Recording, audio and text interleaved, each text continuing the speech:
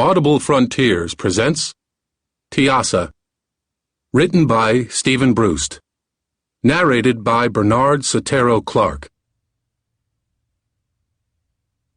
Prologue. Setaro greeted me with the words, "There's someone I'd like you to meet, Vlad." I had expected something more like, "What are you doing here?" as I'd shown up at Sur Mountain without any advance warning. But then, if Setaro Lavode had been accustomed to doing the expected, she wouldn't have been Setaro Lavode. I had been visiting my friend Merolin, who had been kind enough to teleport me to Sur Mountain, and after a long climb up a wide and tiring staircase, I had found her in a library reading a book that looked like it must have weighed 10 pounds. My familiar noticed it as well. "It's not a book, boss. It's a weapon. It lands on you, and that's it." I think you're right. I was torn between curiosity about this person she wanted me to meet and the business that had brought me. She asked if I wanted wine, and I did, and her servant, a strange, twitchy old guy named Tuco, thumped a bottle and a glass down in front of a chair. I sat and drank and said, "Who?" "An Easterner." "From?" "Far from here." "All the Eastern kingdoms are very far." "He doesn't speak any language you've ever heard before." "But you have." "I hadn't either, but I learned." "How?" "The necromancer taught me. Once you've learned a few languages, the others come easy. I'm working on teaching him ours, but it's slow going." "How'd you meet him?" "The necromancer introduced us." "Well, now I'm intrigued." "You were intrigued when I didn't ask what brought you here." "All right, now I'm more intrigued." "What did bring you here?" "Now that I'm out of the army, I thought we could swap war stories." She smiled and waited. "Okay," I said. "It's this." I opened my pouch, found the object, and held it out for her to inspect. "My," she said. "Where did you get it?" "That's a long story." "What is it?" "I'm not sure. It's interesting, certainly." "Who goes first?" "Up to you." "This guy you want me to meet, what's the deal? He have a job for me?" "Sort of. Not your usual kind."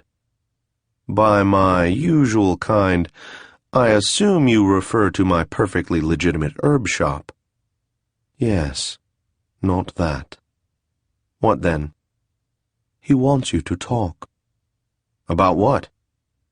"Everything. Everything you do, legal and illegal." I studied her. She looked serious. "Setaro, if I ever did something illegal, which, of course, I never have, why would I be so stupid as to talk about it?" "Reason 1, there is a lot of money in it. Reason 2, there may, from time to time, be other things in it for you, useful trinkets. Reason 3, because I tell you, on my honor, that nothing you say will ever be heard by anyone who can do anything to you." "How much money?" 500 imperials worth of unminted gold for a few hours of conversation, with the option of doing it again if it works out for all concerned, and maybe several times.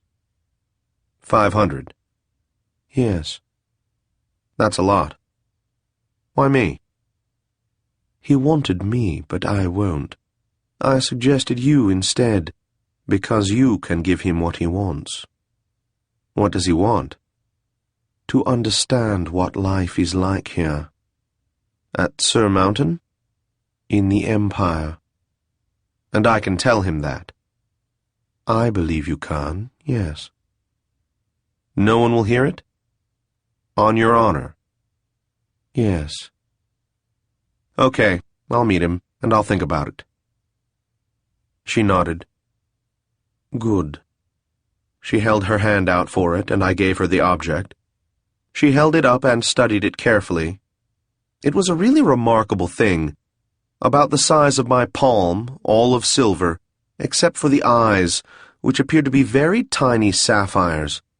The wings were thin and filled with a multitude of tiny holes so the light shone through, and there were whiskers around the mouth. After a moment she pulled her eyes from it and looked back at me. "How did you say it came to you?" "I happened to come across a recently deceased individual, and it was in a pouch at his belt." She smiled. "No, you didn't." "Why, Sathra, whatever do you mean?"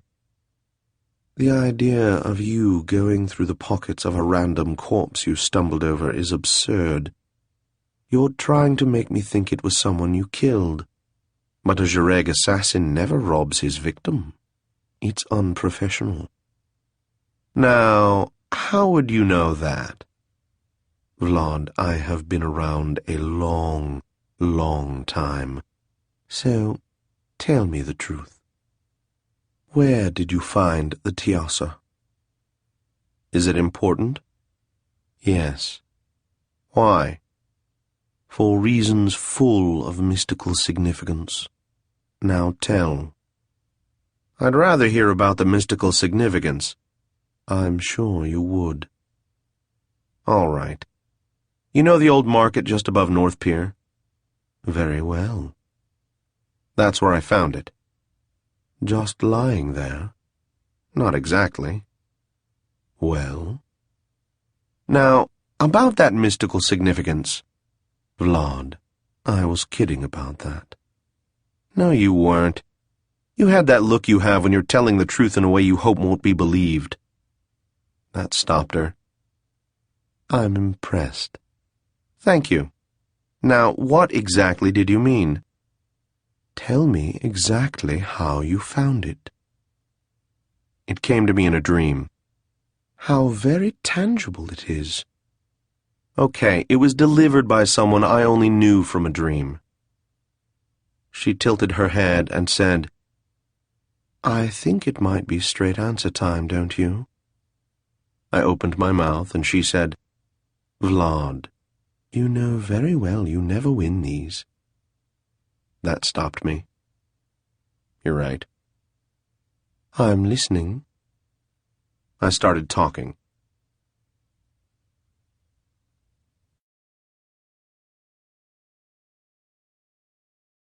The Silver Tiassa. The first time I saw the Tiassa was 9 real years before I was born. Mafenyi was holding it, and it was so pretty. When I saw it again, 200 real years earlier, I had to take it, so I did. I didn't think Mafenyi would mind too much. She hadn't made it to keep. She told me that she made it because she had to, but it shouldn't ever stay with anyone for too long. She used silver that came all the way from Aylma, which is a city on the Charak River near some mountains called Deld, which is where the silver was found in the ground. Mafenyi said she melted the silver in a cauldron made of light, and she cut off her hand and put it in the cauldron, and plucked out one of her eyes and put that in too, and then shaped it while it was still hotter than hot. She worked on it for years and years, so the ears would be so perfect, and you could see candlelight through the wings. She put tiny sapphires in for the eyes. I asked her how come she still had both hands and both eyes, and she said she was a goddess, and so she grew them back. She said I could be a goddess if I wanted to be, and I said my grandmother was a goddess, and it didn't seem like much fun. When we were done talking, I went away. But then I came back. I wanted to just look at it some more, but she was sleeping, and that's when I knew I had to have it, so I took it from her shelf. It wasn't big, but it was so heavy I had to hold it in both hands. I went back home and just held it and looked at it, but I got fingerprints on it, so I cleaned it off, and then wrapped it in cloth. I kept it in the cloth after that, except when I wanted to look at it. There was a woman named Chuvin. She was an Athyra, and she was very nice. I thought she should have the Tiassa, so I left it in her house. Then I went off to see a new world being made, which was very exciting. When I got back, I went to look at the silver Tiassa, but Chuven didn't have it anymore. She had made some very pretty side prints, though, and I got to see them. She gave me one of Yvetna Falls that's so good you can almost get wet looking at it. Mommy said that first, but I think it's funny and true, so I'm saying it now. I asked Chuven what she did with the Tiassa, but she said she didn't know. It just got lost somehow. It wasn't hard to find it, though. When you looked in what the necromancer calls the other place, it was like a big white light with two blinking blue thingies. I saw it right away and followed it because I wanted to know where it was, and really I just wanted to see it again.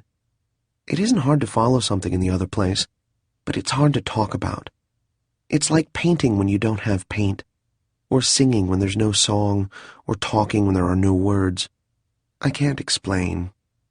Anyway, I followed it. It was an old man who had it. He was a Leorn, and his name was Pindua. He made statues from big pieces of marble. I got to hold the Tiassa for a little while, but then I left it with him. He made one called Worrell Reclining on Stairway that they put in the Hall of Monuments in the Imperial Palace. A little while after he made it, he died, and they brought him to the paths of the dead. He owed a lot of money when he died, and when that happens, they sell all your things to try to pay the people you owe money to, so the Tiassa was sold to a man named Parfi, who was a hawk and who wrote books. I didn't think about it for a long time, but then I remembered it one day a year later, which was almost 300 real years later. I looked for it, and Parfi still had it. I went to talk to him about it. He talked about what he was writing. He was a nice man. I told him he should give the Tiassa away, and he agreed, but said he wanted to keep it a little longer, until he finished his new book. I said that was okay, and he gave me one of his books and signed it for me. He wrote, "To Devera, a very special little girl." I took it to Grandma's and put it in the chest with my things, next to the seashell that whistles "March to the Khanas" and the side print of Yvetna Falls, and the tick-ticker and some other stuff I want to keep. While I was there, Grandma asked me what I was doing, and I said I was looking for the silver Tiassa, and she asked what that was, so I explained where it came from. She asked some questions about it, but she had the look she gets when she's being nice and doesn't really care about what you're telling her. So pretty soon I said goodbye and ran off. I went to a place called Tanvir, where it was just spring and there were flowers in all the colors there. After that, I went to an empty tower in a dead city, and a man made of metal played music for me. After a while, I started wanting to see the Tiassa again, so I went back to 50 real years later, and Parfi still had it. I thought it was long enough, so I took it but left him a note. Then I went to Adralanka 10 real years ahead and played with Vlad Norathar. I showed him how to look in the other place, and he showed me how to make a spinny stick with glitters. Then I was tired from all the jumping around, so I put my spinny stick in the chest and took a nap. Mommy says naps are good for you, but I only take them when I'm sleepy. When I woke up again, I found Daddy and showed him the Tiassa, and he said it was very pretty. I asked if he was ever going to come visit me and Mommy, and he said he would soon, because he wanted his sword back. He looked angry when he said it, so I didn't ask about it anymore.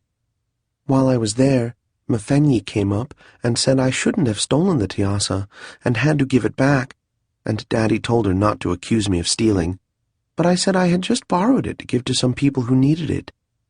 They started arguing with each other, so I left and took the Tiassa with me. I started to Mommy's, but then a while later I looked in the other place and saw Mafenyi was coming after me. I hadn't thought she wanted the Tiassa that much. I thought about jumping, but then I could never come back to now. I didn't want to go to Grandma's, because then she would fight Mafenyi, and I'd feel bad. And if I went to Mommy's, I'd have to explain what I did. So please, Uncle Vlad, she'll be here soon. Can you take it?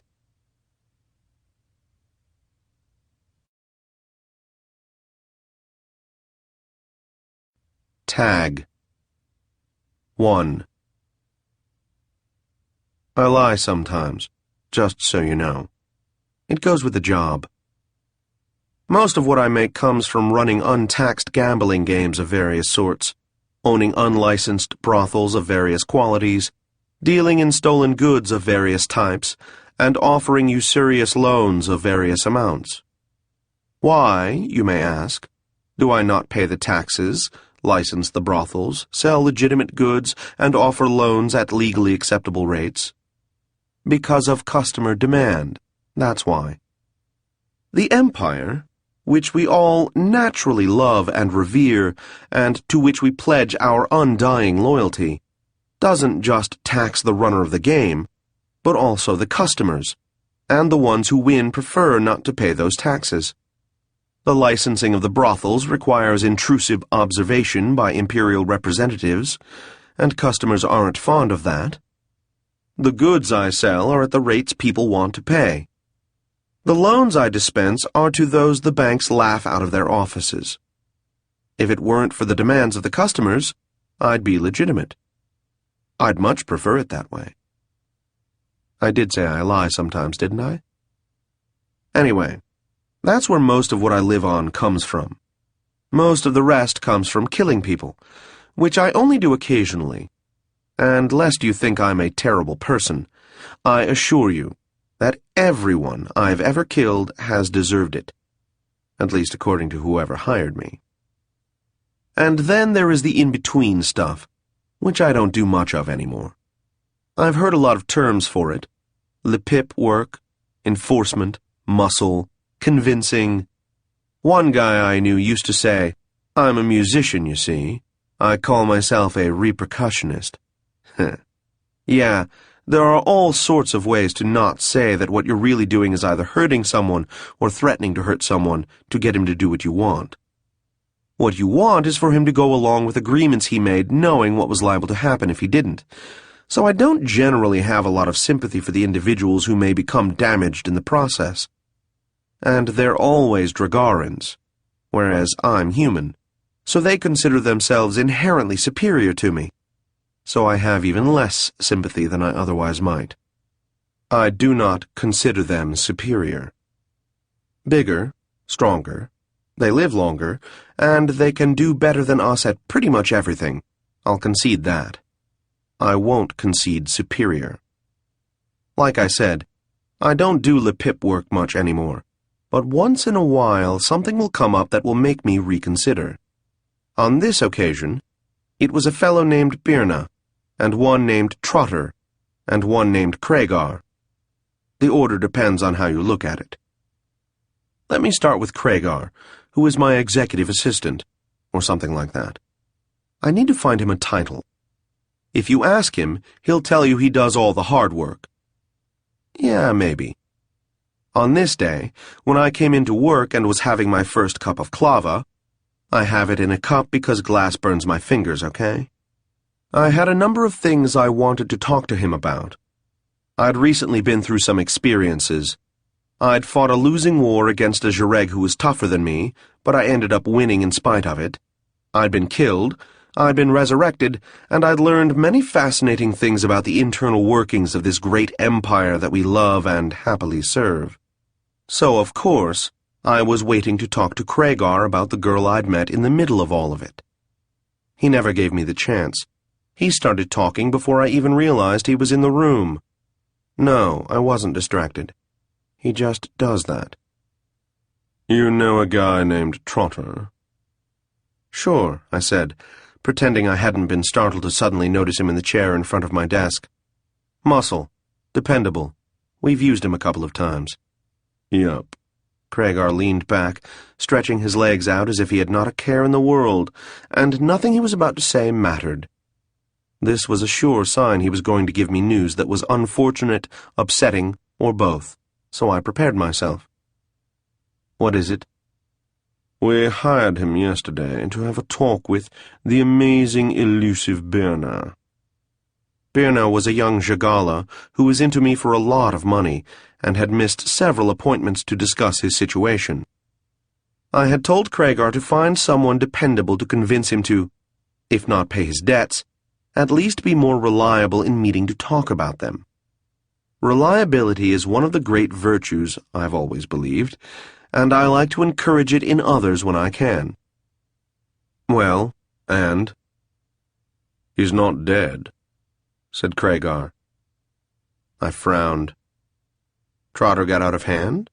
That seems— I meant Trotter, said Craigar, who I have no doubt encouraged the misinterpretation just to increase the shock value. Which worked, by the way. I sat back.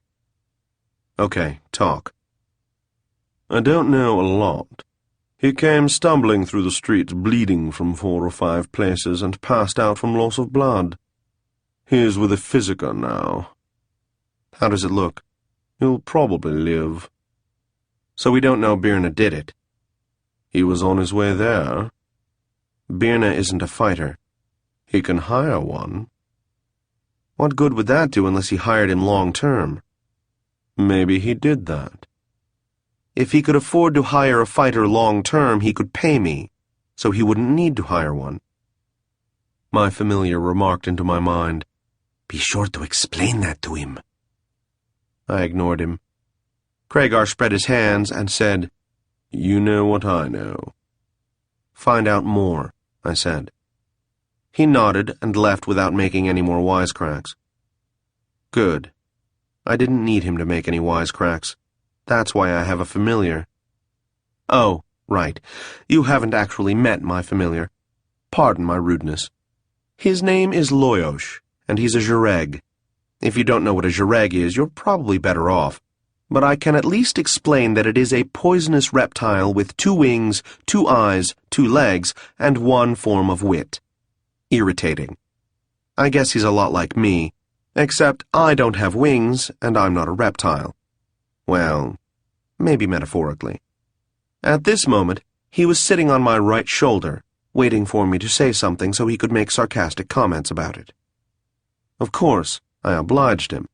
I said, I can't believe he'd hire a free sword. And of course, he can't have any friends.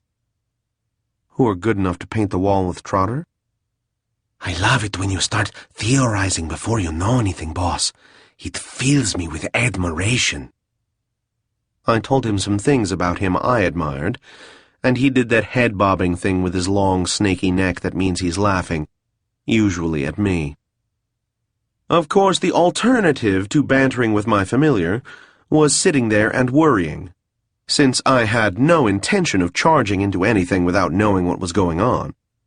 I'd done that before, and come to the conclusion that it was a bad idea.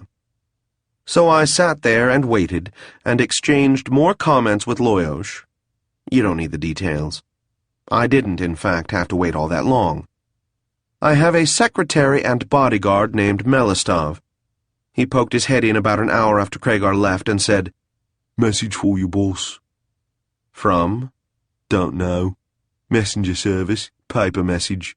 Showed up, handed it over, left. Did you tip him? Of course. My first thought was contact poison, but that's just because I'm paranoid and had recently gone through an experience with someone who had caused me significant concern for my continued existence. But Melistov was holding it, and he wasn't showing any signs of dropping dead, and contact poison, while it does exist, is rare, tricky, and undependable. Besides, no one wanted to kill me, as far as I knew. I took the message. The seal was a half-circle with a Jagala sinister facing a flower with 3 petals, and it meant Birna. It was addressed to Vladimir of Taltos, House of the Zhureg, which isn't exactly my name, but close enough. There was a very pretty curlicue trailing off from the final symbol.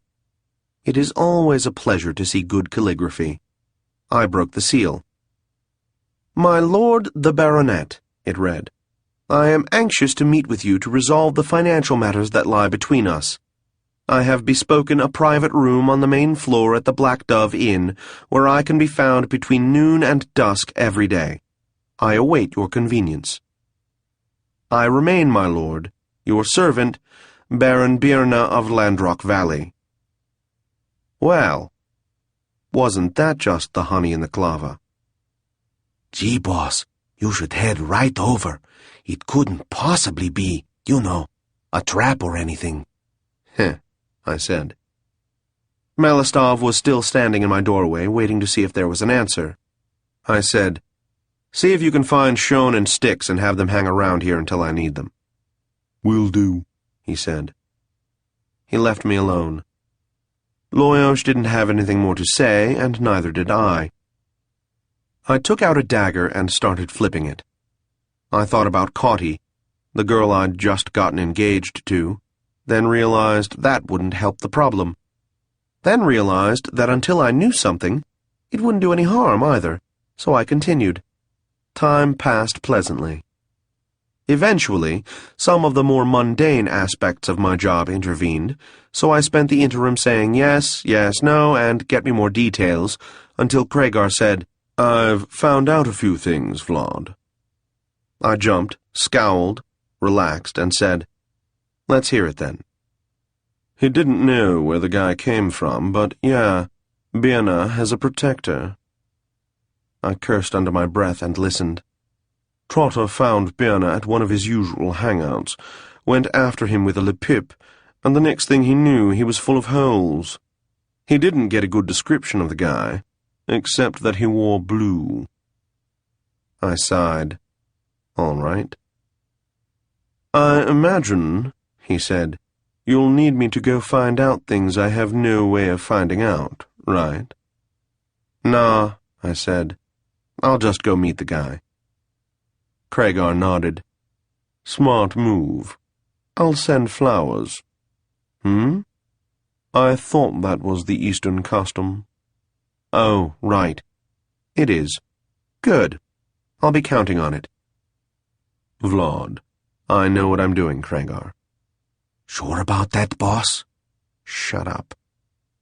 Kragar made a grunt, indicating he believed me about as much as Loyos did. This is a reaction I'm used to from those who know me. Kragar left and Loyos started in. Did I really know what I was doing? Did I care that I was walking into a trap? Did I this? Did I that? Blah, blah, blah. "Malistov." He poked his head through the door. "Message to Lord Baron Birna of Landrock. Begins. I will be honored to wait upon you at the 5th hour after noon of this day. I remain, my lord. Sincerely and all that. Ends. Send it to him at the Black Dove Inn." "Will do." "Shone and Styx?" "They're both here." I nodded. I checked the time with the Imperial Orb, and I still had several hours. Good. I got up from the desk and strapped on my rapier, increasing the number of weapons I was carrying by an insignificant percentage, then put on my cloak, increasing that number by a much larger percentage. Concealing hardware in a big flowing cloak is pretty easy. The hard part is keeping said hardware from clanking, and arranging it so the cloak looks and feels like it's a reasonable weight. It had taken a lot of trial and error to get there, and it still took a bit of fiddling about before it was adjusted properly on my shoulders. But eventually I got it and I walked out, telling Malistov I'd be back later. Kragar wasn't in the room. That I noticed. The two guys I'd brought for protection were. I nodded to them. They stood up and followed. Shone walked like he was one mass of muscle, just waiting to explode as soon as he had a direction to explode in. And that's pretty much what he was. Styx was tall and lanky, and he walked as if he were just out enjoying the ocean scent and wouldn't notice a threat if it was right in front of him. He wasn't really like that. We went down the stairs, past the little business that gave me a nice legal cover, and out into the street. Styx kept a couple of steps ahead of me and to the street side, Shone a bit behind me away from the street. We didn't talk about it, just sort of fell into it. I'd worked with them both before. The Black Dove Inn is considerably south and just a hair east of my area, in the part of Adralanka called Baker's Corner, for reasons I couldn't guess at. Jareg operations there are controlled by a fellow named Horan. Protocol required me to let him know if I was doing anything major in his area and get his permission if appropriate. But as far as I knew, this would be nothing major. And besides, I didn't like him much. Just inside Baker's Corner, along Six Horses Way, There's a public house called The Basket that at times has a slab of beef turning on a spit, and periodically they douse it with a mixture of wine and salt and pepper and mango bud and white seed. You have to get there early, because if you don't, it will be either overcooked or gone. I was there early. The host cut some for me, slapped it unceremoniously on a plate, and nodded toward the basket of rolls. I had some summer ale to go with it and sat down. I also got some for Shone and Styx. I figured we were safe here, because Loyosh was watching, so they could eat. We sat and we ate, and it was good. My philosophy is that if I'm going to do something reckless, I should have a good meal first. "So, you won't tell us what's up?" said Styx. "Don't know," I said. "You heard about Trotter?" "Yeah, nasty business. It's like the streets aren't safe anymore." I nodded. "I'm going to see about it." "And we're going to make sure you don't get the same treatment while you do?" "Something like that." "Any details you feel like sharing?" "I just know I'm meeting a guy at an inn." "The guy who did it?" "Probably, though that's not what was on the invitation." "All right." Shone kept eating. Talkative bastard, that one. "So, how do we play it?" I shrugged. "We go in, see what's up, decide. You guys try to keep me alive long enough for me to make a decision." He ate another bite, chewed it, and swallowed. "It's a good thing you have us to watch out for you. Otherwise, you'd be helpless." He winked at Loyosh. He's as funny as you, boss. "Why, thank you, Loyosh." Point proven. You should probably send one of these guys over an hour early, just to look things over. "No one is trying to kill me, Loyosh." Explain that to Trotter. We finished up the meal, and they went out the door in front of me to make sure no one was waiting outside to do me harm. No one was. Those days were over, at least for a while. We took our time getting to the Black Dove. I stopped on the way at a candlemaker's and got a candle that stood about 4 feet high and was scented with lavender, along with a silver holder for it. I figured Cotty might like it. I had them send it to the office because whatever happened later, walking around with a 4-foot-tall candle was unlikely to make it go any better. Boss, you know you're going to make those two wonder if you're in control of yourself. Because I bought a candle? No, because you're walking around with a stupid grin on your face. You can't even see my face. I don't need to see your face. I got my features back under control, and found we still had an hour or so before the meeting, so we took our time getting there. I looked into shop windows for other stuff to get Cotty, but didn't see anything that felt right. And then it was time, and we covered the last half-mile or so, and I walked into the inn about 5 minutes early. It was quiet, not the sort of place that's busy between lunch hour and dusk. The hostess looked half asleep behind the bar, and there was one Tekla snoring loudly, his head down on the table in front of him. The other individual was a rather attractive woman who was obviously a tsur. She wore loose-fitting black clothing and had a whole lot of steel strapped to her side.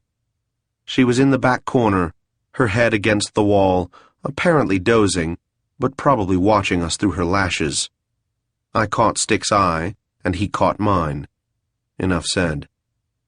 I approached the bar, and the hostess opened her eyes, looked at me again, hesitated, then said, "My lord." A quick glance suggested that she was a Shigala, like Birna, which might or might not be significant. I gave her my name, then his, saying I was to meet him. She nodded and pointed down a dark hallway. "First door on the right, my lord." I looked back at the tsur, estimating how long it would take her to get from where she was to the door I was about to go through. The way she was keeping one foot so casually under the chair, I'd say just over 3 seconds. Shone went first, then me, then Styx. When Shone reached the door, he looked a question at me. I nodded. He clapped. Someone called to enter, so he did. Styx and I waited there in the hall. It isn't like we were alert, ready to move and go for weapons at the first sign of excitement. It's just that, well, I guess we were. Shone came back out and said, "One guy, sword on the table in front of him." I nodded and he went back in. Then me, then Styx. It was a small room, with 2 chairs and a table, and not a whole lot more space than that. The sort of room for a private card game, maybe, or a meeting of 3 or 4 Kriotha who want to pool their resources and start a laundry service. The individual seated behind the table was certainly not Birna. He wasn't even a Jagala. From both his slightly feline features and the blue and white of his clothes, I took him for a Tiassa. A bit younger than middle age, he probably hadn't seen his 1000th year. His hair was light brown and long. His eyes were bright. He was studying me as I was studying him. "Sit down," he suggested. "Let's talk." The naked sword lying across the table was slimmer and lighter than usual, though still heavier than mine. His hands were out of sight below the table. If he made a move for the sword while I was sitting in the chair, things were liable to get interesting. The room wasn't big enough for much swordplay, which worked to my advantage, as I was carrying a lot of little things with points on them. I studied him a bit more. He held my eye and waited. "Styx, Shone," I said. "Wait for me. I'll be out presently." They both left without a word, footsteps echoing as I continued my study. My hard stare failed to intimidate him, so I sat down. "I'm Vlad," I said. He nodded. "I'm the Blue Fox." "You aren't really." "You've heard of me?" He seemed surprised. No. If I had heard that there was someone going around calling himself the Blue Fox, I'd remember." "You don't really, do you?" I tried wearing a mask for a while, but it was uncomfortable, so I stopped. "Why?" "You Easterners have no sense of the theatrical." "I've heard that said. In any case, I can't think of an Easterner who has ever called himself the Blue Fox, so maybe you're right." "I've met an Easterner who calls himself the Warlock." "No, everyone else calls him that." He shrugged. "In any case, if we're done talking about my name, perhaps we can— What do I call you? Blue? Lord Fox?" "Blue Fox will do fine." "Are you trying to make me angry because you think it will give you an advantage over me?" "I hadn't actually worked that out," I said. "But probably, if you're going to give me an opening like that. Why don't we talk first, and find out if we even have anything to quarrel about, before we start trying to get advantages over each other?" "Oh, we have a quarrel. You sent one of my people to a physiker with a lot of holes in him. It hurt my feelings." "Sorry," he said. "I didn't know you'd take it personally." "I guess I'm oversensitive. I assume the attractive Surlord out there is with you. Pretty, isn't she?" "She is. Certainly prettier than the guys I brought. The tall one is kind of cute, in a boyish way. I'll tell him you said so." "Ready to talk business yet?" "Are you a friend of Birna?" "Close enough, I guess. I'm handling the negotiations for him." "Negotiations," I repeated. "Do you have a better word?" "Not just now. Give me some time and I'll come up with one." "Take as much time as you need, but while you're thinking, we seem to have a problem." "Yes, Birna owes me money." The Tiassa, who had introduced himself as the Blue Fox, nodded. "That's a problem. He doesn't have it." "That's another problem," I said. "He came to me, or, to be precise, his wife came to Ibronka, and—" "Ibronka? The Tsur?" He nodded. "That's an Eastern name," I said. "And a very pretty one. His wife came to Ibronka, you don't need to know how, and said that you were going to hurt him if he didn't give you money. Seemed like I should step in. Did his wife go to her when he needed to borrow the money? No, she should have, though. We'd have found it. If you find it now and give it to me, that'll solve the problem. Over time, the amount has become rather large. Yes, that does happen. Hence, I thought I'd negotiate. You see, Lord Blue, I'm generally willing to negotiate. Generally? Generally. But there's the matter of the holes you put in one of my people. I don't care for that. And then there's the fact that instead of coming to me like a gentleman and explaining that he was having problems, in which case I'd have been willing to work something out with him, he avoided me for several weeks, and then you show up. To be blunt, Lord Blue, I'm just not feeling inclined to negotiate much of anything. So, now what? He glanced at the sword on the table. I carefully placed my hands on the table, smiled at him, and waited. You're very good, he said at last. At what? Fighting. I can tell. You think you can take me. I think I can take you. I smiled and waited, my hands on the table. The weight of the dagger in my left sleeve was reassuring. He glanced at Loyosh and said, You think your friend there will give you an edge? Possibly, I told him. I don't think it will be enough. I nodded, my eyes never leaving his. I was pretty sure I could take him even without Loyosh's help, but you never know until you're there. But, he said, still maintaining eye contact, as I told you, I would prefer to negotiate. I'm not inclined to negotiate. Do you really want to push this? I'm in a bad mood. I told you why. You shouldn't lend money at ruinous interest rates, then threaten violence when people can't pay, and then act surprised when they go to extraordinary lengths to protect themselves. Have I been acting surprised? Good point. I have more good points. Like, he knew the rates when he took the loan, and he would have had no reason to fear violence even when he got behind if he'd come to me and explained his problem. I'm always willing to work with someone, up until the time they bring in a hired sword to mess up my people. He didn't handle this very well. No. He could have gone to the Empire instead of to me. I didn't say anything to that. After a while, he said, Yes, well, we both know that would have been a mistake. Yes, I said. So, what do we do now? You're talking. I'm listening. What if we give you double the initial amount of the loan and call it even? If I didn't have a guy being patched together by a physiker, I'd probably go for that.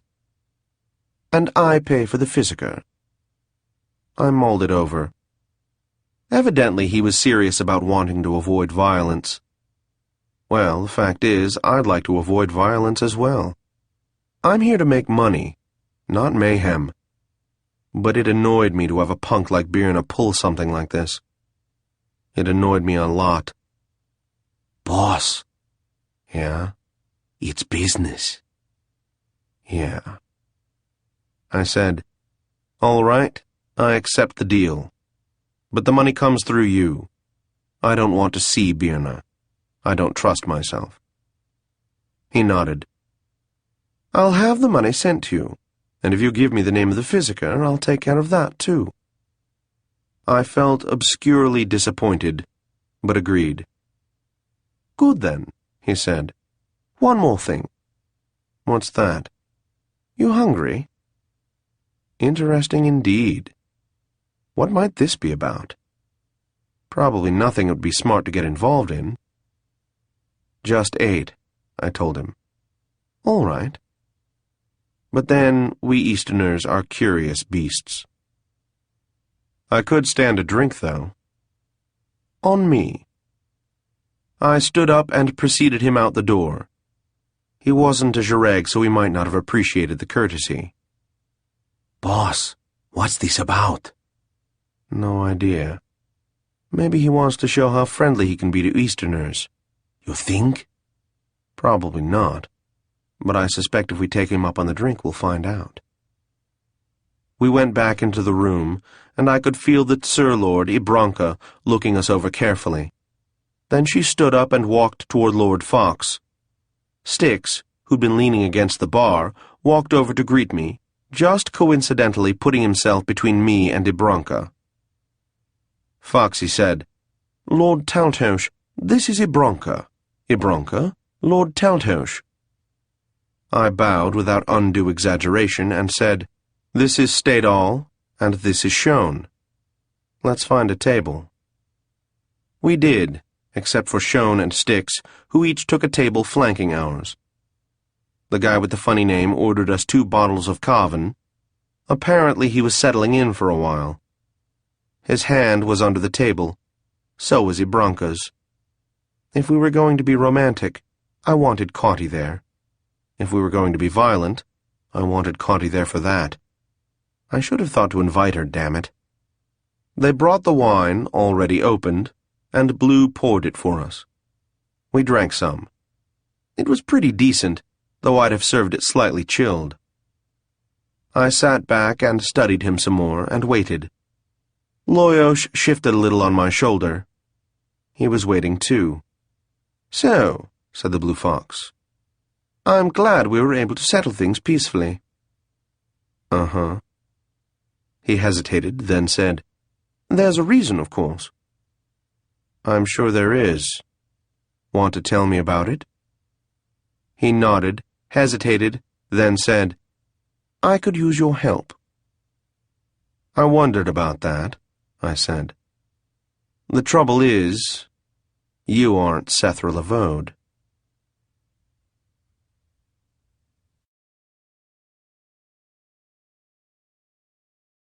2. "No," he said. "In fact, I'm not.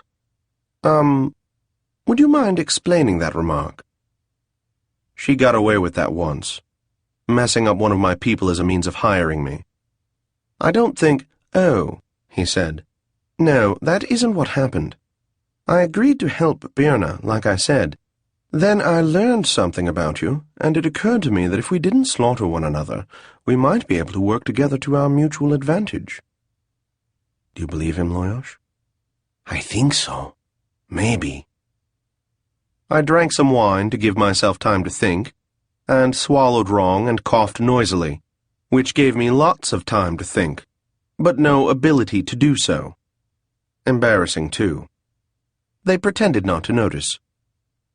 When I was recovered, I wiped my eyes and summoned what dignity I could and indicated that I was listening.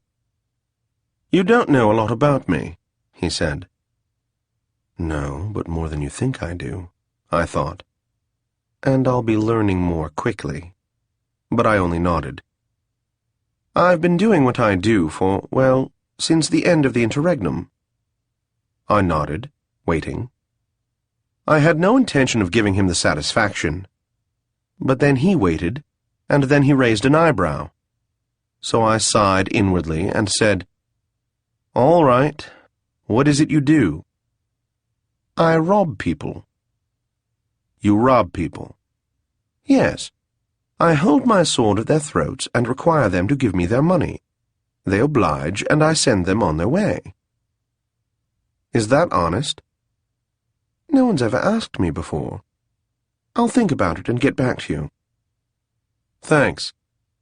So, how can an honest businessman like me be of service to a dangerous highwayman like yourself?" "I was told you think you're funny. That's all right. I think I'm funny, too."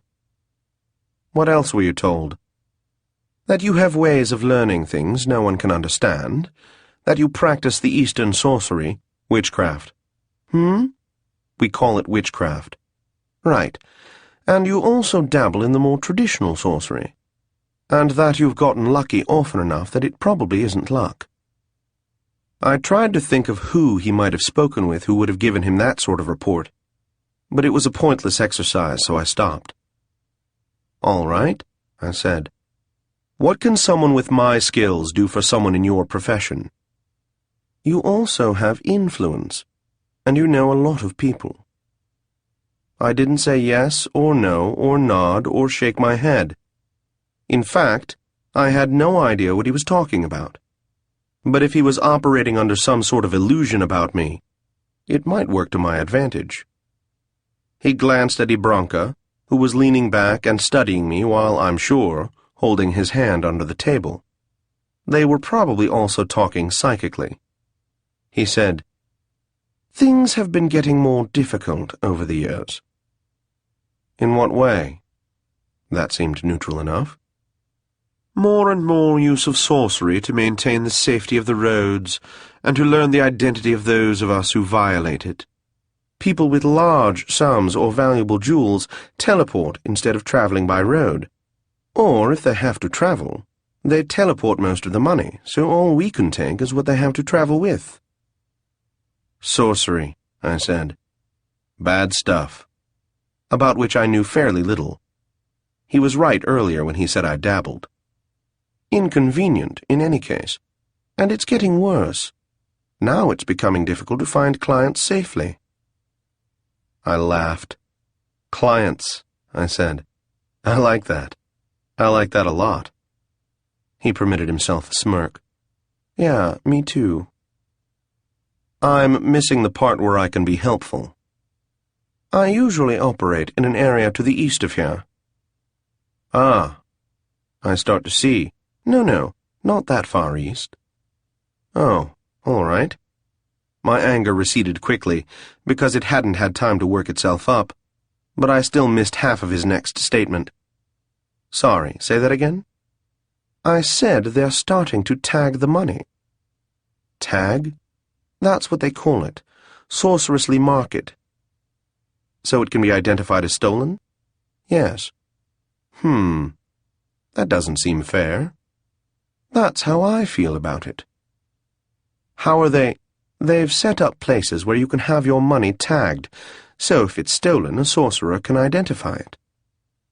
I was lucky enough to learn about it before servicing a client who'd done that. Now that we know what to look for, we can tell, but it's getting common enough that we've had to let some prime targets go."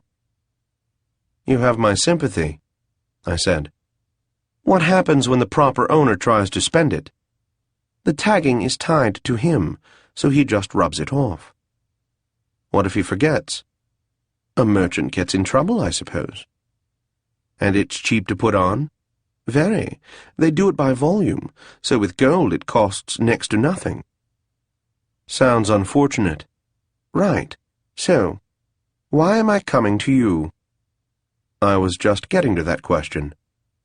"I'm wondering if maybe there's a way for me to get the money to you, and for you to return me money that hasn't been tampered with. For a fee, of course." I shook my head. "Can't do it. Not my kind of thing. But I could make a suggestion. If your suggestion is the left hand, I tried that." "Oh, you're well informed. Sorry it didn't work. What happened?" "They were willing to do it. For 13 orbs for each Imperial." "That's what they wanted?" "Yes." I shook my head. "It's like highway robbery." "That's very funny, Lord Taltos." "Why, thank you, Lord Blue." Ibranka glared at me a little, then looked away as if I wasn't worth her time. "I liked it, boss." "Thanks, Loyosh." He said, "So the left hand is out of the question. If you don't want to get involved in this, do you have any suggestions for who might?" "Let me think about that." "I'd be willing to pay for any idea that—" "Let's not worry too much about the paying part. Let me just try to think of something." "Hey." "What?" "Why am I doing the thinking? You're the Tiassa." He rolled his eyes. I considered myself answered. Did I know anyone who'd be interested in a deal like that? No one I'd want to give it to, at any rate. But it was an interesting exercise, trying to figure a way around it. "Boss, do you care?" Let's say I'm intrigued. If you say so. Any idea who came up with this? Some imperial sorcerer. There were complaints about the safety of the roads, you know. See how it is? I said. As soon as you get good at something, they move to cut you off. It's as if they fear anyone being successful. I sympathize. Uh-huh. The Tiassa isn't doing his job, Loyosh. So if anyone's going to come up with a brilliant idea, I guess it'll have to be you. I'll get right on that, boss. How does it work exactly? It's pretty straightforward. It takes a few seconds to do a bag full of coins, and an hour with each one to undo it. Sort of cuts into your profits. Exactly. What if you spend it a long way from where you got it? Every merchant in the Empire isn't checking. I've been doing a bit of that, but more of them are starting to. The Empire is offering tax reductions to any merchant willing to check coins. They supply... Oh. I heard something about that.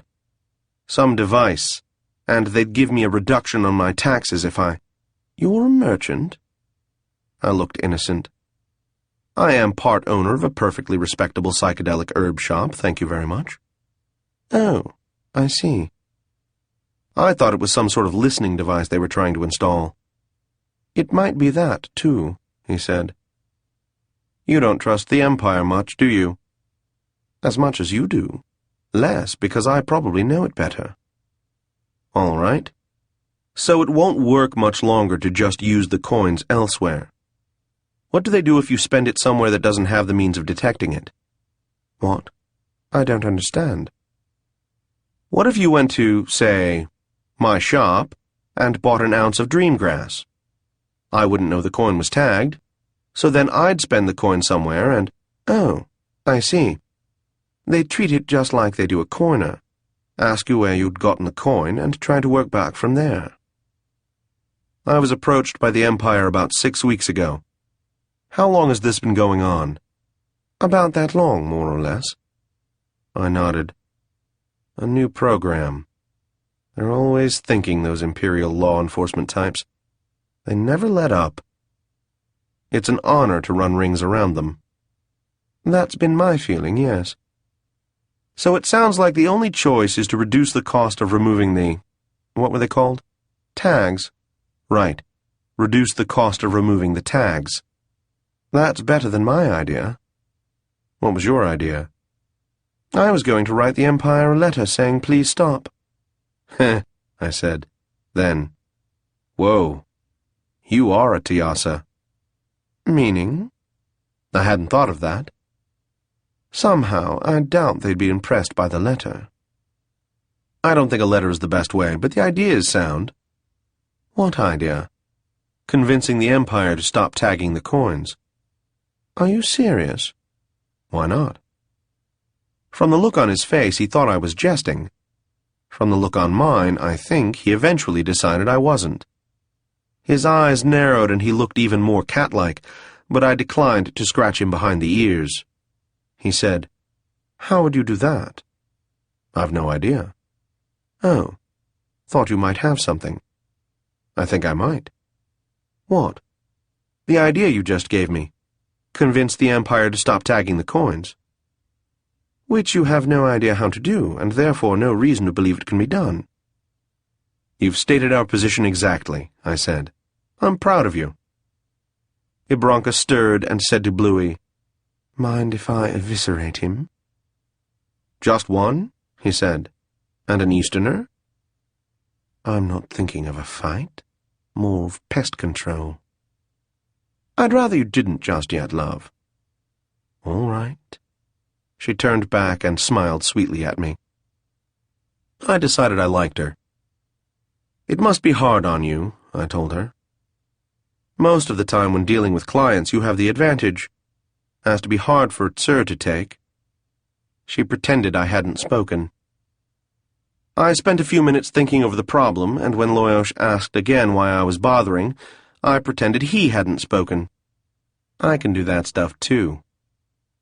It wasn't at all the sort of thing I could do, but I had friends, or acquaintances at least, who could do a lot of things I couldn't. Setaro, Marolin, Alira, Kyra. Kyra. Kyra had told me once about... How did that work? I remained silent as the idea built a nest and laid some eggs. Blue Guy might have a stupid name, but he wasn't stupid. He said, "What is it you know that you aren't telling me?" "Lots of things," I said. "And the reverse is true as well, I've no doubt. Do you want this done or don't you?" "Now it sounds like you're in." "What's the offer?" "To solve the problem completely? I don't know. That's worth a lot." "Double what you've already agreed to pay me." "It's worth more than that." "You're honest. I'm touched." "I know. Is it a deal?" "Of course." "Then I'm in." I turned to Shone and Styx and said, "Thanks. You're off." "You sure?" said Styx. "These characters look all dangerous and stuff. I wouldn't want to see you unprotected." He was giving Ibranka an amused smirk, I think just to annoy her. She gave no indication of noticing, which meant that her dislike of me was more because I was a Jareg than because I was an Easterner. Good. Bigotry is such an ugly thing, don't you think? "I'm sure," I told Styx. I had turned my head to speak to him, so neither of our new acquaintances could see my face. I silently mouthed, "Follow them." "You're the boss," he said, and headed out. Shone, I should add, was already gone. I turned back to Foxy. "I need to get my hands on some of those coins." "You have a plan?" he said. "I always have a plan. Ask anyone. That Vlad, they'll say. He sure does always have a plan. Why do you work so hard to make yourself disliked?" asked Ibranka. "I should think you'd find it happens enough on its own without putting yourself to any extra trouble." I drank some wine and said, "Yes, I have a plan." "Tell me about it," said Blue. "Not just yet." His face twitched, but I couldn't tell what it meant. "All right," he said. Ibranka looked at him, then shrugged almost imperceptibly. I imagined they'd be talking about that later. "You need a bag of gold," he said. "Tagged gold, yes. Or silver. Coins that have been treated so they'll be detectable and have been stolen. Which reminds me. Can they be traced?" He frowned. "Probably. Never known it to be done. They just like to wait until the coins show up in circulation. Paying for a trace is going to cost a big chunk of the total value. But it could happen." "Is that a problem?" "It could be. Can you get the coins?" "Give me a week. How do I get in touch with you?" I told him where the office was, and told him to ask the clerk for something Eastern that would last until morning. He looked amused, which irritated me, but I guess fair is fair. "A week, then?" "Or sooner if you get it sooner." I stood, bowed, and showed him my back on the way out the door. "Well, boss, do I get to know what's going to happen?" "Sure. We're going back to the office and find out some stuff, then do some work. Then we wait until he shows up with the coins." "Which will give you a week to figure out what to do with them. I still don't know why."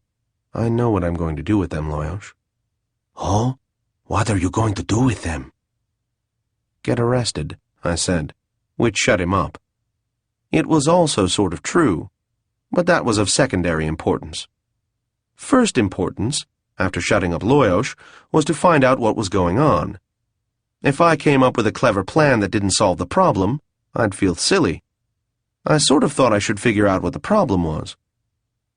I returned to the office and found Cregar, who wanted to know what was going on. In answer, I said, "I need to know everything you can find out about someone calling himself the Blue Fox." "Calling himself the what?" "You heard me." "A Jareg?" "Tiassa." "How am I supposed to find that?" "Use your imagination." "You mean make stuff up?" "He's supposed to be a robber, a highwayman, working somewhere east of here. Ask if anyone's heard of him, then follow it up." Do you know how stupid I'm going to sound asking if anyone has heard of the blue fox? Yes, I know exactly how stupid you're going to sound. The gods will punish you. I have no doubt of that at all. The next order of business was finding Kyra the thief. I went back out and stopped in a couple of inns, and I dropped the word that I wanted to talk to Kyra. She was waiting for me at a third, a place informally called the Rough House, which I'm sure has a story behind it. To all appearances, and from all my experience, it's a quiet little place with lots of booths with tall backs, so you imagine you're getting more privacy than you are. I spotted her. Well, okay, Loyosh spotted her in one of the booths as I was waiting to speak to the host, and we joined her. Kyra the thief. She was short for a Dragarin, though some of that was that she tended to slump a little. Her hair was dark, her motions graceful, and her smile full of warmth. I still have no idea why she likes me, but we go back to a day when— no, skip it. She was good to me from the moment we met. As I approached the booth, she gave me a good kiss on the mouth. The only Dragarin I greet like that, by the way, and a hug to go with it. I sat. I was just looking for you, I said. I know. That's why I'm here. I smiled. I suspected it was all a trick. Never mind. She had a small glass with something dark in it. I ordered her another and got myself a light tingling wine. When the drinks arrived, I said, "A long time ago you mentioned something called, if I remember right, the hamper switch." Hamper load. And you have a good memory, Vlad. How do you do it? Are you going into a new line of work? No, but I have a situation where it might be useful. Can you explain it to me? Slowly, as befits the lethargic Eastern brain. She snorted. All right, and you don't have to tell me what this is about. But if you feel like doing so, I'm curious. Let me see if I get away with it first. If I do, I'll explain. If I don't, I'll try to pretend it never happened. Fair enough.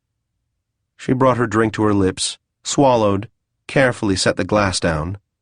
She explained how that particular swindle worked. I listened. When I was done listening, I asked questions and listened some more. Being a good listener is one of the most vital skills in being an effective criminal. Good, I said. I think I have it. She nodded. I believe you do. Remember that the skin needs to be convincing, and to a degree the runner. The rest just have to go through the motions. Understood, I said, and got to my feet. She smiled at me. Good luck, she said. I got back to the office, and Styx was waiting. They teleported, he said. Damn. But I have a friend who's a sorcerer, and I thought you might want to know where they teleported to. And he got there in time? She, and yeah, Imperial Palace, Dragonwing. I imagine you think you deserve a bonus for that. You have a good imagination, boss. Malistov, give him 7. Thanks, Styx. Good work. Always a pleasure, he said. Dragonwing, boss? It was either there or Whitecrest Manor. Why? I told you. I recognized him. I spent the rest of the day supplying the wants and needs of the good citizens of Adralanka. I saw Cotty that night. She liked the candle a lot, and in the warm afterglow of our first hello, I told her about the blue fox, Ibranka, and the difficulty in staying ahead of law enforcement. She listened with her whole attention, as she always did, her dark hair shining on the white pillow, her large black eyes fixed on mine so intently I felt like I could fall into them. It took a while to get the story out, because her eyes kept distracting me. When I was done, she laughed, which made my stomach do funny things. Can I help? What? It isn't exactly, I don't know the word. You know, the thing about keeping one's beloved out of danger and all that. Vladimir Taltos, if you aren't kidding, I'm going to bite you somewhere painful. I thought it was romantic. Romantic would be asking for a lock of my hair or something. Okay. Can I have a lock of your hair? And yes, I'm kidding. Then I can help? Sure. As long as you keep saying my name. I like it when you say my name. She smiled. I wondered if she knew just what she could get me to do with that smile. I returned it, and she sat up suddenly. All right, then. What's the first step? Hey, I'm up here. Oh, sorry, the first step, yes. Wait for the mysterious bag of gold. There must be some setup before that happens. Well, yes. There's some information gathering, but I'll get Craigar to do that. Why does he get to have all the fun? You think that's fun? Not really, I suppose. Okay, then. What else? Deciding on the anvil and opening the hamper. Oh, perfect. I'm especially trained for those things. I thought so. You have no idea what they mean, right? Right, but I wanted you to get full pleasure from being opaque. And I did. Thank you, milady. You're welcome, my lord. Now, what's the anvil? That's the person who gets hit by the operation. The target? Right. Also called the bucket, the lame, and the narrow. I didn't know you knew about those sorts of scams. Oh, I've known all about them since yesterday. I see. What's the hamper? In this case, something that will hold a bag of tagged coins. Does opening it have some special meaning? That means to set the anvil up. How do we do that? First step is to pick him. What are you looking for? Stop kissing me and answer the question. No, skip that. Keep kissing me. All right, now answer the question. What? What are you looking for? Love, respect, friendship, loyalty, sensuality, beauty, skill in cutting vegetable in the anvil. Oh, right. First of all, someone with the authority, or the clout, to stop the evil and immoral practice of sorcerously marking coins. How many people like that do you think there are? Well, the Empress. Scratch her. And Lord Covrin, but he'd be a bad choice for this. I'd guess about 8 or 10. Let's make a list. So we did, and talked about them for the rest of the day, at the end of which time we'd settled on a dragon lord named Fiori, because he was perfectly placed within the imperial hierarchy, and because I felt he had too many vowels in his name. I closed my eyes, concentrated, and eventually got hold of Craigar. I set him to learning what he could of the poor bastard, in between learning what he could about Blue Guy. He had a lot to say about it, but eventually agreed. What else do you need? Cauty wanted to know. First thing we'll need is the skin, because he has to make contact with the anvil right away. What makes a good skin? Let those who judge goodness or evil in a man note that I let that line pass, and just said, charm, warmth, and aristocratic bearing. You'd be perfect. And being Dragaran. Oh. But thank you. Do you have anyone in mind? Not yet. What about your friend Marolin? I doubt I could convince him to do anything so disloyal. Same with Alira? She'd probably kill me for asking. What about Norathar? No, forget I mentioned it. Let's forget about true aristocrats and look for someone who can act the part. Do you know many actors? A few. I don't think I know any I'd trust, though. What about one of your tags? Said Cauty. I considered. Yes, that could work. There's certainly acting involved in the job, and some of them play roles for the nuns. Maybe someone from the long carpet, or the couches? They're fairly high class. How did you... Oh, right. I keep forgetting. She'd learned a lot about me, of course, while she and her partner were preparing to kill me. The memory made for an uncomfortable moment, but she squeezed my hand and it passed. We decided that was enough work, and turned our minds to other things. The next day I was up early and beat Craigar into the office. I told Melistav to bring me Clava and to get hold of a certain Lord Harold Nocaldi, or Hanak, as he was called, who managed the couches, and let him know I'd be dropping by. Should I tell him why? No, let him sweat. I let him sweat for about an hour before heading over there. Not for any special reason except that I didn't like him. We'd had an unpleasant altercation when I'd first started running the area. It was especially unpleasant for him, so I imagine he didn't like me either. I made the walk with no protection this time. Lower Chiron Road was hot, and there was an unusual amount of dust.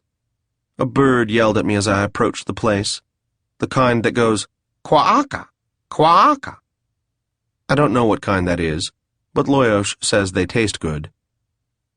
The place had been a cheap hotel before the interregnum. Then it was improved superficially, scrollwork added high on the walls, expensive sconces, gold trim, high-quality furnishings in the lobby where one of Hanak's enforcers, a guy named Abror, was standing where he could watch the door. Hanak was also there, sitting and waiting for me. He rose as I entered. "My lord, to what do I—" "Bring me every tag who's not engaged." He hesitated as, no doubt, a lot of questions came into his mind, but he was smart enough not to ask them. He nodded and went off to follow orders. There were no numbs waiting, which was reasonable at this hour on a farm day. There was a wide fountain, about waist-high and of an odd yellowish marble. I leaned against it and waited. 5 minutes later, 3 boys and 5 girls were lined up in front of me, in all shapes, colors, attitudes, at least as far as Dragarans go. "Don't pose," I said. "Just stand there." They relaxed, and they still displayed all shapes, colors, and attitudes. The guy on the left caught my eye, because he was giving me a look of unabashed curiosity. He had an oval face, wide-set eyes, and his general appearance was neutral. I couldn't guess if he'd appeal to a man or a woman, to someone after corrupting innocence or someone who wanted to be taken along for new experience. I nodded to him. "What's your name?" "Omlo, my lord," he said. I turned to Hanak. "I need to talk to him. The rest of you can go." They did. Hanak followed them out. I found a chair and gestured the boy to another. "You know who I am, Omlo?" "Yes, my lord." "Want to make some extra money?" "All yours. No juice." He hesitated. "Why me?" Turned out to be his first question. "You look like you could handle it. It isn't dangerous, I don't think." At that last, he looked at me quickly, then looked away. "How much money?" 15 imperials. "And you don't think it'll be dangerous, my lord?" "Shouldn't be." He nodded. "All right." I could see him spending the money already. "What do I have to do?" "Do you know where my office is?" "No, my lord." "Number 6 Copper Lane sells psychedelic herbs. Tell the proprietor you want something rare and Eastern that will last until morning.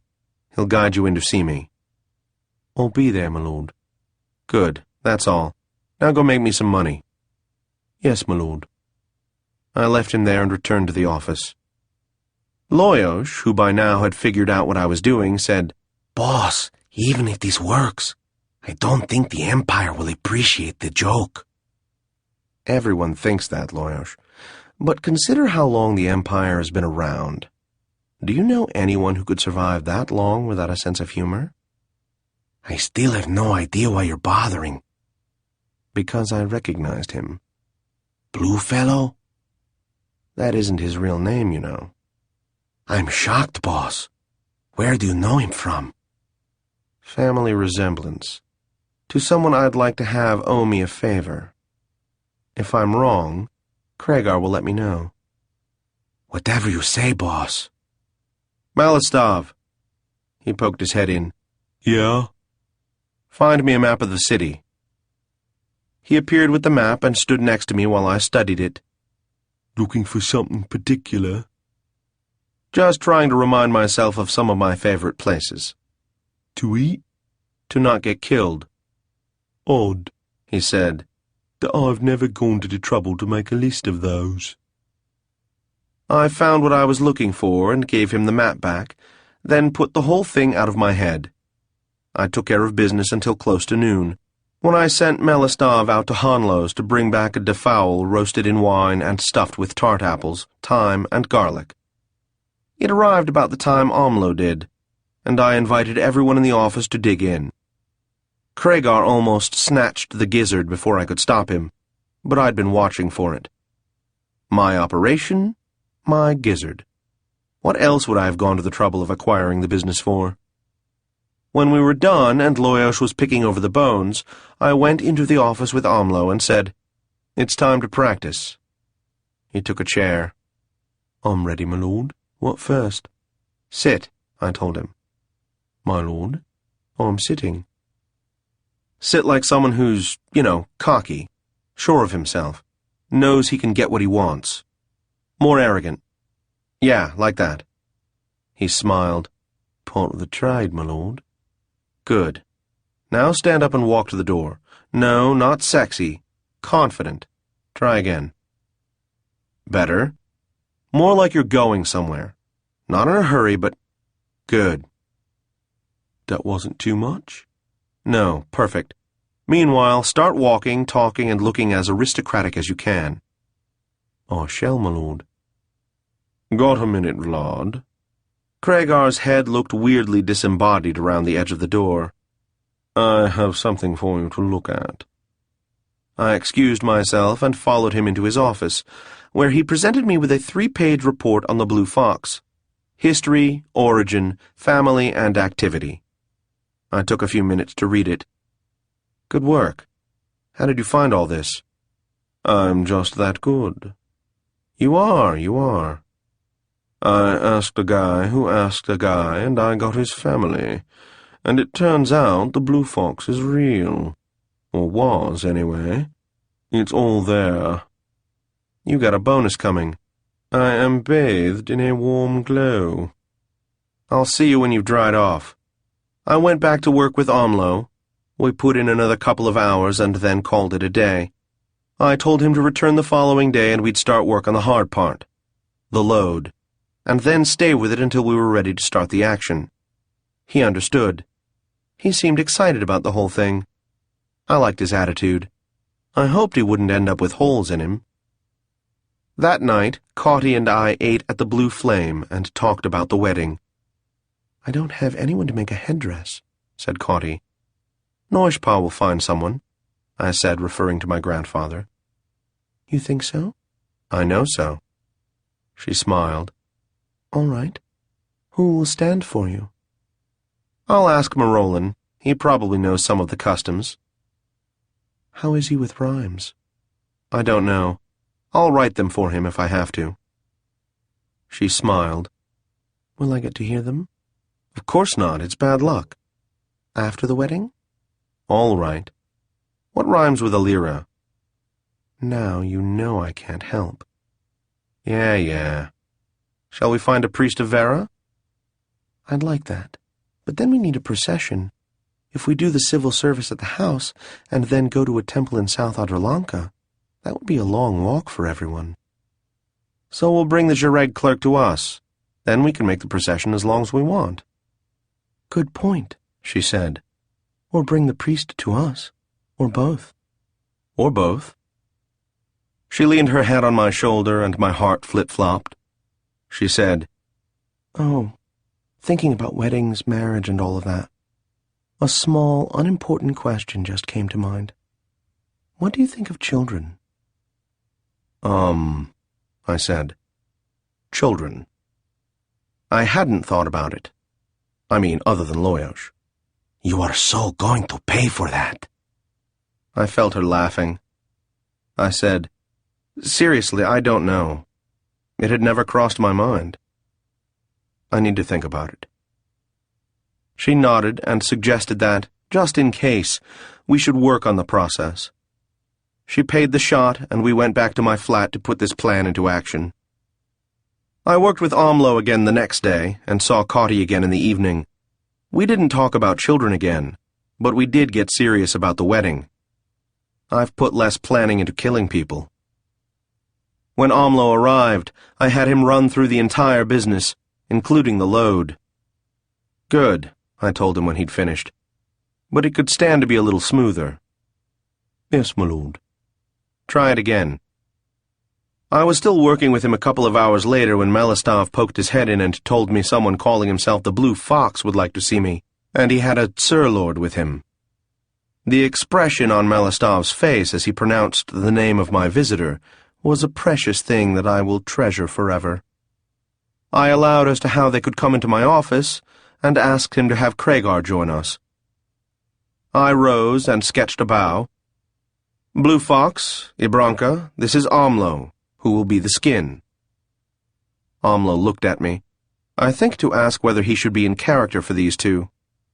I shrugged, so he made a fairly obsequious bow, which the Tiassa and Tsur returned in a sort of casual-to-friendly way.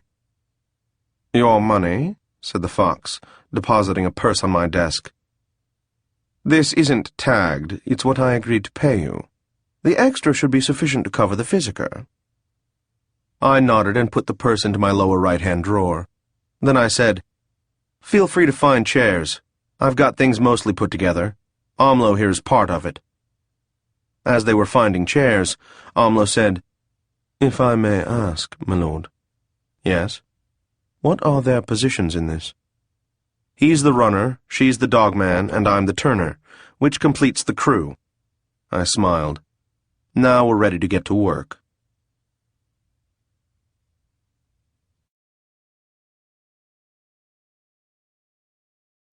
"3. She's the what?" "I'm the which?" "My lord, what are those things?" "I'll explain." "I'd like to hear it too," said Craigar. "Do I get to do something?" "Everyone, this is Craigar. He works for me." I could see them all wondering how long he'd been there. Foxboy said, "What was it you said our jobs are?" "You're going to be the runner, and the lovely lady by your side will be the dogman. If you agree, of course. You're well suited." "Dogman," he repeated, glancing at Ibranka. "I'm not sure I like that." "It's not personal, just the term for that job." I took a moment to study Blue Boy. I guess to a Dragarin he'd be considered good-looking. His eyes were clear and sharp, his lips thin, hair swept back to show off an unusually distinct noble's point. And he was one of those people who always seem to be a little amused by everything. I find such people a touch irritating, but that may only be because I'm one myself. I thought over what I'd learned about him and wished I knew enough to deduce what exactly was going on. He said, "Where does the term come from?" "I don't actually know," I said. "But I'm guessing it has something to do with the way a dog will sit somewhere and do nothing, and then bark when something happens." "Ever owned a dog?" he asked. "No." "Never mind, then. What are my orders, General?" "You have the coins?" He pulled out a medium-sized purse and dropped it on my desk. "Clink," it said. "I hope," I told him, "you didn't take that from an honest citizen." "I didn't," he said. "I took it from a merchant." "And you're sure the gold is tagged?" "Spend it," he said, "and you'll find out fast enough." "That's exactly the plan," I told him. "Although it won't be me who spends it. How much is there?"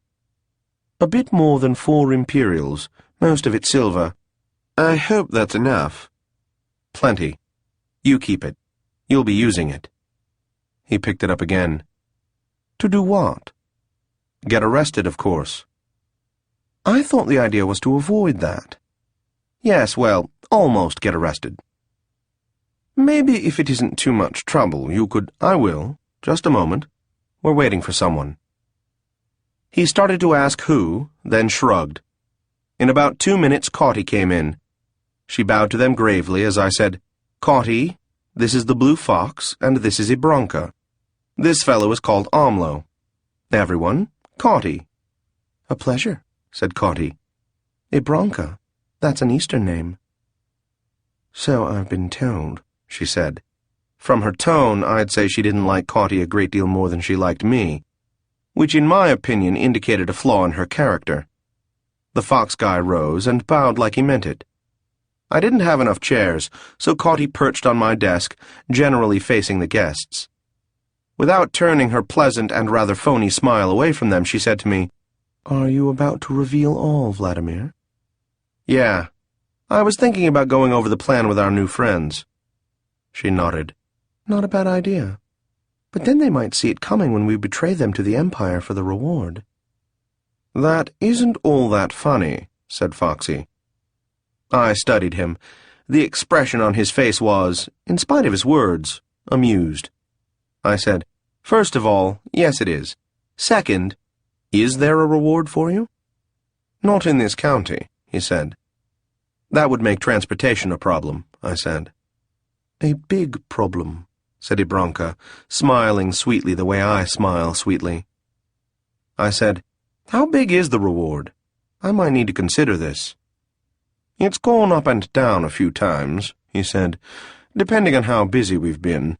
Right now, I think it's about 1,200 imperials." "I'm impressed," I said. And I was, too. I was impressed that he named the same amount Kragar had found. Usually they like to understate if they're scared, or exaggerate if they aren't. He made a bowing gesture. "I like to think I'm successful in my field." I nodded. No question, one takes pride in accomplishment. Ibranka looked carefully blank. Caughty smirked. I said, "For now, we'll skip the whole betrayal transportation reward plan and go with my original idea. Besides, I'd hate to get a reputation for being untrustworthy." Bluey nodded. "Best not to let that happen." "I'm going to tell you how this will work. I want Kragar and Caughty here to poke holes in the plan." I thought that was my job, boss. "If you want to fight a duel with Kragar for the privilege, I won't stop you." "All right," I said. "It's a simple plan made complicated by the need to not get killed. The idea is to convince the Empire that this method of catching highwaymen is a bad idea. Now, do you do this sort of thing a lot?" "What?" "Convince the Empire to change how it does things." "Not as often as you'd think." "All right. Go on." "We're going to arrange for the Empire to catch us using tagged coins, then make them wish they hadn't." "Right. I already guessed that part. Then here's the rest." I went over the whole thing, first in general, then more specifically, concentrating on the warning and the false chase. Then I went over it again. Then I said, "Questions?" Caughty had one. "The first part, the race. What if they pull in help that heads him off before he gets to you?" I frowned. "Good point. Kragar, get us 10 reliable people stationed along the route to get in the way in case the law gets too close." "How much am I paying them for this?" "Enough, but not too much." "Thank you so much." "You're welcome. Any other questions?" Foxfellow had one. "Is this going to work?" I considered that. "Almost certainly, probably, there's a good chance, perhaps, and I very much hope so, depending on which part of it we're discussing. Your end, almost certainly." "That's reassuring," he said, as if it wasn't. "And," said Ibranka, "what about your end? By which I mean the result." "If everything else works, I'm hopeful about that." "I'm glad to know your state of mind," she said, as if she weren't.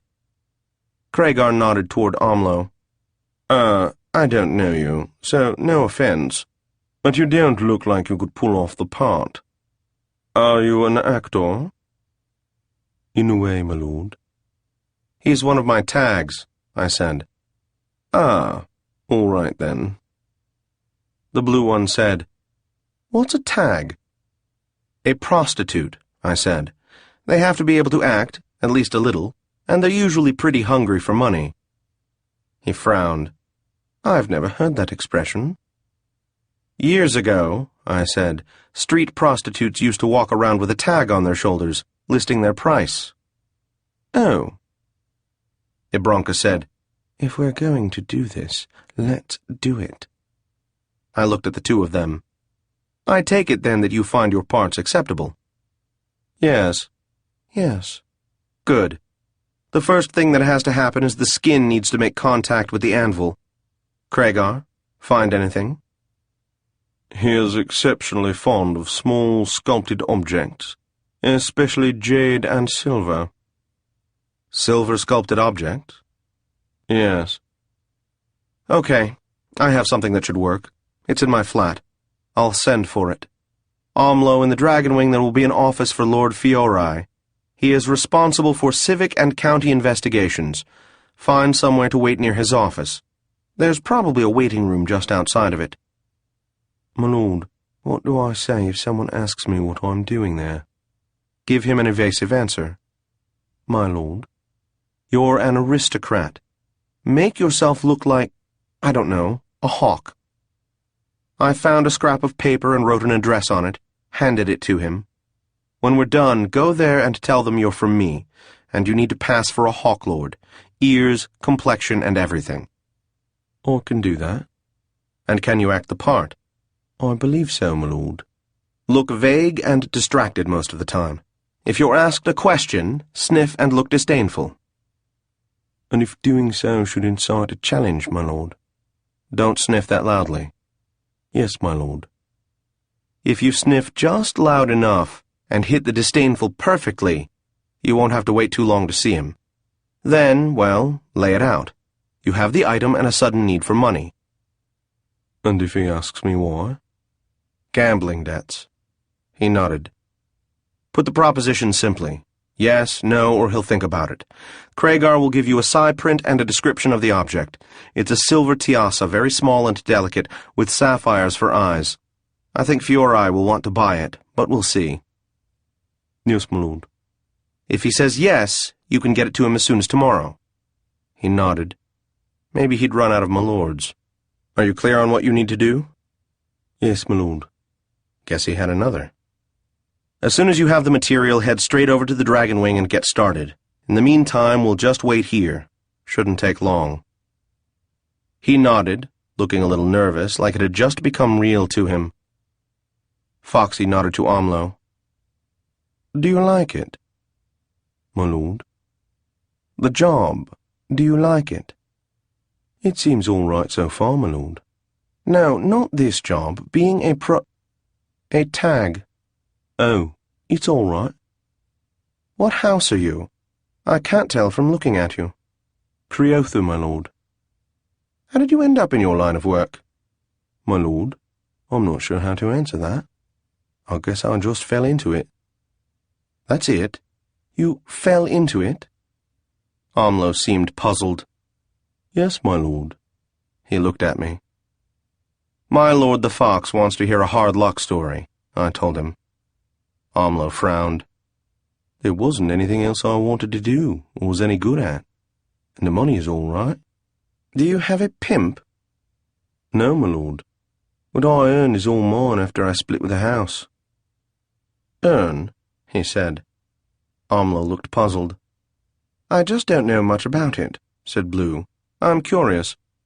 That's a whole world I've never come in contact with, and it makes me curious.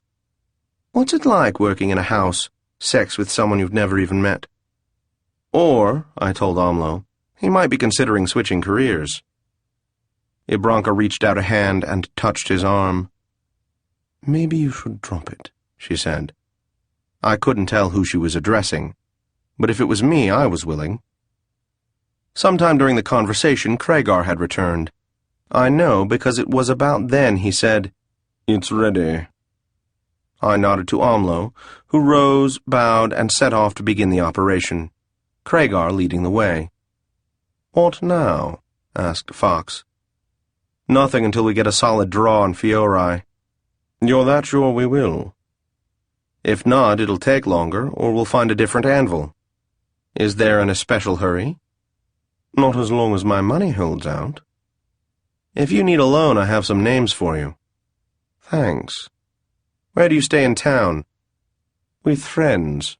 Why?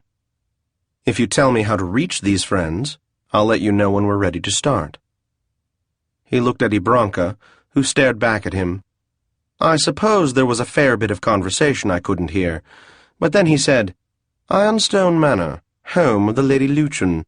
house of the Isola. I can get a message there. We'll be waiting." He and Ibranca gave us each a bow.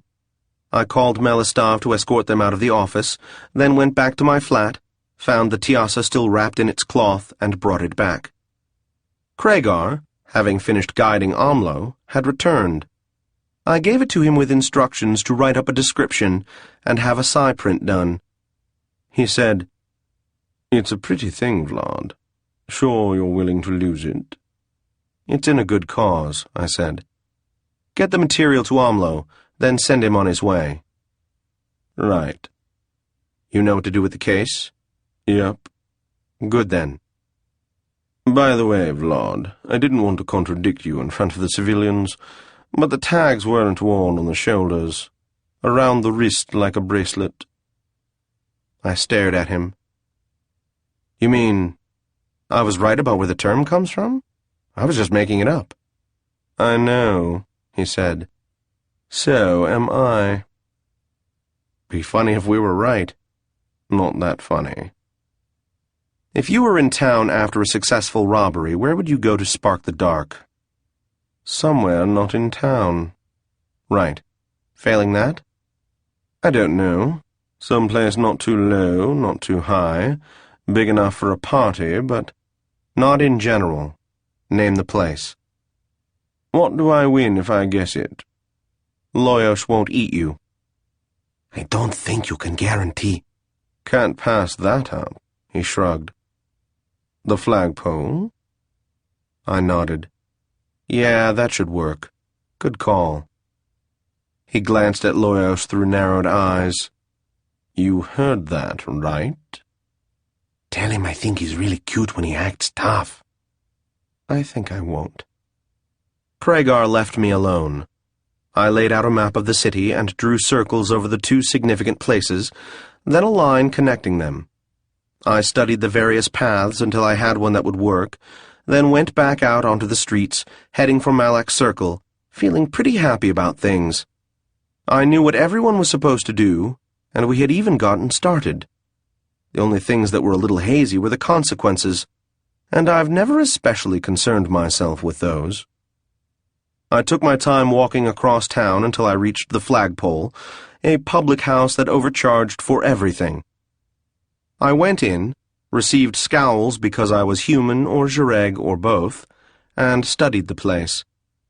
First of all, yes, it felt right. If I had to bet on some particular place checking for tagged coins, I'd be willing to lay good odds on this one.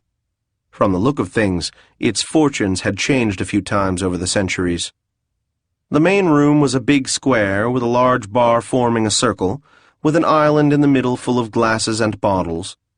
There were a lot of windows, all of them big and with the look as if they'd once had glass.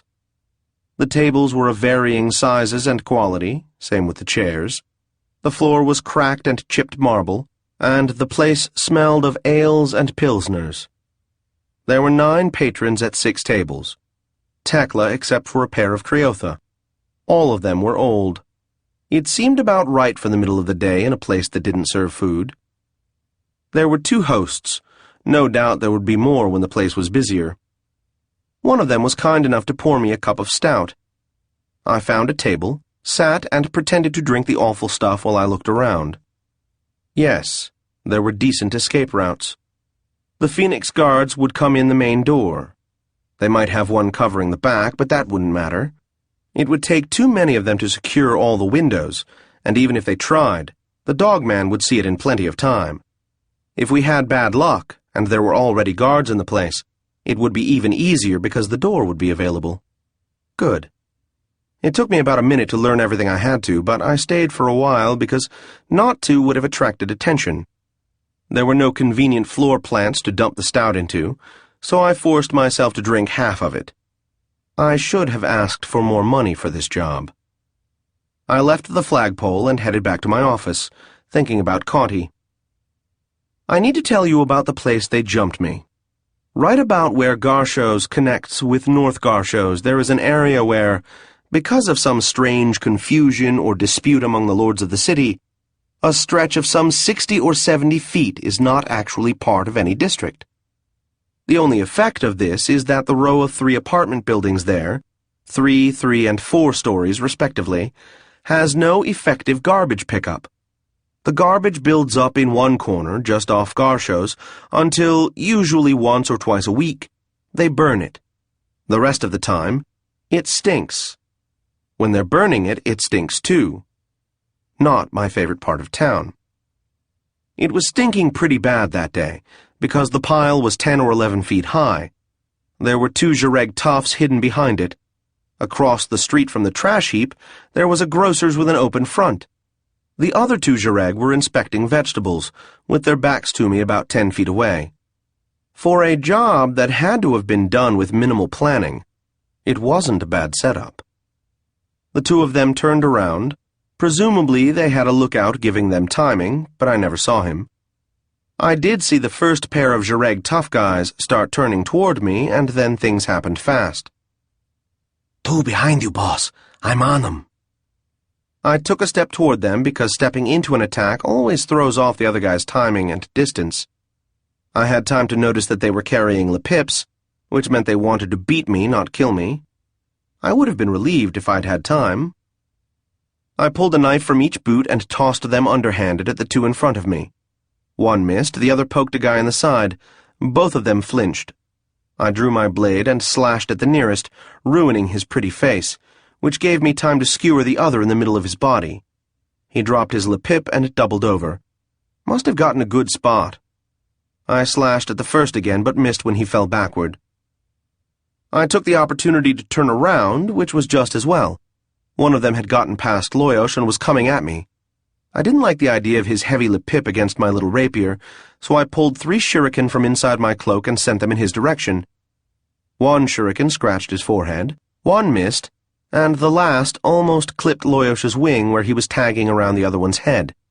Boss, sorry. The scratch on the forehead was enough to disorient the guy a little. It got worse for him when I raised my rapier like I was going to bring it down on his head, and even worse when I let a dagger fall into my left hand and then put it into his stomach. He indicated that he was no longer interested in the contest, though he didn't say it in so many words. I turned toward the one who'd fallen over. He was just starting to get up. I raised my weapon and said, "Don't."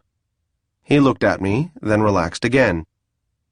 That left the one Loyosh was dancing with. I turned my attention to that one, but he was running away as fast as he could. I took a couple of steps forward and stood over the one lying on his back. I don't think I'd have known him even if his face weren't bleeding, not to mention contorted. He didn't look very happy. I put the point of my rapier at his left eye and said, "Feel like telling me who gave the orders?" He was vehement in the expression of his feelings. No, he didn't feel like telling me anything. The others wouldn't either. It was a waste of time to ask them, so I cleaned my blade on his cloak, patted his shoulder, and walked away. Who, boss? I'm wondering that myself. I checked my clothing as well as I could. It had come out of it more or less intact, but I stopped at the fountain near Boyden Square Market and splashed some water on my face. I wasn't shaking too bad, and after standing in the market for half an hour or so, the shaking was gone completely. Any idea how to figure it out, boss? Not yet. I went back to the office and nodded to Melistov, who nodded back. I guess there were no visible signs of what I'd just been through, or he'd have raised his eyebrow or something. I sat behind my desk, told myself I was fine, and spent a few hours dealing with business and trying not to worry too much about how Amlo was doing with Fiori, or who had just wanted to inflict harm on me and why. I did spend some time thinking about how I was going to play it with Foxy after it went down, but I couldn't come to any hard conclusions. Some things you just can't plan until you get there, and there were still too many things I didn't know. Amlo returned early in the evening. He came sauntering into my office like a sirlord into a parlor. He had the dark complexion, narrow eyes, and wore the black clothing of a hawklord. He looked good. Lord Taltos," he said, before I could open my mouth. "I suppose you'd like to hear the results of my little venture?" He pulled a chair up close to my desk, sat in it, and put his feet up. It would have annoyed me if it weren't so funny, especially when he yawned. I kept my face straight and said, "If you'd be good enough to tell me, my lord." He blushed and dropped character and said, "He went for it, my lord. It went almost perfectly." "Almost?" "He met my price too easily. I should have asked for more money." I chuckled. "Good work. Take a moment to relax and we'll go over your next part. It's the tricky one." "Yes, my lord." I stuck my head out of the office and had Melistov send word to Ironstone Manor for the rest of the crew to be here in the morning. Then I returned to Amlo and said, "So, how was it?" He smiled bashfully. "I may change careers, my lord." I grinned.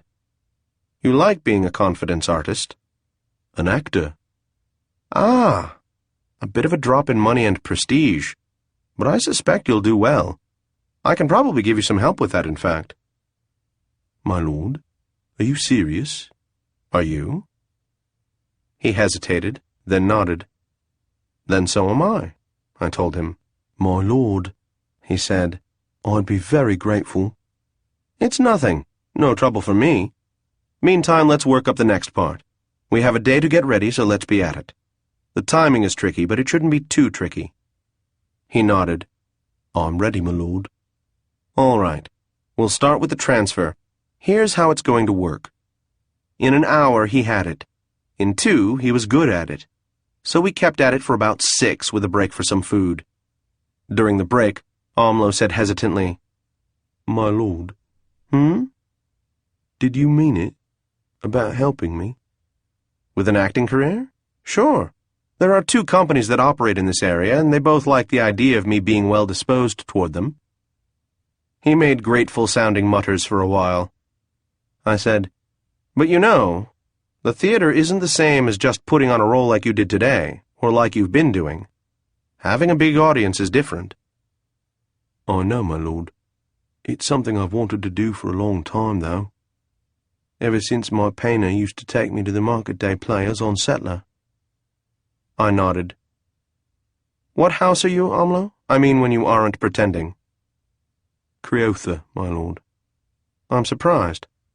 "My lord." "You said that before in front of the civilians. I just assumed you were lying." "My lord. Why?" I shrugged. "So, what do your people do?" "My father does ceramics. My mother works with pewter." "And you ended up in one of my brothels." "My lord." "It's just a curious thing, that's all. What do you think our friends are up to?"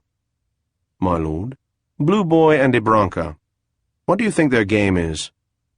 He looked blank, so I said, "Don't worry, I don't expect you to know. I'm mostly thinking aloud, wondering what they really want." "You think they lied to you, my lord?" "I know they lied about some things, so that makes me think they're lying about more." "My lord, what did they lie to you about?" I started to answer, but stopped before the words were out of my mouth. "What did he lie to you about?" "My lord." "You didn't ask what he lied about, you asked what he lied to me about." "I want to know what he lied to you about." "Oh, he said he didn't know anything about the life, my lord." "He was lying?" "You've seen him?" "The 2 of them, in the house, the couches." "Why didn't you tell me this before?" The question seemed to surprise him. "My lord, we never publicly recognize a num unless the num invites us to. That's how it works." All right. But you did see them?" "A few times in passing. I never entertained them." "When were they there?" He squinted. "The first time maybe half a year ago, then 2 or 3 times after that. The last time was last month. Not since then." "Who entertained them?" "Neritha. She was good with threesomes." "What can you tell me about her?" "I think she's a Thalmoth. She started there 3 years ago, just after I did." "What's she like?" He rubbed his chin. "Nice enough, but kind of hard. Not the kind who was making a career of it, but more like she wanted to get a score together and go somewhere." "She's still there?" "No, my lord. I haven't seen her in I think about 3 months. She was just gone one day. I heard she was caught stealing from nuns. I'll bet Hanak loved that. Any word on what he might have done to her? No, my lord. She have a pimp? I don't think so. Addicted to anything? He shook his head. I nodded. So, that answers some questions, and asks some more. I'll total them up later and see which is higher. Just a minute. I left him there while I found Craigar, to whom I said, I don't think you have enough to do. He rolled his eyes. Vlad, you've already got me. This one is easy. Get the story of a tag named Neritha at the couches, who was probably caught stealing from nuns. That's all. Any reason I can't just ask Hanak? No. Yes. Try to find out some other way. No. Now. I went back and worked with Amlo for another hour or two, then let him go, confident that he had his part down. I hung around for about an hour after that until Craigar showed up. He said, The most surprising thing is that it really was simple. She was caught stealing, and how? Num complained. Hanak checked it. Heh. Good for him. What did he do? Broke her arms, broke her legs, gave her a case of the drips, and kicked her. The drips. Nasty. When did this happen? 9 weeks ago. I'm sure she's fine by now. Do you need me to find her? Set someone on it in case, but don't put a lot into it. I'm guessing there's no need. All right. Anything else? Yes. Touch Amlo and let him know I need him here early tomorrow. Real early. 7th hour. Care to grab some food after I do that? Why not? Nothing else to do. You paying, what with all the bonuses I just gave you? Keep dreaming, Vlad. I didn't see Cauty that night. She was spending time with her ex-partner Norithar, who... No, skip it, it's too long a story. So without her there, I passed a bitter night alone with my guilt for all the evil I've done. Okay, not really. I had 2 glasses of Fenarian brandy, because Dragaran brandy tastes like the stuff you use to clean the clava press, read a chapter of Devon's Trial of the Bell Ringer, and went to sleep. But I did miss her. I got to the office very early the next day, but Amla was there before I'd finished my 2nd cup of clava. I had extra clava brought in for him. Run through it all, I told him. Just words. Talk it. He nodded, sipped his clava, and spoke in a slow, measured stream. When he was finished, I said, Good. That's good. You have it. He bobbed his head. I had some more clava and said, You want to make some extra money? He looked suspicious. It was like he was getting to know me or something. I said, I'll lay it out for you. You don't have to do this, but if you decide to, we have to go over it fast, because you need to be solid with it before the rest of the crew shows up. Is it dangerous, my lord? It took a moment to decide how to answer, but as the Sharabah players say, if you're going to hesitate that long, pass. Yes, I said. How dangerous? I don't know yet. My lord, may I wait until you know before deciding? I chuckled. That's only fair, I suppose. The trouble is, we don't have that kind of time. Foxy and Ibranca will be here in a couple of hours, and if you're going to do this, you need to be solid on it by then. I don't think the heat will go to you, and if it does, I think I can protect you. But I can't promise. Tiassa are almost as unpredictable as Salmoth, and Tsur are as bad-tempered as dragons. Do you understand? Yes, my lord. So take all the time you need to decide, up to 5 minutes. The job pays 100 imperials. His eyes widened at the amount, but greed did not instantly overcome him the way it would have a Jareg or an Orca. He sat and thought about it. After about 4 minutes, he nodded. Good, I said. Now let me run it down. When he had it, I still had a little time, so I had him wait while I spoke to Craigar about the rest of it. He listened quietly, as he always does. When I'd finished, he didn't say anything. After a bit, I said, Well? I'm just trying to remember if I've ever heard of anything stupider. I think I have. I'm pretty sure I have. I just want to see if I can— Okay, what would you suggest instead? You want me to— Cut it out. Come up with a better suggestion. Help me fill the holes in this one. Or at least tell me what they are, all right? I didn't mean to say you shouldn't do it, just that it's stupid. Not as stupid as getting married to the girl who killed you. Well, yeah, that would be— Wait. Are you serious? You mean that girl who— Yeah. You won't marry her? She asked me. I said yes. Vlad, have you lost it completely? Pretty much. He was quiet for a long 2 minutes. Then he cleared his throat and said, Congratulations, I guess. Thanks, I think. Feel like telling me about it? Not really. I'd rather we go back to talking about the other stupid idea. You're saying we should go with it? It took him a moment to recall what we'd been talking about, but then he said, I can't come up with anything better. All right, then. Who do you want me to grab for this? We'll need a sorcerer who specializes in light extraction from candlebud, a smith who can fabricate a 4-foot surgical quality needle, an acrobat who can do both wide spar and high rope, a swimmer who is fluent in Serioli, You can stop now, Vlad. I saw that play too. Good, I couldn't remember the other two. Who do you need? You, me, Amlo. Enough muscle to keep me alive during the fun part if things go wrong. Styx, Shone, and 2 others who are reliable. If we add a couple more, can we keep me alive too? We could, but I don't want to spend that much. Get on it. I have guests arriving soon.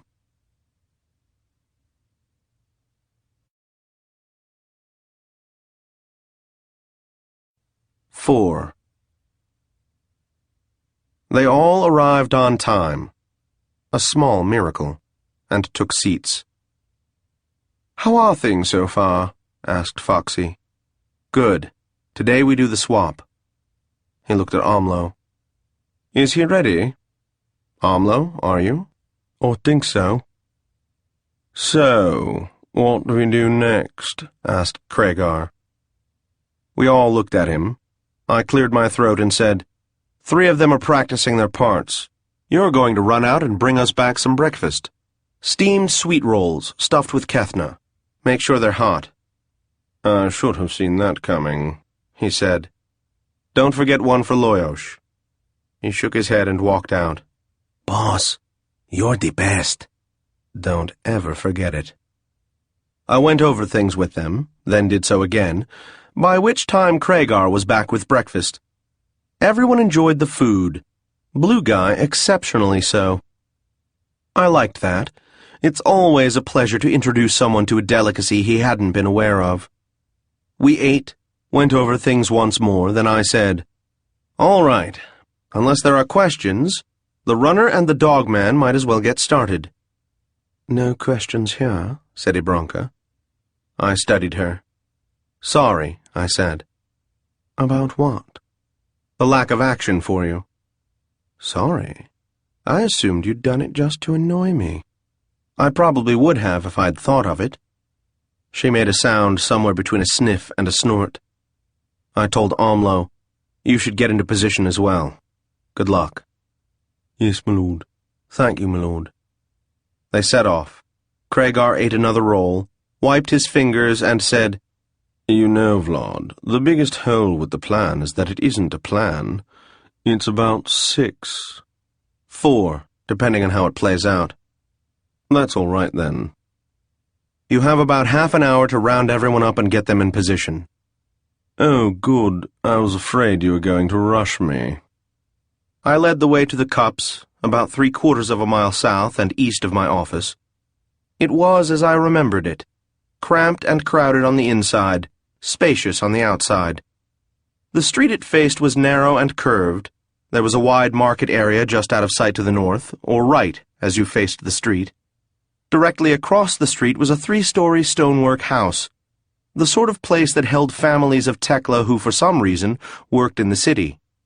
On the wall facing me, someone had created quasi-abstract art in which I could possibly make out male genitalia, the face of the Empress, and various obscenities. It was early evening, and the inside of the cups was full of Tekla and a few merchants. The outdoor area, mostly taken up with Leorn and Hawklords, had plenty of empty tables. I took one, and eventually got someone to bring me a pitcher of iced wine. And now, for a while, I can only give you a combination of speculation and what I was told or deduced afterward. I was drinking iced wine when all the fun stuff was happening, and since I didn't get to see it, neither do you. Sorry. So, while I was sitting at the cups, a host at the flagpole checked one of the coins he'd been given and, whether by bell, vibration, changing color, or some other way, he learned that the coin had been tagged. Maybe he found a kitchen boy to run an errand. Maybe he had a bell that rang sympathetically in the headquarters of the Phoenix Guards. Or they may have had some other means of communication that hasn't occurred to me. It doesn't matter. What matters is that the constabulary were called and told that tagged coins had been passed, which in the lingo of the trade, kicked the first log. We were moving now, and things would happen in regular sequence. Or not. Of course, at the time I didn't know just what was happening or exactly when. The Phoenix Guards showed up, 2 of them, I later learned. Ibranka spotted them easily, warned Blue, and he was through a window and gone. I wish I'd been able to see the race. From what I heard, Foxy started out with a good lead and had to slow down a bit to avoid losing them completely. I was told none of the guys I'd set up to interfere with the chase were needed. Wasted money, unless you believe that if I hadn't hired them I'd have needed them. I sort of believed that. Blue found me at the cups and sat down across from me. "Any problems?" I said. "None so far." He set the bag of coins on the table. "Good," I said, as Amlo arrived from behind me, scooped up the bag and walked away, never saying a word or even acknowledging our presence. Just like a damned Hawklord. Blue Boy walked off in the other direction. So far as I could tell, no one had noticed anything. I remained at the table and had some more wine. I was only there for a couple of minutes after Amlo left when Ibranka showed up. She sat down across from me and said, "Well?" "As far as I know, I imagine my Lord the Fox will be a while yet. Meantime, we wait. What shall we chat about?"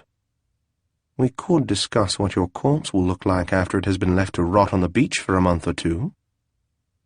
"I'm going to assume that means you'd rather not engage in small talk while we wait." Around the time we were having that conversation, Bluey had let himself be caught. If he'd been a Jireg, it wouldn't have mattered as much that he didn't have tagged coins on him. They'd have either planted something on him or beaten him. But he was a Tiassa, so eventually they let him go. Not fair, if you ask me. Just to remind you, I didn't know about any of this at the time. I knew what was supposed to happen, and I learned later what actually did happen, and since at this point they were the same, that's what I'm telling you, all right? Turn that thing off for a minute. I need some water. Where was I? Right. Foxboy was taken, and after an hour or so of questions, released. Meanwhile, Amlo proceeded to his meeting, now carrying several Imperials' worth of tagged gold. The meeting was set for Fiorai's office in the dragon wing of the palace. A bit that pleased me.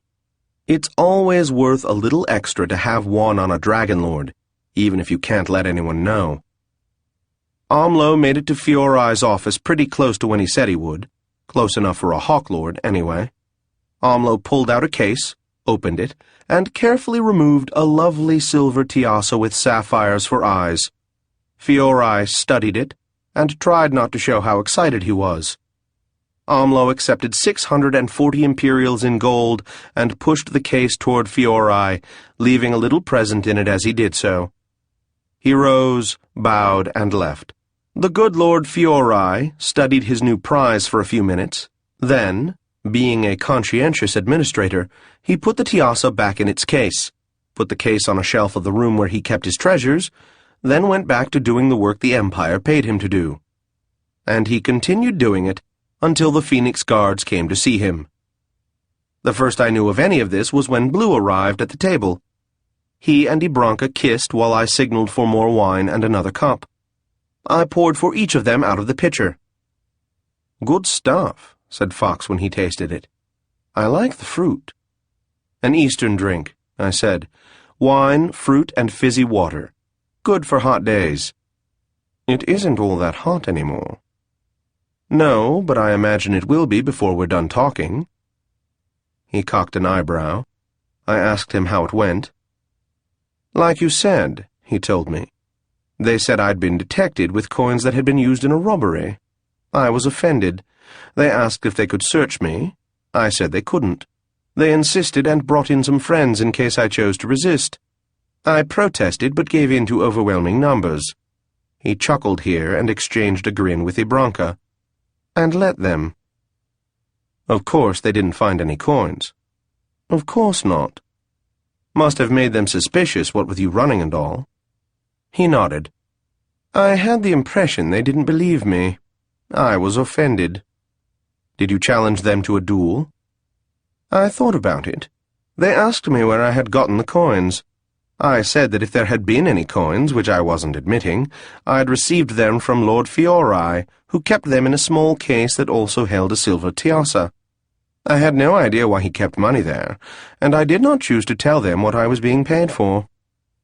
"Perfect. What happens now?" "If everything goes right, Amlo should come strutting in like an Amro bull and announce that everything worked." Blue Boy chuckled. "I can't imagine the boy strutting. Playing the part. He's good at it." Out on the street, people walked by, mostly Tekla on their way home from menial jobs. "What did you mean," said Fox, "about it getting hot? That sounded, what's the word, love?" "Ominous," said Ibranka. "Right. Ominous." "Didn't mean to be ominous. I was aiming for dire, but with this wind, sometimes my distant shots go wide." Amlo appeared just then, still acting the part of the Hawk Lord, giving Ibranka a bow, Blue Boy a nod, and me a glance. Then he sat down without any invitation, stretched and put his hands behind his neck. I called for another cup and poured him some wine. "Told you," I said. "You were right," said Blue. "Care to tell us about it, Lord, I don't know what name you gave yourself?" Amlo became himself again. "Taipan, my lord. It went as you said it would." "So he has the Tiassa?" "And the case." I nodded. "And by now the Phoenix Guards have Fiori and are wondering what to do with him." Blue nodded. "Hard to arrest for tagged coins the man in charge of carrying out arrests for possession of tagged coins." Amlo said, "Is there any chance?" "No," I said. "You're safe. Though I'd run off and change clothes pretty fast. You wouldn't want to be recognized by any of our fine law enforcement officers." "Yes, my lord. We'll be right back." "And so," Foxy said when he'd left, "now we just wait for the results. They get so embarrassed that they stop tagging coins." "Something like that," I said. "You're being evasive, Lord Taltos," said Ibranka. The Blue Fox frowned at her, then looked at me. "Pretty," I said. "And smart, too. You're a lucky guy." His eyes narrowed. "What haven't you told us?" "What haven't you told me?" "No, you answer our question," said Ibranka. "Why?" "Because if you don't, I'll eviscerate you." "All right, I just wanted to be sure you had a good reason." She leaned forward and started to say something, but Bluey put a hand on her shoulder and she sat back, still looking at me. I'd decided I would really prefer it if she didn't decide to kill me. "Right. It's pretty simple. The whole thing you came to me with was nonsense to begin with." "What do you mean?" asked the guy with the funny name. "The idea of the Empire trying to stop robbery by sorcerously marking coins is reasonable, but you being worried about it isn't. In a year or two there will be so many tagged coins floating around that they'd go nuts trying to separate the innocent from the guilty." "Then why did they do it?" "They don't worry about there being a bit of robbery on the highways. They just have to make it look like they're worried about robbery on the highways, so the merchant houses don't raise too much of a fuss. They're always coming up with ways to try to make the roads safe. Remember when they had teleporting squads of Phoenix Guards? How long did that last? A year? And before that they tried using ravens to watch the roads? And Phoenix Guards dressed up as merchants. All sorts of crazy things. So I asked myself, why would you even be worrying about it when it will go away by itself? Ibranka was staring hard. I ignored her. So, I wondered what you were really after. I thought it over and did a little checking. I was wrong about you. I thought you'd made up the part about being a highwayman, but it turns out that you actually were one, a few hundred years ago. I was surprised. So you know who I am, he said. I knew who you were when we met. You're the Viscount of Adralanka. That's why I agreed to do the job in the first place. I thought it would be useful to have your mother owe me a favor. Your father, too, for that matter. I see. He didn't look very happy. Well, I wouldn't think anyone would owe you a favor if that escapade we just pulled off didn't do anything. And you've just explained why there was no need to convince the Empire to stop tagging coins. So, just what is it that we did? I shook my head. That part's easy. What bothered me was why. All expression was gone from his face. He said, "Did you find out?" "Nothing more than theories." "And you think I'm going to tell you?" "Probably." Careful, boss. She looks like she's ready to move. I've noticed. Think she's a sorcerer too, Loyosh? Don't know. She's a Tsur, so probably. I felt the weight of Spellbreaker around my left wrist, but left it there. "The first time we met," I said, "you were trying to make me attack you." "Yeah? Why didn't you?" "Because I figured out you wanted me to. I'm just contrary that way." "So, what does your contrariness want now?" "There's an ancient Eastern sport called fox hunting. The best hunters, I'm told, used to have a remarkable collection of tales." "Perhaps," he said. "Now isn't the best time to turn my bait." "Yeah, all right." "You were saying something about why you think we did whatever you think we did." "I know," I said, choosing my words carefully so that it wouldn't sound like I was choosing my words carefully, "that people do stupid things. I've done stupid things. It happens." "What's your point, Jareg?" "Nothing is more stupid than falling in love with a tag." His hand jerked toward his blade, but stopped, and he sat back. He glared. It was a good glare. I was impressed. I took another chance. "I'm sorry," I said. "I didn't mean to call your lover stupid. These things happen." He remained motionless, still glaring. "Tags don't fall in love," I said. He snorted. "Right. Their profession means they aren't human." I ignored the potential confusion over what human meant and said, "My mistake. Tags do fall in love, but they don't fall in love with nums." "Nums?" "Numbers. Clients. It doesn't happen. That means it's all one way." "If you're giving me advice on—" "Foxy, shut up before you say something stupid. You went out for some fun, and you or your lover or both of you fell for the tag. It happens. But it doesn't go the other way.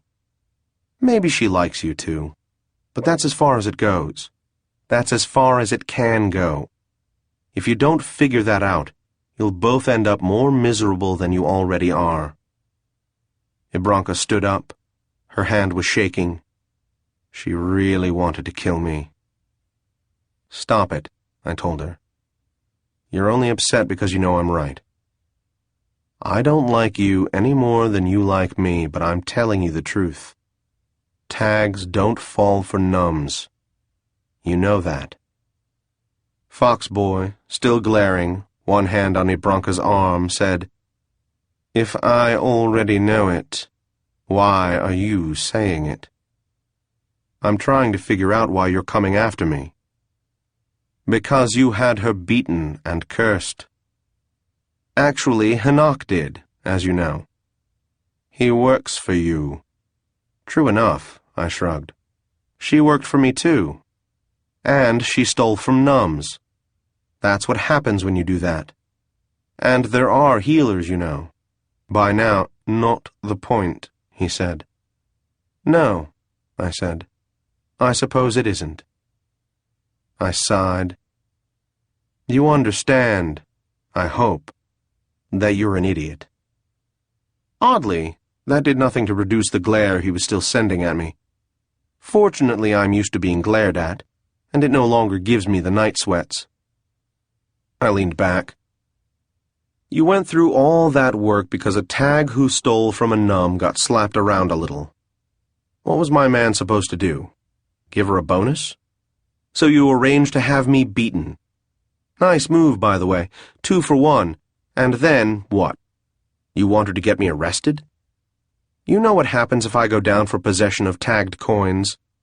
A fine, a few lashes, maybe a little time. Then I'm right back here. What's your point, anyway?" "I've heard all I want to," he said. "If you'd talked me into attacking you the first time we met, you weren't even planning to kill me, were you? Just cut me up a bit." I shook my head. "Like I said, you're an idiot." "If you want to pay in full," said Ibranca, "it isn't too late." "Yes, it is," said Blue Boy. "He wouldn't be talking like this if he didn't have his people all around us. They'll cut us down before we have time to draw, love."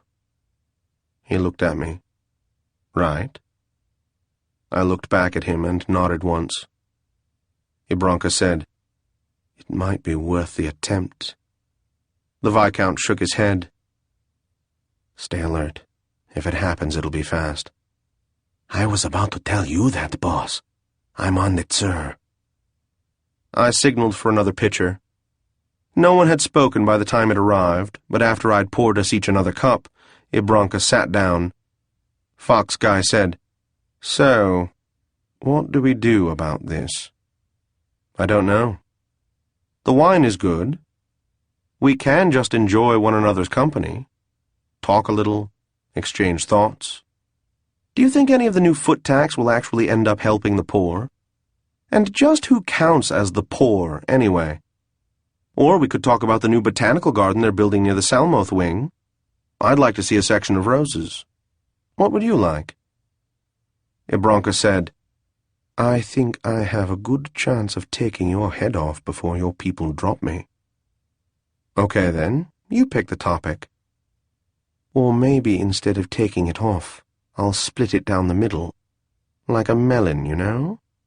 If I do it just right, both halves will sort of tilt away from each other. It's the cutest thing." "I'd be sad to miss it." "There's something I'm not getting," said the guy in the blue cloak. "You've set up this meeting. You don't want to kill us, or you wouldn't do it this way. But you can certainly protect yourself. Or at least think you can, which is the same thing. Philosophically, that's, so why are we here?" We really are getting philosophical, aren't we? You enjoy banter as much as I do, but you've just been... He cocked his head, then straightened up suddenly. "You're waiting for something." He stood. "Let's go, love." "Too late," I observed, gesturing over Foxy's left shoulder at the gentleman who was approaching. He wore the black and silver of the House of the Dragon, and had the high cheekbones and characteristic bridged nose. His eyes were dark, and he didn't look altogether pleased. As he approached, I rose and bowed. "Lord Fiori, I presume." "You presume wrong," he said coldly. "My name is Donnell, and I have the honor to serve the Lord High Investigator of Adolanka." I nodded to Blue Boy. The Lord High Investigator is Fiori. This guy works for him." I picked up on that. "Of course you did." I turned back to Donald. "I am I know who you are," he said. His voice hadn't warmed up. "That was a nice move you made. My lord, the Lord High Investigator, is at present entangled with the Phoenix Guards. It will take some time to get that straightened out. In the meantime, you, Jareg, may come along with me now, or wait until the Phoenix Guards appear to escort you. But I assure you, if you wait for them, it will be more unpleasant for you." I felt my eyebrows climb. Me? What did I do? "You didn't think we could trace the coins?" I sighed. I had hoped not. Foxy chuckled. "Not what you were hoping for, perhaps. The wrong person getting arrested?" I shrugged. "You take your best shot. I'll live." Donald turned to the fox. "And as for you, sir, I have nothing to say. This is between you and your father." Blue Boy stared off into space. "My father will understand. My mother will be disappointed, however." Then he turned to me. "Have a pleasant time with the magistrates, Lord Taltos." I stood and unbuckled my sword belt, passing the rapier over to the constable. To Foxy I said, "Can I expect you to be at the flogging at least? It will help to look into your smiling face." "Sorry," he said. "Public punishments aren't my thing." "I'll be there," said Ibranka, "if they give you more than 50. Otherwise it isn't worth my time." I smiled. "When I'm done with this, maybe we'll finish our conversation." "Maybe we will," said Foxy. "Loyosh, take off. It'll save trouble." "Whatever you say, boss." He launched himself from my shoulder and flew in a high circle before heading back toward my part of the city. Donald took hold of my arm above the elbow. I wanted to glance back at the Blue Fox and Ibranka, but I resisted the temptation. Donald led me away.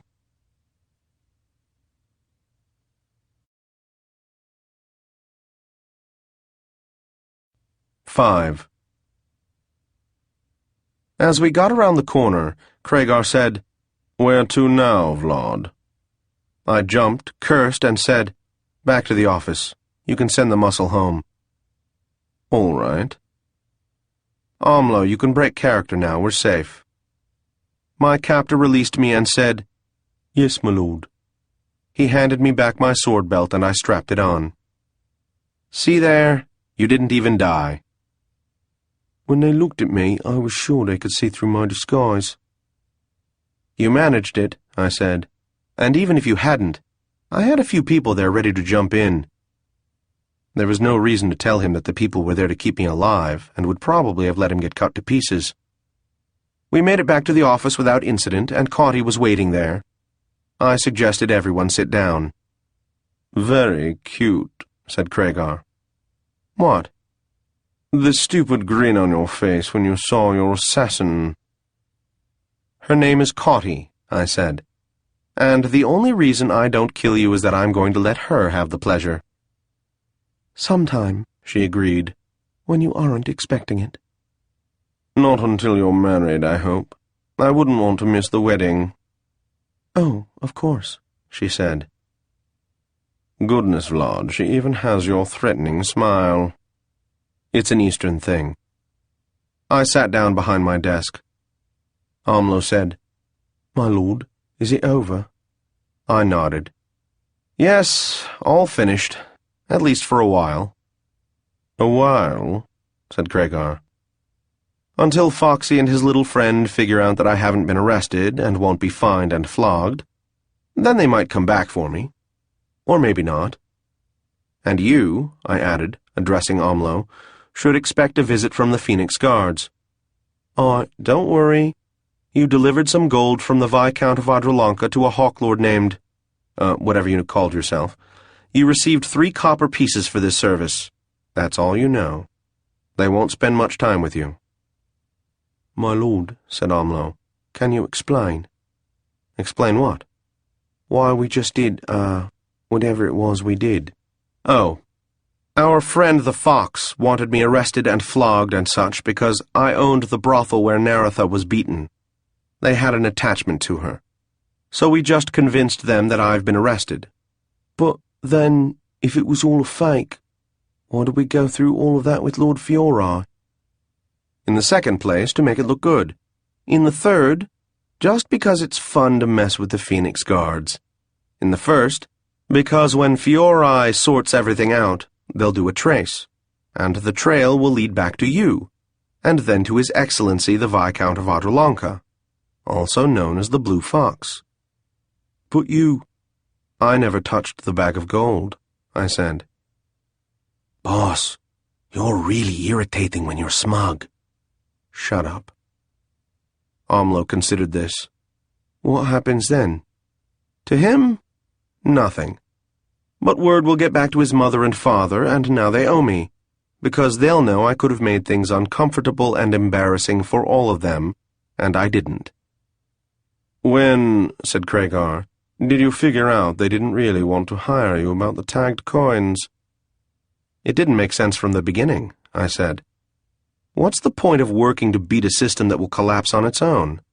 He had to be setting me up for something.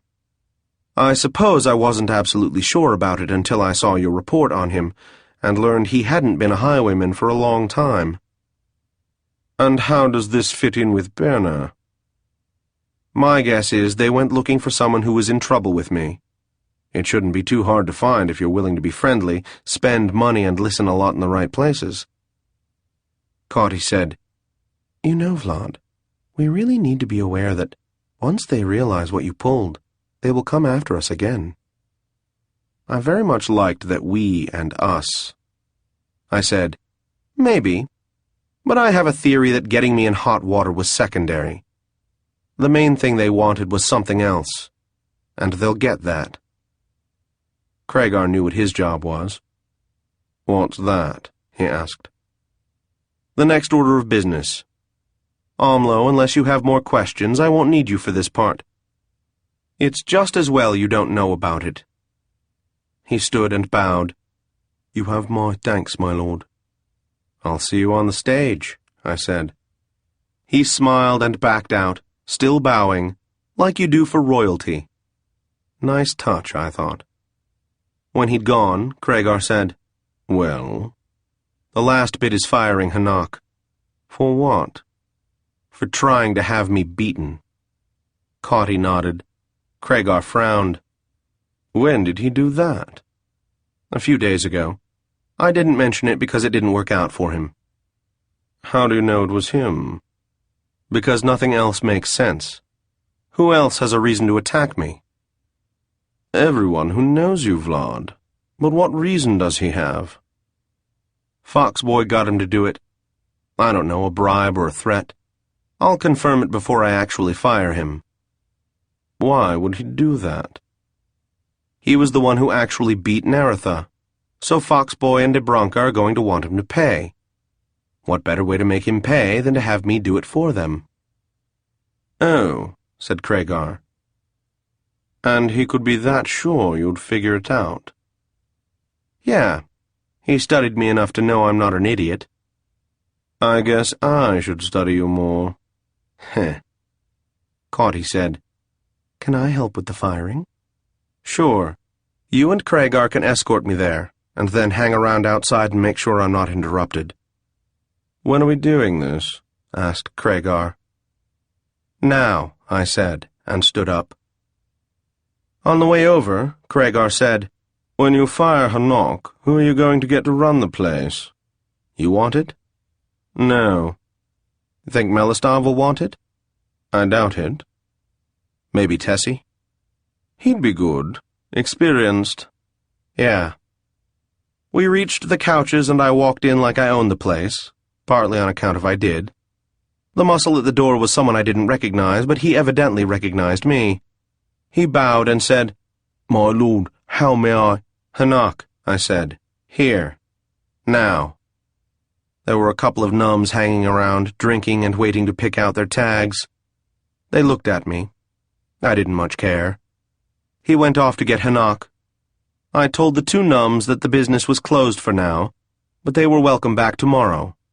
I suggested that they leave right away. The Dragon Lord looked like he might want to make an issue of it, but then he just shrugged and left. When they were gone, I moved to the back of the room and leaned against the wall, looking tough. Hanak arrived at once, flanked by the tough guy who'd been at the door and another, taller and broader and equally dangerous-looking. I said, "You two, go." They looked at Hanak for instructions. I said, "Don't look at him, look at me. I'm saying to go away. Do it now." They hesitated. Then first one and then the other turned and walked away. Hanak said, "My lord, if I have somehow—" "Let's take a walk," I said. Cauty and Craigar were behind us as I led him around to an alley behind the couches. Then they pulled back out of sight. Hanak didn't look altogether happy. I drew and placed the point of my weapon under his chin. "You," I said, "are fired. Depending on how you answer my question, you might also be dead. Do you want to be dead? I think you don't want to be dead. If I'm wrong, tell me. Do you want to be dead? Ask someone a question with an obvious answer, and then insist he answer you. It's kind of humiliating because it drums home to the guy just what position he's in. I know a few tricks like that, and I keep learning more." Hanak said, "Ask your question." "How did he talk you into it?" He looked even less happy than he had, but he glared instead of cowering. "Good decision. If neither is going to do you any good, you might as well take your best shot at not being laughed at." I pressed a little with my rapier. His head went back and a bead of blood appeared and ran down his neck. I said, "I know you wouldn't do it for money, not from a civilian. So what was it?" "If I tell you, I'll get to live?" "Yes." "All right. He said if I didn't, he'd shut me down." Now, just how was he going to do that? "His mother is the Countess of Whitecrest." He used his family influence? That's cheating. Why didn't you think to come to me with this problem? "My place, my problem." "My place," I said. "Though right now I agree it's your problem, too." He made a point of glancing down the length of my blade, then back up to meet my eyes. "Seems like," he said. "All right," I said. "That's all I need to know." "He said you wouldn't find out." "Oops, I guess." "I guess." I'd told him that if he answered my question, he'd get to live. But, like I said, I lie sometimes.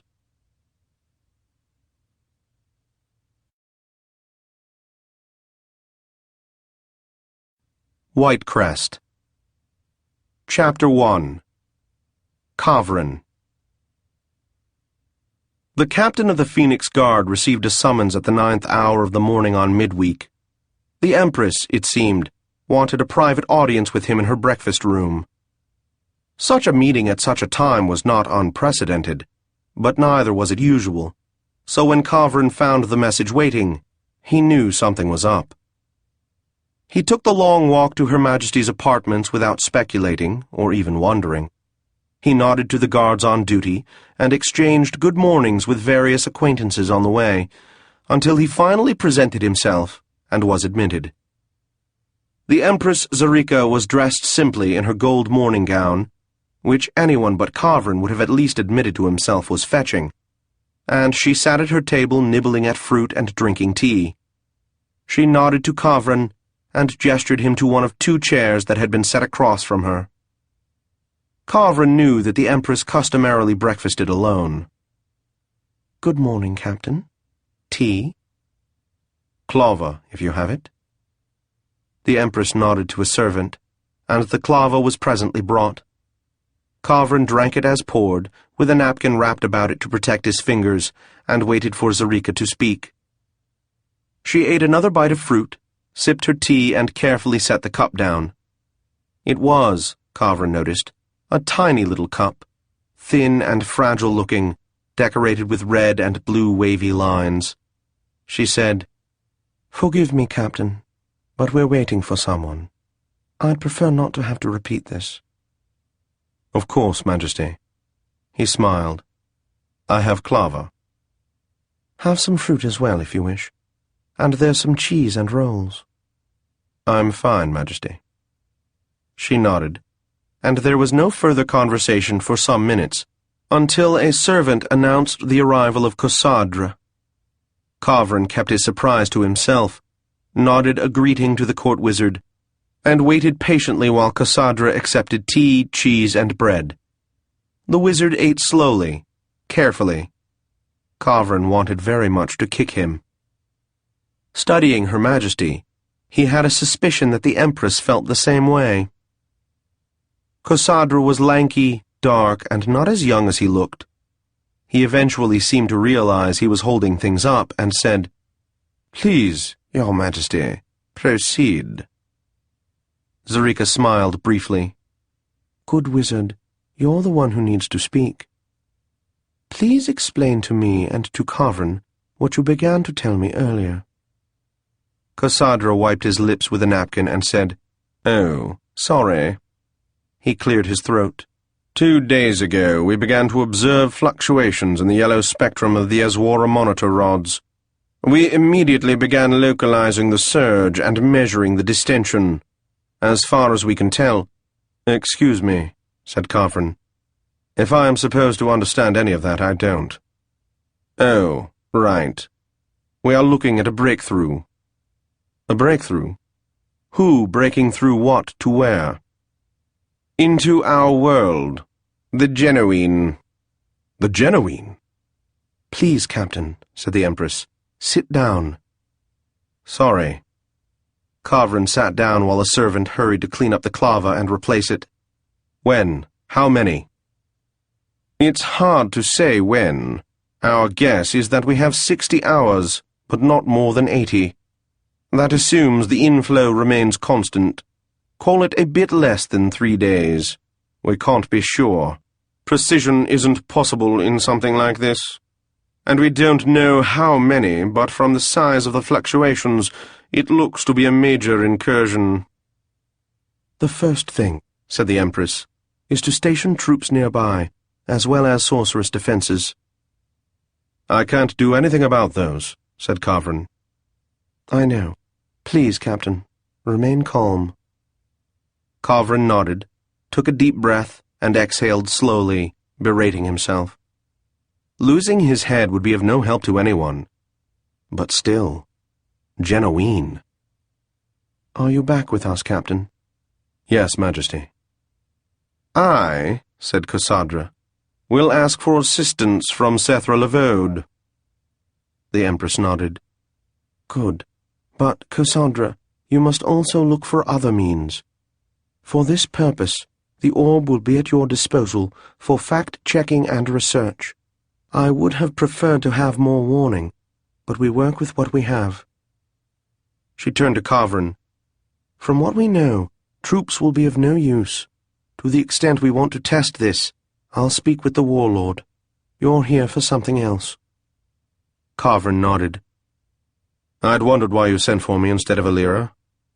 "Because we have time to organize troops, and we have time to prepare arcane defenses and attacks.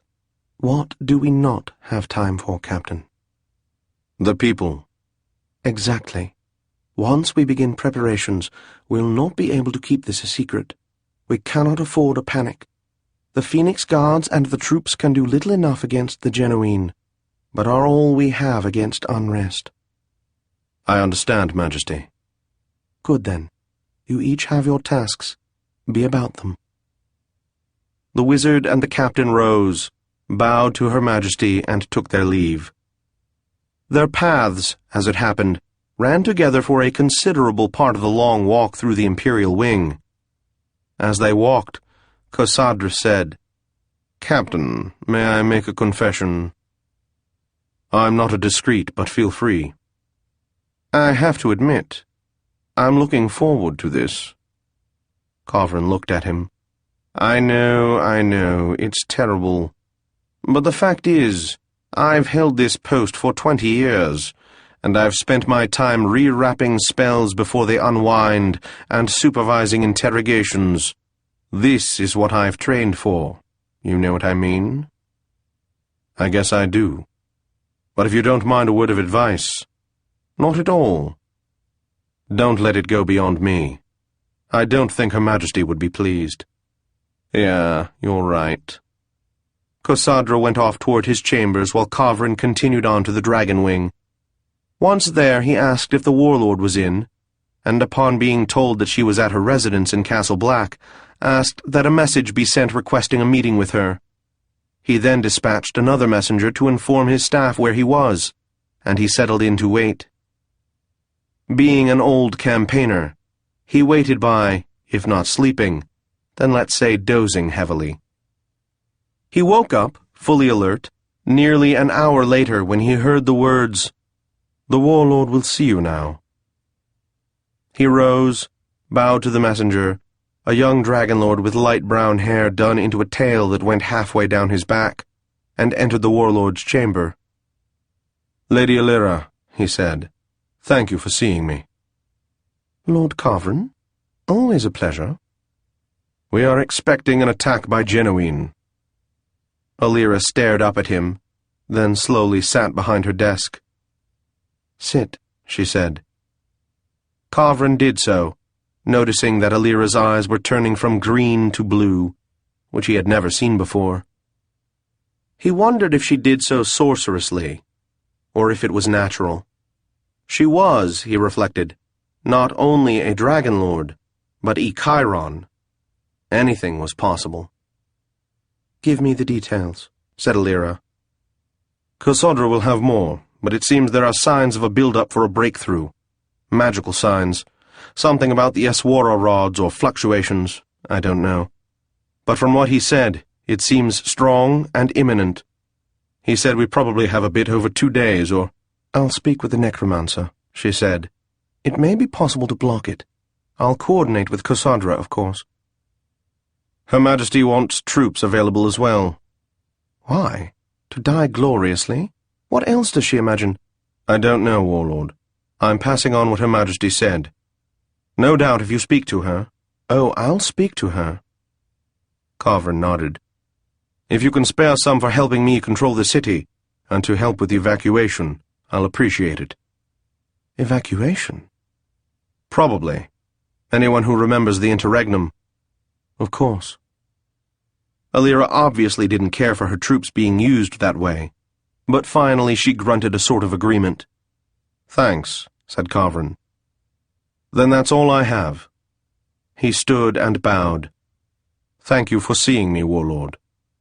Most welcome, Captain, said Alira. Then she scowled. Genuine, she muttered. Indeed, said Kavrin, and took his leave, returning to his own quarters in the Dragon Wing. Once there, he pulled out his maps of the city and lists of guard detachments, and began to work. Throughout the day he received reports of the state of the city, and was pleased that, although people were already starting to leave, there was as yet no sign of panic. It was fully dark in the city when he finally finished. He stood, stretched, and called for his retainers to see that his orders, an impressive stack of paper, went to the right places. Although entitled by his rank to transport provided by the Empire, Kavrin usually preferred a cab, because the chatter of the cabbie relaxed him. This time, however, it didn't relax him at all. The cabbie kept hinting that he wanted Kavrin to tell him what was going on in the city, that something was stirring and people were nervous. Kavrin answered in grunts and monosyllables, and after a long time, the cabbie shut up. Kavrin undertipped him, then walked into the manor feeling bad about it. Upon entering, he handed his cloak to Syl without a word, after which he at once went to his den, where, in due time, Orelais arrived with wine, and to help Kavrin off with his boots. Kavrin sighed, wriggled his toes, tossed off half the glass of wine, and leaned his head back and closed his eyes. "A difficult day, my lord." Hearing his wife's voice, he smiled, but didn't open his eyes. "You know me too well, Countess." She pulled up a chair and sat down in front of him. "I've had dinner held. Do you want to talk about it?" As she spoke, she took one of his feet and began rubbing it. "We could talk about how adorable you are," said Kavrin. "Or about the shoulder rub I'll be getting later," she said, smiling. "Or that?" "Or about what's bothering you, if it is something you're permitted to discuss." "No reason why not. Rumors are already circulating. You may as well hear the truth." "What is it?" "Signs the Genoese are going to attempt a breakthrough." "The gods!" "Yes. And this time it isn't by either sea. It's right here, just outside the city." "They're going after the orb?" "It's possible." The Countess exhaled loudly. "There was an attack only a year ago." "Yes, by the Lesser Sea. Setaro Lavode herself dealt with that one, along with Alira. This looks to be stronger. We don't know how many there will be." "What are you doing?" "Stationing guards to handle panic in the city and assisting evacuation. There will be a detachment around the manor." "I don't need more—" Kavrin opened his eyes. "Countess." "My lord, we have 20 good soldiers here at all times. If necessary, I can call up thrice the number again. That is more than sufficient to protect our home against civil disturbance." "But—" "My lord, just how frail do you imagine I am, that you need to weaken the Empire itself just to see to it a glass window isn't broken? In another minute, I'll take insult." Kavrin sighed. "Very well. It will be as you wish." She gently set his foot down, put the other in her lap, and began rubbing it. "There. That wasn't so hard, was it? I'm told I'm very charming when people do what I want." "You're always charming. And that feels wonderful." "Hungry?" "If I say yes, will it make you stop?" 15 minutes on your feet, then time to clean up. Dinner in an hour. Capons in plum sauce, vinegar beef round with juniper berries and mustard seed." "An hour, then. That will do very well." The next morning, Kavrin rose early, dressed and called for his horse to be saddled. This was not a day on which he wanted to depend either on imperial or public transport. He kissed the Countess and set off for the palace, his eyes never resting as he watched the faces of the people he passed, and studied how and where they gathered. Upon arriving, he went first to his office to write out a few supplementary orders, then to the first antechamber to have the Empress told that he wished to speak with her at Her Majesty's convenience. Her Majesty's convenience came quickly. He was once more ushered into her breakfast room. This time she didn't ask. At a sign from the Empress he was given a glass of clava. "Good morning, Captain," said Zarika. "Good morning, Majesty. I'm sorry to have kept you waiting." "It is nothing. What have you to report?" "I've made what arrangements I can, and will need them. The city is frightened, Majesty." She nodded. "Alira has agreed to turn the Songbird River Division over to you for the duration." Kavrin nodded. "That will help. I think I know the division. The commander is Garsary, Eteric's line." "Alira says they're stationed just past Oldgate. The lead elements should be here before noon." "Good." "Now," said Zarika, "Kossadra was telling me about some new information." "Wizard?" "Your Majesty," he said, "I have heard rumors of a device, of divine origin, which may have the power to prevent the Genoese from manifesting." "What device?" said Kavrin. "It is called the Silver Tiassa, and was supposedly made by Mafenyi." "I've never heard of it," said Zarika. There was a pause, and the orb briefly flickered white and yellow. Nor has the orb. Kavrin said, "Where did you hear of it? It seems oddly convenient to appear just now." "The first thing I did was put out word to anyone who knew anything that might help. I heard of this from a cousin, who said a bard told a story about it. I'm looking for the bard." "Have you asked Setaro?" asked the Empress. "She'll be arriving later this morning," said the wizard. "I'll ask her then. And the necromancer." "Good," said Zerika. "Other than that," said Cassandra, "we are doing well in gathering what weapons we have that may be effective. We have asked the Lord Marolan to make himself available." "Very well, then. Anything else from either of you? Then that is all for now. Stay in touch. Do not hesitate to bespeak me directly through the orb if it seems called for. I'll do the same." Kavrin took a last sip of his clava as he rose. Then he saluted the Empress and followed Cassandra out the door. The day passed in something of a fury. He checked the arrangement of his forces, dispatched some to take up positions, received messages about the state of the city, met with General Garcery and her staff, met with Alira twice, and seemed never to have a moment to breathe. In the middle of the afternoon, Kavrin was once more called to meet with Her Majesty, Cassandra, and Alira, this time in the alcove, as it was called, an intimate area adjoining the throne room. Also present on this occasion was Sethra Lavode, the enchantress of Sur Mountain, who openly carried Ice Flame at her hip. She gave Kavrin a nod as to an acquaintance, which he gravely returned. He couldn't help feeling a certain thrill at being acknowledged by Sethra Lavode, but he could at least keep the reaction from showing. Zerika began with Alira, who gave a concise report about the divisions now moving toward Ardralanka, when they would arrive and how useless she expected they would be. When she had finished, the Empress turned to Kavrin for his report. He explained what he had done, what he had prepared, and what he proposed. When no one had questions or suggestions, Her Majesty expressed her approval.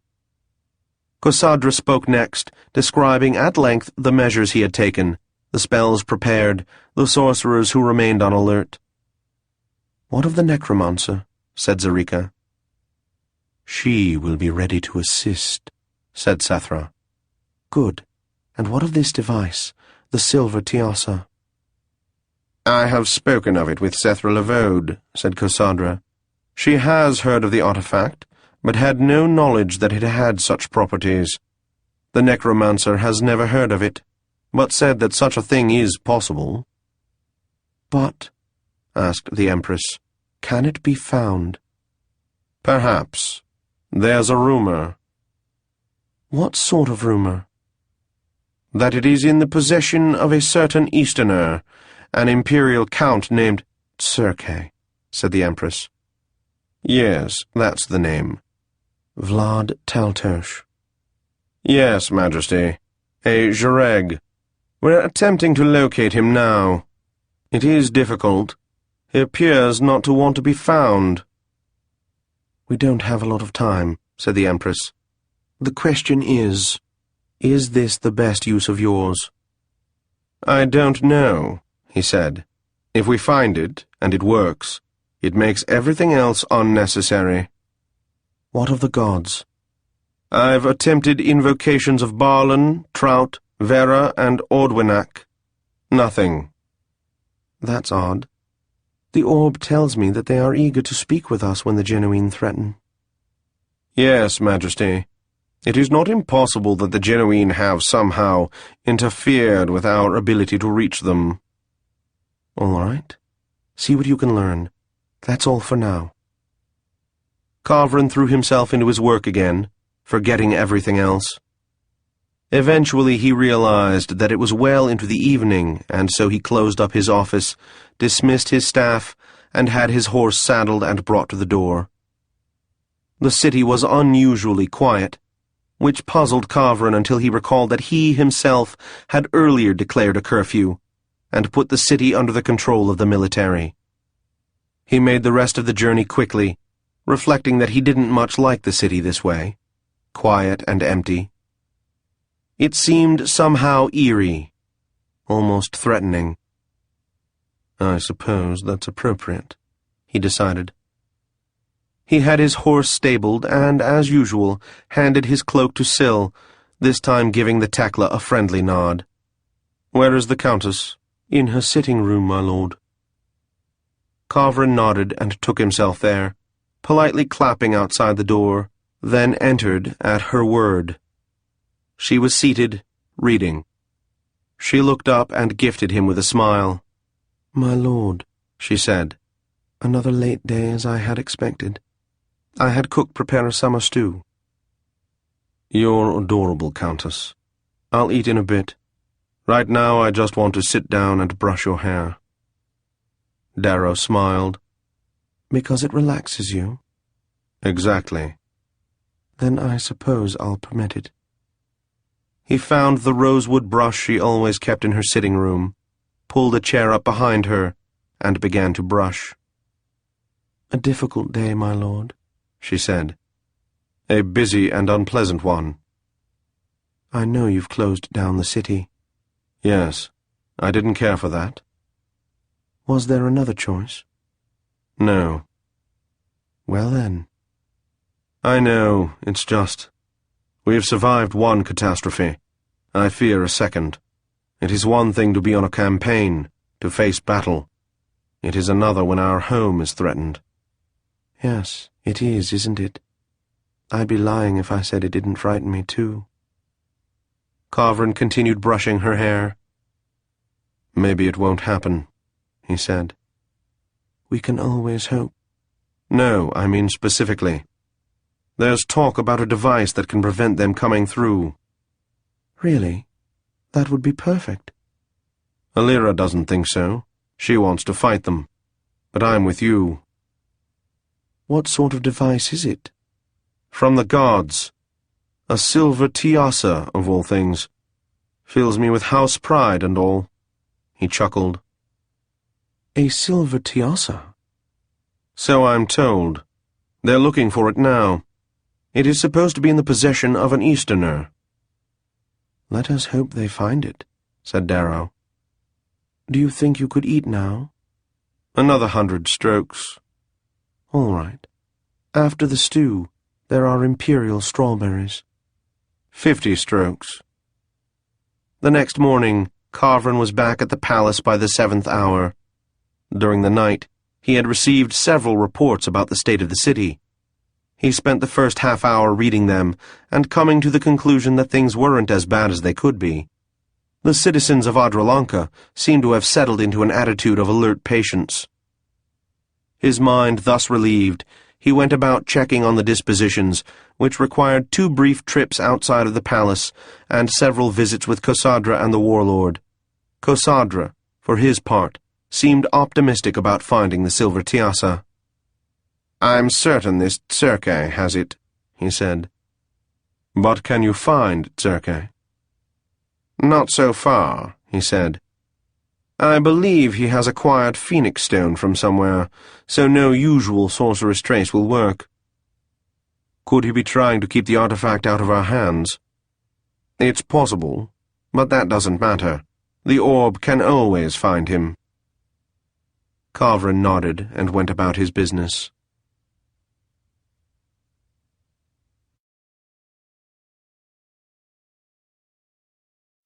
Chapter 2. Darrow. The Countess of Whitecrest was at breakfast when Noli said, "Forgive me, my lady, but is something wrong?" She brought her mind back to the present and said, "What do you mean?" "Your ladyship seems distressed. I thought perhaps there was something with the food." "Oh, no, nothing like that, Noli. Distracted, not distressed. I have a lot on my mind." "Yes, my lady. I'm sorry to have—" No, it's all right. In fact, you could do something for me. Have a message sent to the Viscount, saying I wish to see him today. He can come here, or I will go to him as he prefers." "I will see to it at once, my lady." Darrow finished a breakfast that she didn't taste, then went to the front room. She signed the declaration turning county military control over to the Empire and called for a messenger to bring it to the palace, thinking wryly that, as the Empire had already taken that control, she might as well make it legal. She had received scores of complaints about it. Most of these she could pass on to her staff, but a few she had to answer directly, so she at once set in to doing so. Next, she met with the captain of the White Crest Guard. Yesterday, she had explained to him the necessity of a central command structure during the crisis, and he grudgingly agreed. Today, he had discovered that this would put him directly under the command of Lord Kavrin, rather than under the command of some nameless colonel under some general who reported to the warlord. Serving under Kavrin, whom he knew and trusted, took away the sting of losing his own command, albeit temporarily. Darrow said she understood, and he returned to his duty. After some hesitation, she opened up the county books and made some notes about matters to discuss with her staff next week. She knew perfectly well that there might not be a next week, but she may as well act as if there would be. She was still doing this when Syl came in to inform her that the Viscount of Adralanka had arrived and been shown into the east room. Darrow smiled, closed the books, and stood. "I'll meet him there." When she arrived, he was still standing. "Viscount," she said, "thank you for coming." "It is always a pleasure, madam." Darrow hugged her son and said, "Where is Ibronka?" "At the palace, hoping to find a way to be useful." "Ah, yes, of course. Syl, bring us some wine. Sit, Viscount. How are the city preparations?" "In truth, madam, the Lord Mayor is handling everything. I've offered her my services, but she seems to have everything in hand. I'm feeling useless, but I admit my life has not prepared me to be useful in this kind of crisis." "Then perhaps you can be useful in another way." "Really? That would please me very much. How can I help?" "Something your father said triggered a memory of something you told me about several years ago. Do you recall something about a silver Tiassa?" Pierrot's eyes widened a little. "Why, yes. You have a good memory." "Viscount, are you blushing?" "I may well be, madam." "I'd like to know what makes you blush." "No, you wouldn't." "Really? Well, all right. What of the silver Tiassa?" "I'm familiar with it. I've seen it. Why?" Darrow shook her head and frowned. "Something odd. Something feels wrong." "What does?" "Viscount, who has the silver Tiassa?" "So far as I know, Lord Fiori still has it." "Fiori? County investigations?" "And city. He works for us both and collects a double salary. You know him?" "We've met." "He is the last one I know to have had it." "All right. How did he acquire it?" "Through the machinations of a Jareg. His name is Taltos, and he's an Easterner." "Yes, I recall him." "You recall him, madam?" Darrow smiled a little.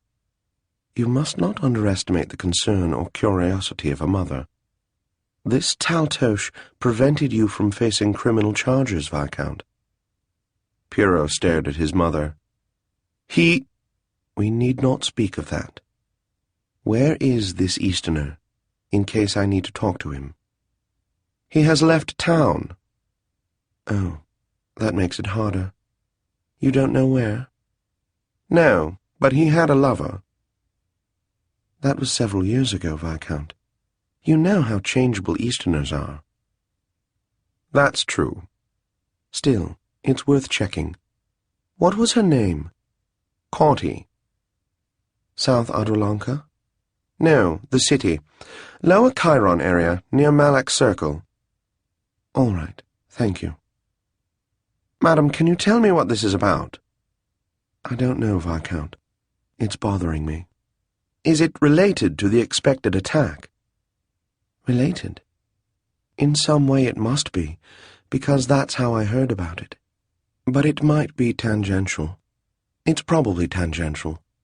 Perhaps I'm only concerning myself with it because there is so little I can do about the real problem. That doesn't sound like you. She smiled. You're right. It is more likely that you have the feeling this is important, even though you don't know why. You know me well, Viscount. What are you going to do? Look into it. Can I help? You've already helped, Viscount. I could accompany you. No, thank you.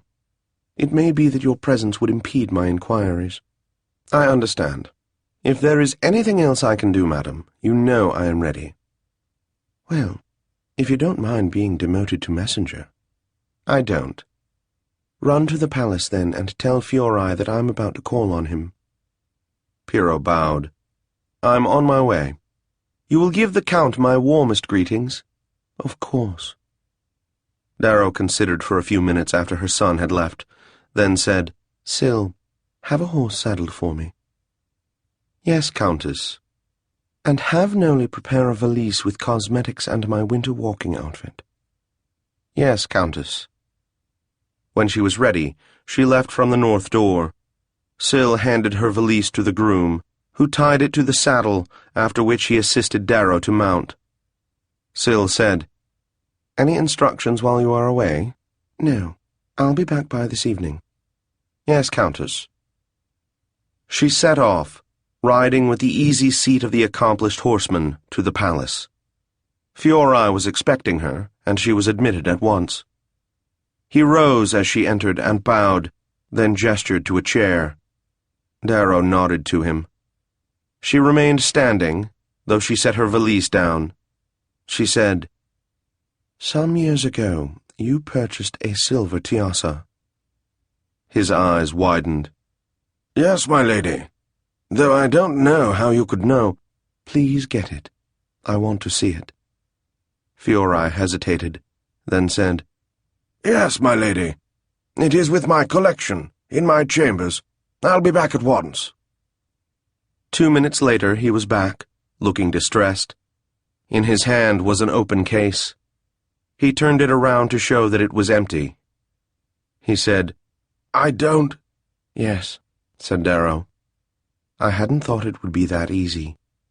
She sat down. When did you see it last? Fiori sat down behind his desk. I spent a day with my collection every month. The last time would have been, let me think, a week ago yesterday. Send for one of your sorcerers. He nodded. I was just about to do that. Darrow didn't recognize the small, frail-looking woman who arrived 10 minutes later, but she recognized the arms of Whitecrest, party per bend, sinister ship and Tiassa countercharged argent and azure. On the collar of the shirt she wore, and at once identified the slightly flattened features, the dark complexion, and the colors of her clothing. An Athyra, it would seem, thought Darrow. I should really learn more of the names of those who work for me. Greetings, she said. I am Darrow. I recognize you, Countess. I am Lindra, at my lady's service. She bowed to Fiori and said, My lord. This box, he said, handing it over. The contents were stolen. What can you tell me? Lindra took it and gave the inside and the outside a careful examination, after which she ran her fingers over it, her brow furrowed and her eyes almost closed. Eventually she opened her eyes and said, The thief was careful and calm. There is a slight trace here, in the center, no doubt where the thief touched the box while removing the object. What can you tell us? There's a hint of personality. Cold, distant, nothing to rely on. A professional. Male, I think, and odd. Odd? I mean, there's something odd here. I think this may have been an Easterner. Ah, said Darrow. Fiori frowned. Could it be? Fiori. My lady? I'll handle this. My lady, the Tiassa. I'm sorry about your loss, Fiori, but this is bigger than you. If possible, I'll see to it you're compensated. But whatever happens, I do not expect you to see the object again. Will there be anything else? Said Lindra. No, that is all. And unless you hear from the Empire, do not speak of this. Yes, my lady. When she had gone, Fiori said, I don't understand, my lady. Nor do I, said Darrow. But I will. And what am I to do? The same as Lindra. Nothing. Speak of this to no one unless there is an official inquiry from the Empire. Do you understand? Yes, my lady. Now, wait here while I use your chambers. I must change my dress a little for the next part of my errand. Darrow picked up her valise and, without waiting for a reply, entered Fiori's private chambers. She quickly changed her dress and, with a few quick strokes of the appropriate color to her eyebrows and lips and a slight darkening of her complexion, became, to all appearances, a Leorn of some minor family. Darrow generally favored the Leorn red for her dress. She had learned that with only a little work it could become an effective disguise. She returned to Fiori, reminded him again to say nothing, and called for her horse. An hour later, Darrow was in Malak Circle, where a contingent of tired-looking Phoenix Guards was gathered. Other than the guards, the streets were nearly deserted, and those who did have business seemed furtive, keeping their eyes too straight ahead, walking too fast. Darrow dismounted and approached the guards. They turned with friendly expressions, according her the respect a Leorn is given, no matter the Leorn's station in life. The one with the corporal's badge said, I beg your pardon, milady, but the streets are to be kept clear. Darrow nodded. I will be off the street soon. I just need— Do you require assistance, milady? Darrow gave him a friendly smile. I don't require it exactly. I was simply wondering if you could recommend a good place to eat. I'm sorry, my lady, but everything is closed. The crisis, you know. That's why no one is permitted on the streets, save on urgent business. Crisis? Oh, yes, the genuine silliness. I don't believe they're really going to come. Do you? Well, my lady, I've been meaning to visit this district for so long, and today I can because county archives are closed, and everything is closed here, too. I guess I should have known. The other guards were carefully looking off into space. The corporal smiled indulgently. Think nothing of it, milady. Come back again after this is all over. There are many fine places to eat in this neighborhood. I should think so. All sorts of different kinds of people live here. That is true, milady. Tekla, nobles, Jareg, craftsmen. There must be lots of stories. He laughed. Oh, yes. After my term, I should write my memoirs. Everything but Cerioli and Easterners. Oh, we have an Easterner. Here? I thought they were all in South Adrolanka. Most of them are, but a few live other places in the city. My goodness, I've never met an Easterner socially. What are they like? This one, that is, these two, are pretty rough characters. Jareg. One of them ran all the illegal operations in this area until the Jareg got tired of an Easterner putting on airs, you know, and drove him out. It sounds terrible. The corporal shrugged. No more than he deserved. And what of the other? His wife. She still lives here, I believe. At least, I saw her not more than a year ago, walking around like she owned the place. Really? I would like to meet her. What is her name? The corporal frowned. I don't know. I'm not sure I'd advise meeting her, my lady. She's a desperate character from what I hear. Well, but surely you could protect me. Yes, my lady. But our orders are to remain here, to keep an eye out for any disturbances. You couldn't spare a couple of men for a few minutes? Well, I suppose. I'll send for a couple more while they're with you. one of the guardsmen, a dark dragon lord with curly hair and a hooked nose, turned to the corporal and said, "I know the Easterner, my lord." He then bowed to Darrow. "Her name is Corty." The right one, at least, she thought. And married, are they? The corporal nodded. "All right. Take Wider with you." Another dragon lord stepped out, and the two of them set off down Copper Lane. Darrow led her horse instead of remounting so as not to outpace them. The horse, named Breeze, seemed to resent the restraint. Darrow patted her neck and apologized. She fell in next to the curly-haired dragon lord and said very softly, "Thank you." "My lady?" Darrow smiled at him. He let a slight smile pass his lips and said, just as softly, "You're welcome, Countess.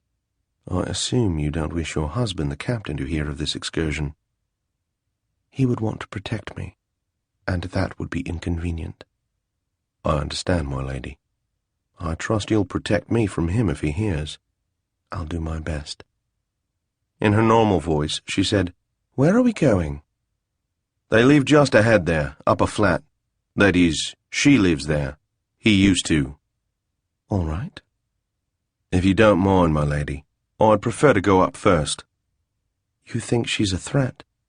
"I've been told she's an assassin, and it is all but certain that her husband is."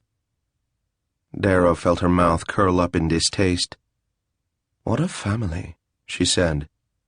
"Very well." "She can't be that bad," said the other. "She used to run around with Princess Norathar." "Not any more. Not since the princess's matters were put right." "Doesn't matter. Let's do this." She and the one called Wider waited for 5 minutes, then 10, then 20. She noticed Wider becoming more and more disturbed, his fingers tapping against the hilt of his sword. She said, "What did this Corty and Norathar do together?" "It's said they killed people, for money." Darrow nodded. "I did hear something about that. Gossip during her coronation." "I've heard the same. Don't know if it's true." "Damn it, where is he?" "If you wish," she said. "I'm sure I'll be fine here." "No, my lady. We must—" "There he is." "Sorry for the delay. It seems she's moved, and it took some work to find out where." "But you found out?" said Darrow. "South Adrolonka. I have the directions." "We'll have to clear it," said Wider, "and get horses." "Oh, would you?" "I'll ask." "That would be splendid." "Yes, my lady." An hour later they were in South Adrolonka. "This part of the city is part of my county," she reminded herself as she worked to keep the distaste off her face. As they turned onto Elm, she said, "This neighborhood isn't all that bad, really." The long-haired dragon lord, whose name Darrow discovered was Sahomi, said, "I was stationed in South Adrolonka for a couple of years. This is one of the better parts. Clean. They pick up after themselves, at least sometimes. The streets aren't always full of—" "Sahomi," said Wider. Sahomi coughed. "Sorry, milady." "I thought it was the horse," she said. "Beg pardon?" "Never mind," she said, keeping her smile to herself. "This is the house," said Wider. "If my lady will be willing to wait a moment." "No," she said, studying the house. "I'll do this myself. Wait here." "My lady—" "Sahomi, explain who I am. You are under my orders. You'll wait here. If things go wrong and I die and this destroys your careers, you have my apologies." "Yes, my lady," said Sahomi. "Amazing you can speak so clearly with your teeth clenched like that," said Darrow as she dismounted. She strode up to the little house, noting clear signs of a child's presence in the holes dug in the yard and the toys scattered around it. She stood in front of the wooden door and clapped. She heard movement through the door, but it didn't open. She clapped again. She heard approaching footsteps, and the door opened. A small, dark-haired Eastern woman stood before her, frowning and looking wary. "You are Cauty?" said Darrow. She watched the Easterner's eyes focus behind her, on the two Phoenix guards who remained mounted in the street. "Who are you?" she said. "I am called Darrow, Countess of Whitecrest." The Easterner took a step back, as if startled. "Are you indeed?" "Yes, I am Cauty." She hesitated, then took another step back. "Please, come in." Then Darrow in turn hesitated, but from what she could see, it looked clean, so she took a step forward. "Sit if you wish. May I get you something? Wine? Clava?" "I'm fine." The room looked clean, but still. A small boy came into the room. Darrow had no idea about what the age would be in an Easterner, but he was just over knee-high and able to walk well enough on his own. Cauty picked him up, gave him a hug, and set him down again. "Go play outside, hun, in the backyard." "Why in back?" "I'll tell you later." "Why can't you tell me now?" "Because it would be impolite to say in front of our guest." "Why?" "Vlad, make your bow and go to the backyard." "Yes, Mama." When the boy had left, Cauty said, "What does my lady wish?" Darrow wasn't certain, but she thought she heard a certain emphasis on my lady. She said, "He calls you Mama." Cauty tilted her head, as if to say, "I can't imagine you'd say such a thing." "I'm sorry," said Darrow, feeling herself blushing. "My son addresses me more formally, and I suddenly found myself wishing. Never mind. I believe I will sit after all. Clava would be lovely." "Of course."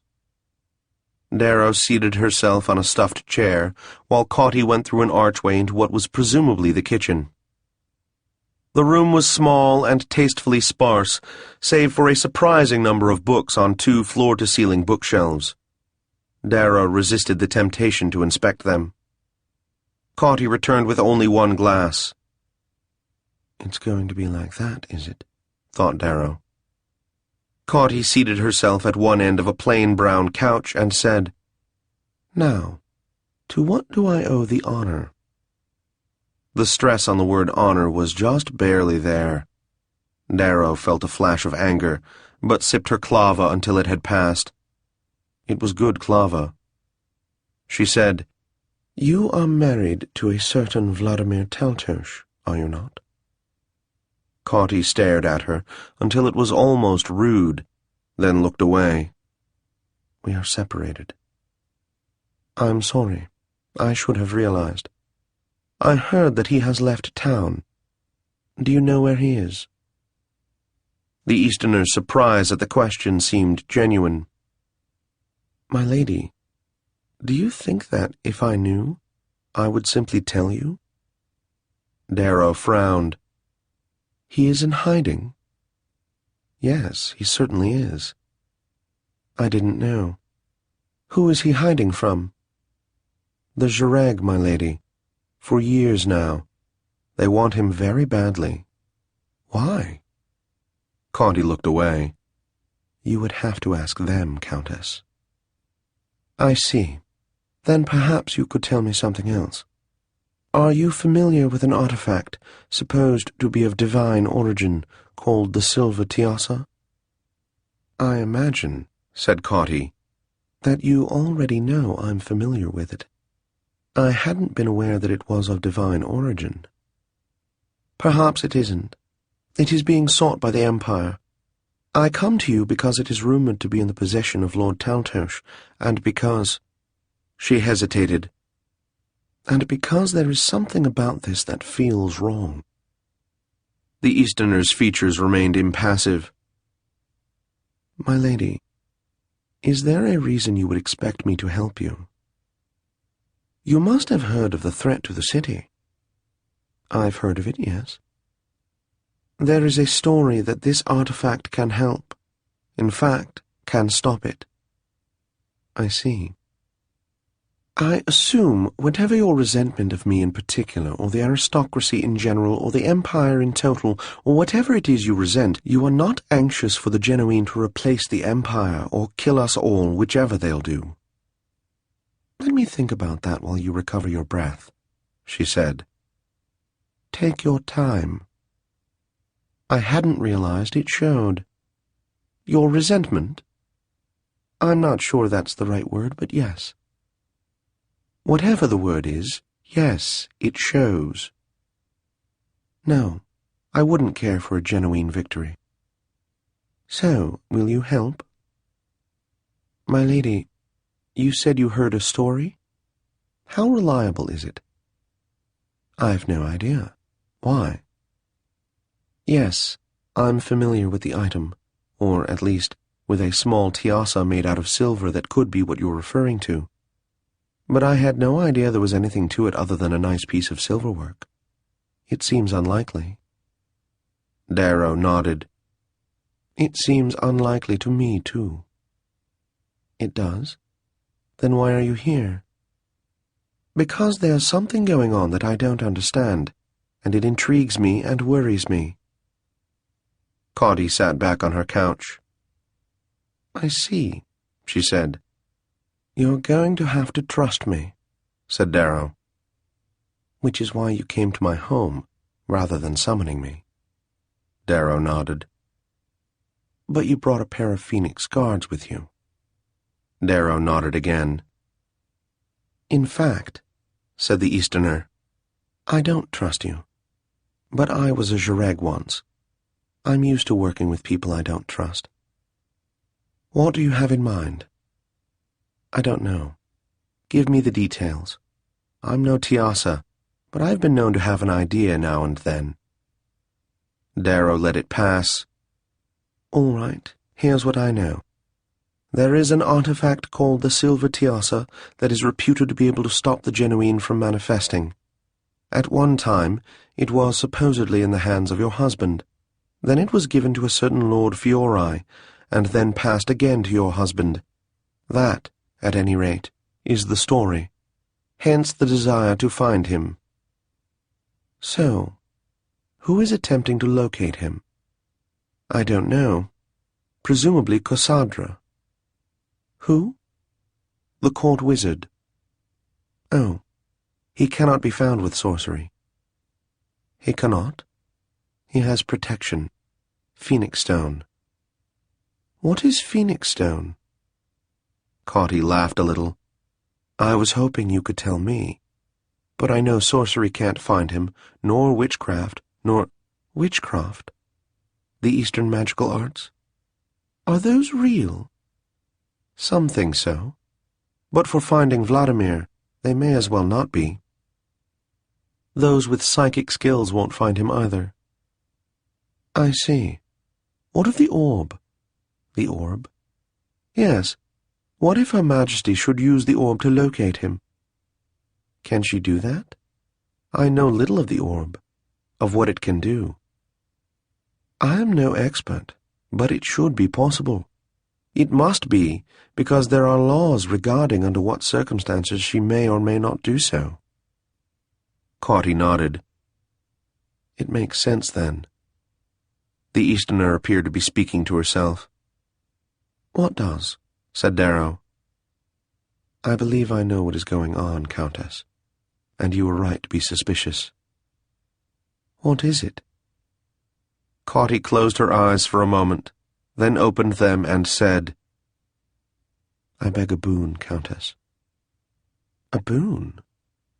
That can't have been easy for you to say. It wasn't. What is this boon? You can reach the Empress at any time, can you not? Anyone can. You're the Countess of Whitecrest. You can do so without running the danger of having her mind burned out if the Empress is in a bad mood. All right. What do you wish? Ask her to delay finding Vladimir. To delay? She may be doing it now. Then your ladyship must hurry. And in exchange for this delay, I called it a boon, my lady, not a trade. Then you'd best explain why you want it. Because I know who is doing what and why. That is, Corty, I think you ought to explain that to me. You asked if I trusted you. Will you trust me? Darrow took a deep breath and let it out slowly. Is this a test? The Easterner seemed to consider for a moment. No. You are a friend of the Princess Norathor, are you not? You've checked on me. Only a little. Yes, we're friends. Why does it matter? I'm looking for a reason to trust you. The Easterner pressed her lips together. I see. I understand, said Darrow, that it isn't flattering. But you're asking me to ask the Empress to delay finding an artifact that might prevent the Genuine from invading the city. I am to do that merely on your word, and on your own instincts, which have told you that all is not as it seems. That is still not much on which to risk the safety of the city. It isn't much of a risk. I just want a little time to find out if my guess is right. And you won't tell me what this guess is? It would be wrong for me to say anything until I'm sure. And when you're sure, it won't matter to you or the Empire. You just want it delayed, not stopped. I am to simply ask Her Majesty to wait before locating your husband. Estranged husband, yes. And if she asks for how long, be vague. And if she asks why, be evasive. And if she doesn't agree, be convincing. You aren't giving me much. My word is good. Ask Norathor if you must. Darrow spoke slowly. Your that is, Lord Taltos once did a significant service for my son. I have felt that I should repay that service, if I ever had the chance. Can you speak for him? And is this the service? Corty laughed, but didn't explain what she found amusing. Yes, to the first, and most definitely yes to the second. All right, I agree. Let me know when you've spoken with her.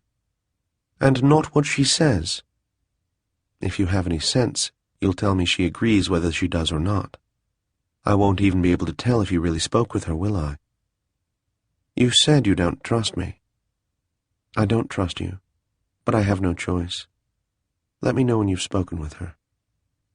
Darrow nodded, focused, and reached the Empress, who was, fortunately, not especially busy. Majesty, it is Whitecrest. Yes, Darrow? You have been asked to find this Easterner. Count Circe, yes. Majesty, might I beg you to wait before doing so? Why? I have reason to believe that... What is it?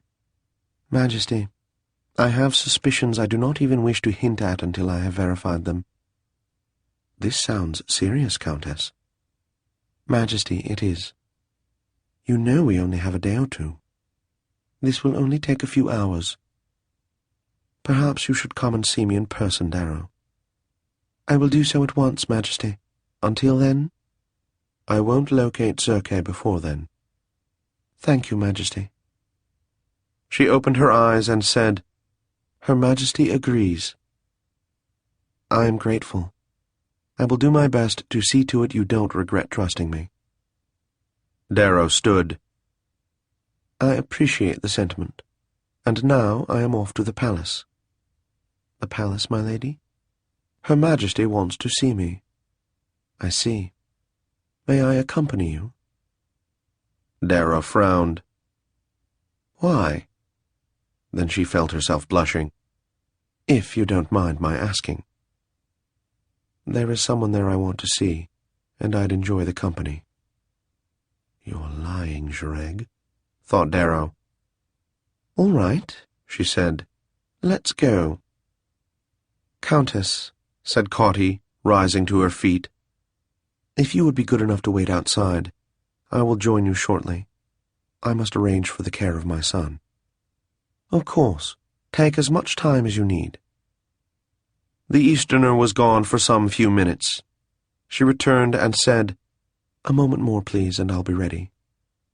Cauty vanished into the cottage's other room, pulling a drape across the door. It seemed to Darrow that the drape wasn't used very often. There was the sound of rustling and of heavy objects moving. When Cauty emerged, she wore a cloak of Jareg grey and a wide leather belt with a sheathed dagger at each hip. Thank you for waiting, my lady.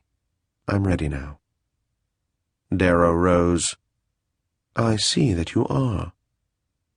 I'll need a horse. There is a livery 1/4 mile west. All right. They walked out of the cottage. Darrow gave the guards a sign to dismount, and so the 4 of them walked to the stable. The Easterner's face was set, determined. But determined to do what? If I may ask, said Darrow as they walked, why are you accompanying me? Cauty smiled. Perhaps I want my share of the credit. The aristocrat laughed. Not likely. No, I suppose not. I have a friend at the House of the Dragon. And you just decided that now was a good time to visit? Perhaps there is more to it than that. They reached the livery and Cauty picked out a tall gelding. Darrow offered to pay for it, but the Easterner declined with a smile that tried to be polite. When they set off from the stable, one guard rode ahead, the other behind. The Countess didn't speak for a while, then she said, I don't expect you to trust me, and I shan't attempt to compel you to tell me. But if whatever you're doing has an effect on my mission, it may be to your advantage to tell me of it. After another 1/4 mile, Cauty said, Why? It feels like the right thing to do. Do you generally rely on your feelings, my lady? Yes. Don't you? No. Perhaps Easterners are different. I haven't known many. You mean you haven't known any, my lady? Yes. We scare you a little, don't we? Darrow looked over at her, then returned her eyes to the road. Yes, said Cauty. I'm impertinent. Darrow nodded. You are that. They reached the stone bridge and started across. Darrow watched the river and inhaled its scent. So different from the ocean. The swells pushed their way toward the ocean as if they were solid objects. On the upriver side, a barge was being worked into a berth by bargemen and dockside sorcerers. The river, she said, is so peaceful. I mean compared to the ocean sea. You live on the cliffs, don't you? Yes. In the mornings when the weather is fine, my lord the captain and I breakfast on the terrace so we can watch it. That must be very pleasant. You and your husband, did you have such customs? My lady the Countess, are you attempting to find common ground with me? She laughed a little. Yes, I suppose I am. And of all the things we might have in common, all you can find is marriage. It was just my first try. We still have a long ride before us. Your first try wasn't about me, but about who I'm married to. Is who you're married to the most important thing in your life? I'd never thought about it. Would that be so horrid? Just odd. Seems like a strange way to live. The horses of the Dragarans were shod with iron. Cauty's was shod with an iron and copper alloy, producing a higher-pitched sound. The combination was oddly musical. Out of curiosity, said Darrow, do you hate me because I'm human, or because I'm a Tiassa? I don't hate you, my lady. No. Hate is personal. I don't know you. I see. I doubt that is true, my lady. Perhaps you're right. They reached the palace without further conversation. When they were before the imperial wing, Cauty said, "I thank you for the company, my lady. You are most welcome." Darrow dismounted and turned her horse over to the care of a groom, while Cauty continued on toward the house of the dragon. Darrow entered the palace and followed the familiar path to the last antechamber, where she gave her name and asked to speak with Her Majesty. She was admitted in less than 2 minutes, and at once walked up to the Empress, making the proper obeisance. "What is it, Countess?" "Your Majesty, may we speak privately?" Zarika frowned. "Very well." She rose, as did everyone else in the room. She nodded to the nearest guard and announced, "I will be in the blue room for a few minutes." Darrow followed her out the east door and down a very wide stairway that had, in Darrow's opinion, far too much gold filigree. The second door on the right was the blue room, named not for the walls, which were an inoffensive beige, but for the furnishings, a long couch and 3 comfortable chairs. There was also a table, upon which a servant deposited an open bottle of wine and 2 glasses. Neither Darrow nor the Empress so much as glanced at the wine. Her Majesty sat in one of the chairs and nodded to Darrow, who sat at the end of the couch. "What is it, Countess?" The orb, slowly circling her head, was a pale green.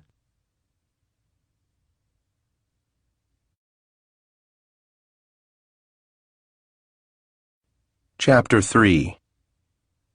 Cauty. The Easterner left the Tiassa, who dressed like a Leorn and spoke like an Isola. Then she continued on to the house of the dragon, where she put her horse into the hands of a groom, with instructions to return her to the livery stable in South Adrolanca. The groom bowed, and Cauty tipped him, thanked him, and approached the house itself. The doors stood open. She walked past the guards who flanked it, ignoring the way they ignored her. They'd seen her before, and had learned not to interfere with her, but they didn't have to like it. She walked through the grand hall and took the white stairway up 3 floors, and so to the private chambers of the heir. A single guard stood beside the pale yellow door with the Elanya symbol embossed in silver. This guard, too, recognized Cauty, and pulled the rope hanging next to the door. Presently the door opened to reveal Her Highness Norathar. "Cauty, come in." Cauty smiled and entered. "Greetings, Princess." "Ouch! I told you I'd smack you if you called me that again. Sit. What are you drinking?" "Nothing. I need a clear head. You aren't drinking either, sister." "Sounds serious. Don't play stupid. You see how I'm dressed." Norathar nodded. "Either something is up in South Adrolanca, or it's about Vlad." "Nothing is up in South Adrolanca." "Start at the beginning."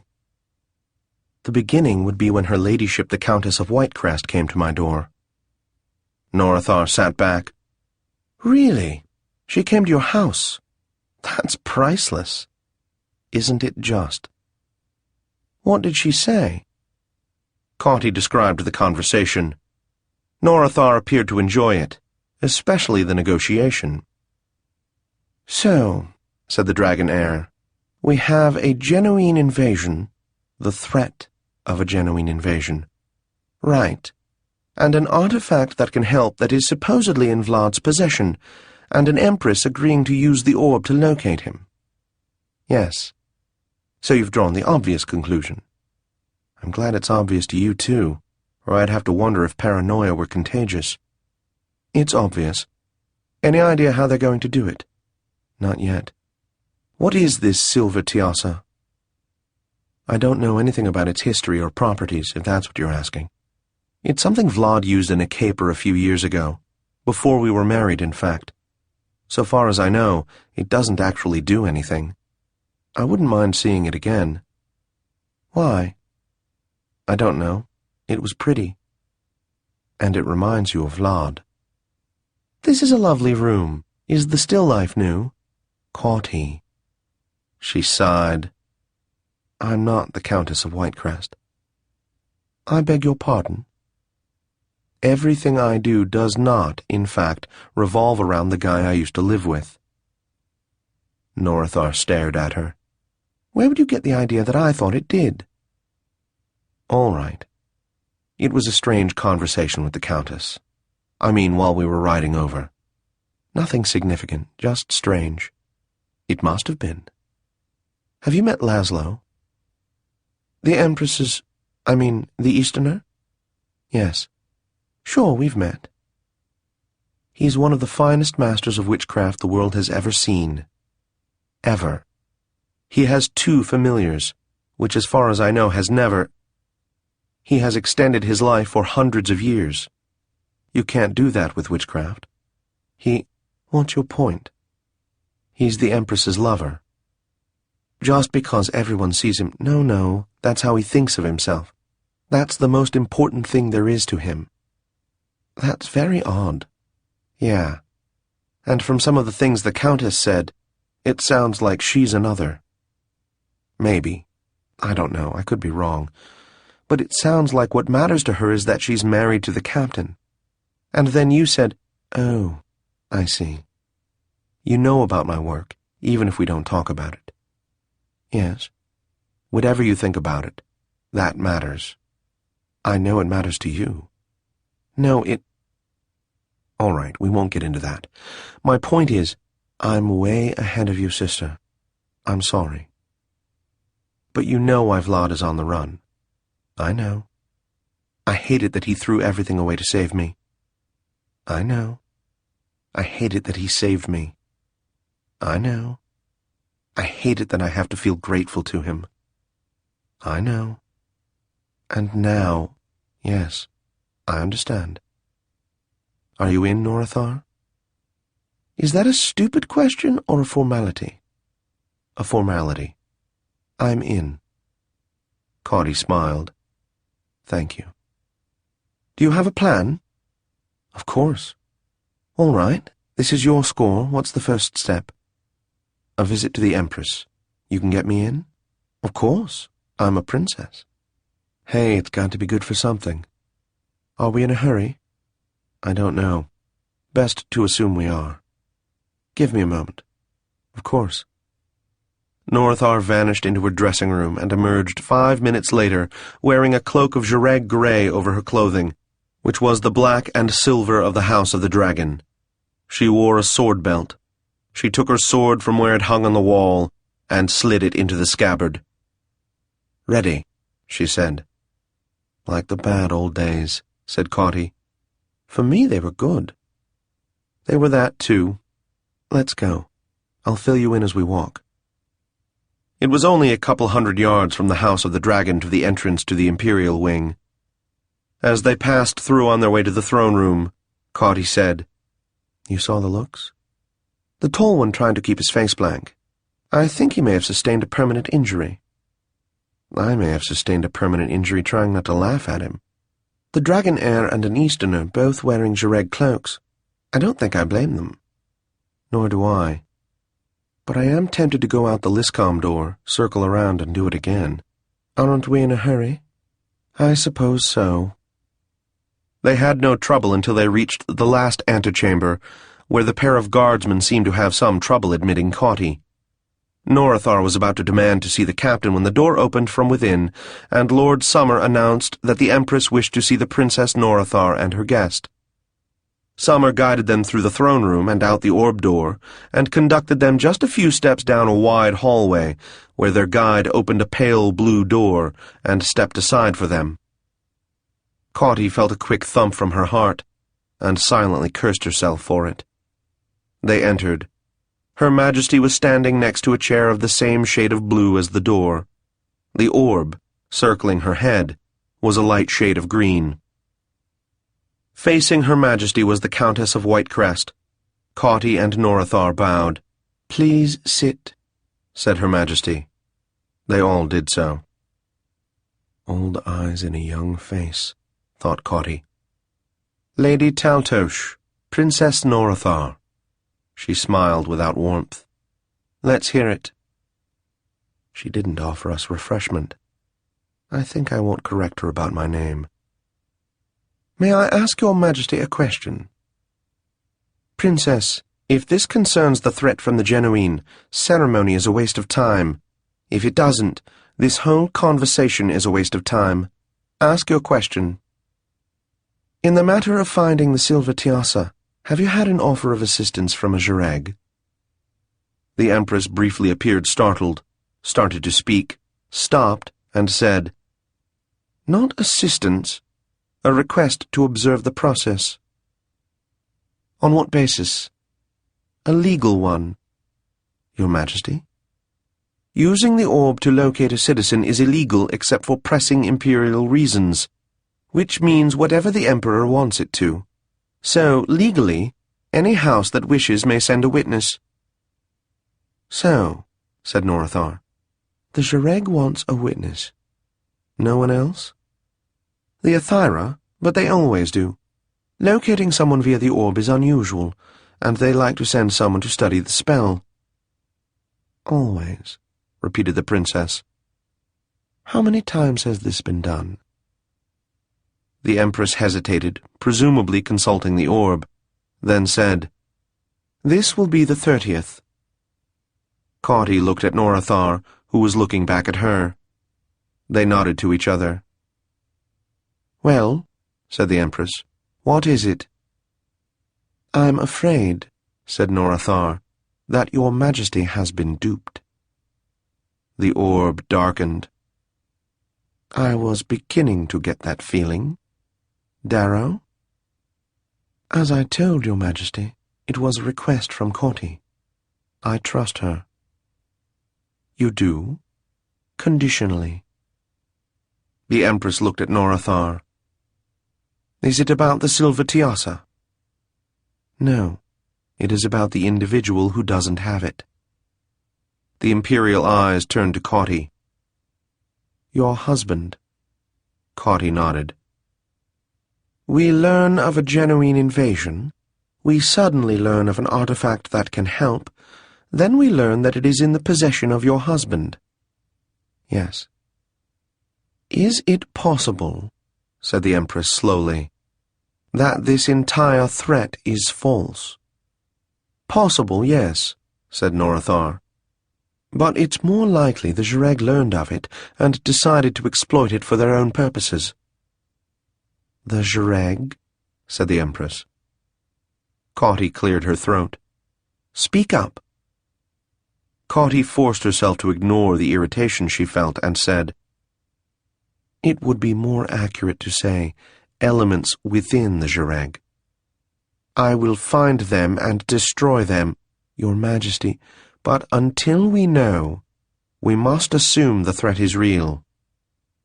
The Countess said, Was that the royal we, Majesty, or did you mean the four of us? The Empress chuckled, and the orb briefly flickered white. I meant the four of us. What would you like us to do? I'm not the one with the plan, she said. They are. True, Your Highness? True, Your Majesty. Let's hear it, then. Your Majesty, said Norathar, we want to test this theory by asking you to feign locating Count Circe, and then give a false location. If we are wrong, Your Majesty can always give the true location later. And this false location will be? A place Cauty and I will choose. What will happen at this false location? We will see who arrives there. And report back to me? Of course, said the dragon heir, staring at a place on the wall over Her Majesty's shoulders. Zarika stared at her, frowning. All right, said the Empress at last. I'm willing to do that much. But I want to know what's behind this. After it's over, said Norathar.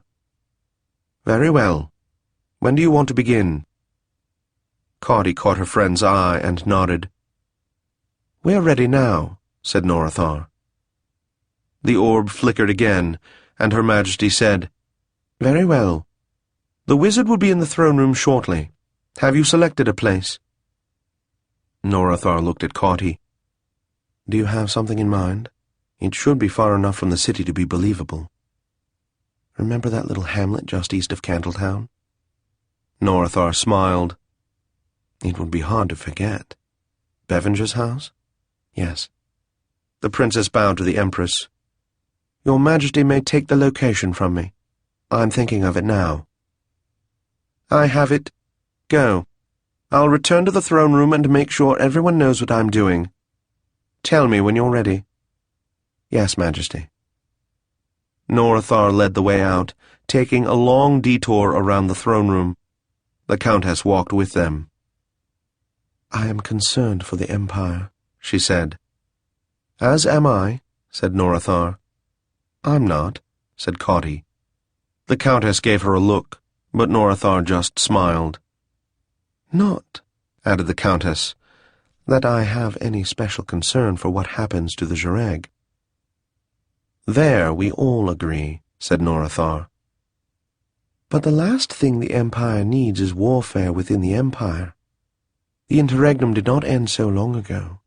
A battle among houses and the slaughter of Imperial personnel would not be good just now. I don't think the Jareg would have much of a chance, said Norathar. But still, you're right. So, what do we do about it? What I'm going to do about it is deal with the immediate threat. The threat to... You don't need to know that, Countess, said Norathar. Whitecrest started to speak, but then stopped and nodded. Very well. If I am there when Her Majesty does the location spell, yes, perhaps I can discover who will be taking the information. How? Her Majesty might tell me if I ask nicely, she smiled. Then what? Said Norathar. Then I'll tell you. Norathar nodded. I'll expect to hear from you then. Good luck. And to you. The Countess left. Cauty and Norathar continued out of the palace. Are you comfortable doing the teleport? Asked Cauty. Norathar nodded. I'm fine with it. They left the palace through the hearthfire door and took the path toward the Athyra wing, stopping in Songbird's circle. This is good, said Norathar. I'm ready, said Cauty. Norathar concentrated and, just to be safe, gestured. Cauty felt the world spinning, and the ground seemed to move. She closed her eyes and knelt down. It's been a while, she said. I'd forgotten how much I hate teleporting. Take your time. Cauty nodded and regretted it, then just waited for it to pass. When it did, she stood up and opened her eyes. It hasn't changed, said Norathar. They had appeared behind the inn, between a pair of oak trees near the stable, blocked from view of the back door by an old well. This is the spot you gave the Empress? Not exactly. Closer to the well. Good. A triangle, then? Yes. Do we give him a chance? Can't afford the time. It's liable to be someone good. Norathar nodded. Cauty said, Testing me, sister? Yes. It's been a while. I need to be sure. Now you're sure? Norathar nodded.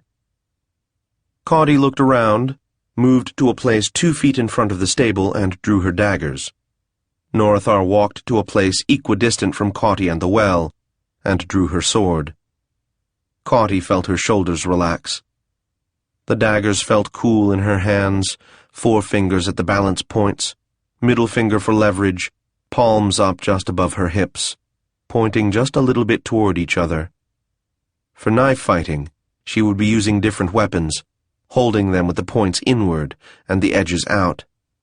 But this wasn't for fighting. This was for killing. Ready, sister? Said Norathar. Just like the old days, said Cauty softly. Just like. I'm telling Her Majesty to go ahead. Cauty nodded, her eyes unfocused, and she felt her breath coming evenly and slowly. Good, she said, a little surprised to hear the soft, distant monotone of her own voice. Let's get it done. Then there was the wait. There was always the wait. If nothing else had brought it all back, that would have. The familiar, easy tension, the hint of excitement, the trace of anticipation. Gods, do I miss this? Across from her was Norathar, sword relaxed in both hands, point slightly off to the side, face like stone, eyes like ice. She isn't missing this. One endless moment from when she took her position to the appearance of, may as well say it, the targets. More, stretching from the first target, a cleaner's assistant who couldn't keep his hands off the stock, all the way from him and 28 others, 29 counting Vlad. In, then out, then back in, like stepping in and out of a different world. The colors were duller but the edges sharper, and nothing and everything mattered and didn't matter. All moments were one moment of waiting for the targets that were all the targets, with her sister, Norathar, silent and steady and ready and dire, like two walls that could never fall over because they were leaning on each other. Then she was moving forward, and knew that Norathar was moving as well, and it was an instant later that she was aware that they had arrived. Barlin's balls. 5 of them. One of the parts of her mind that had nothing to do with action found the time to be pleased that they were obviously so afraid of him. But 5.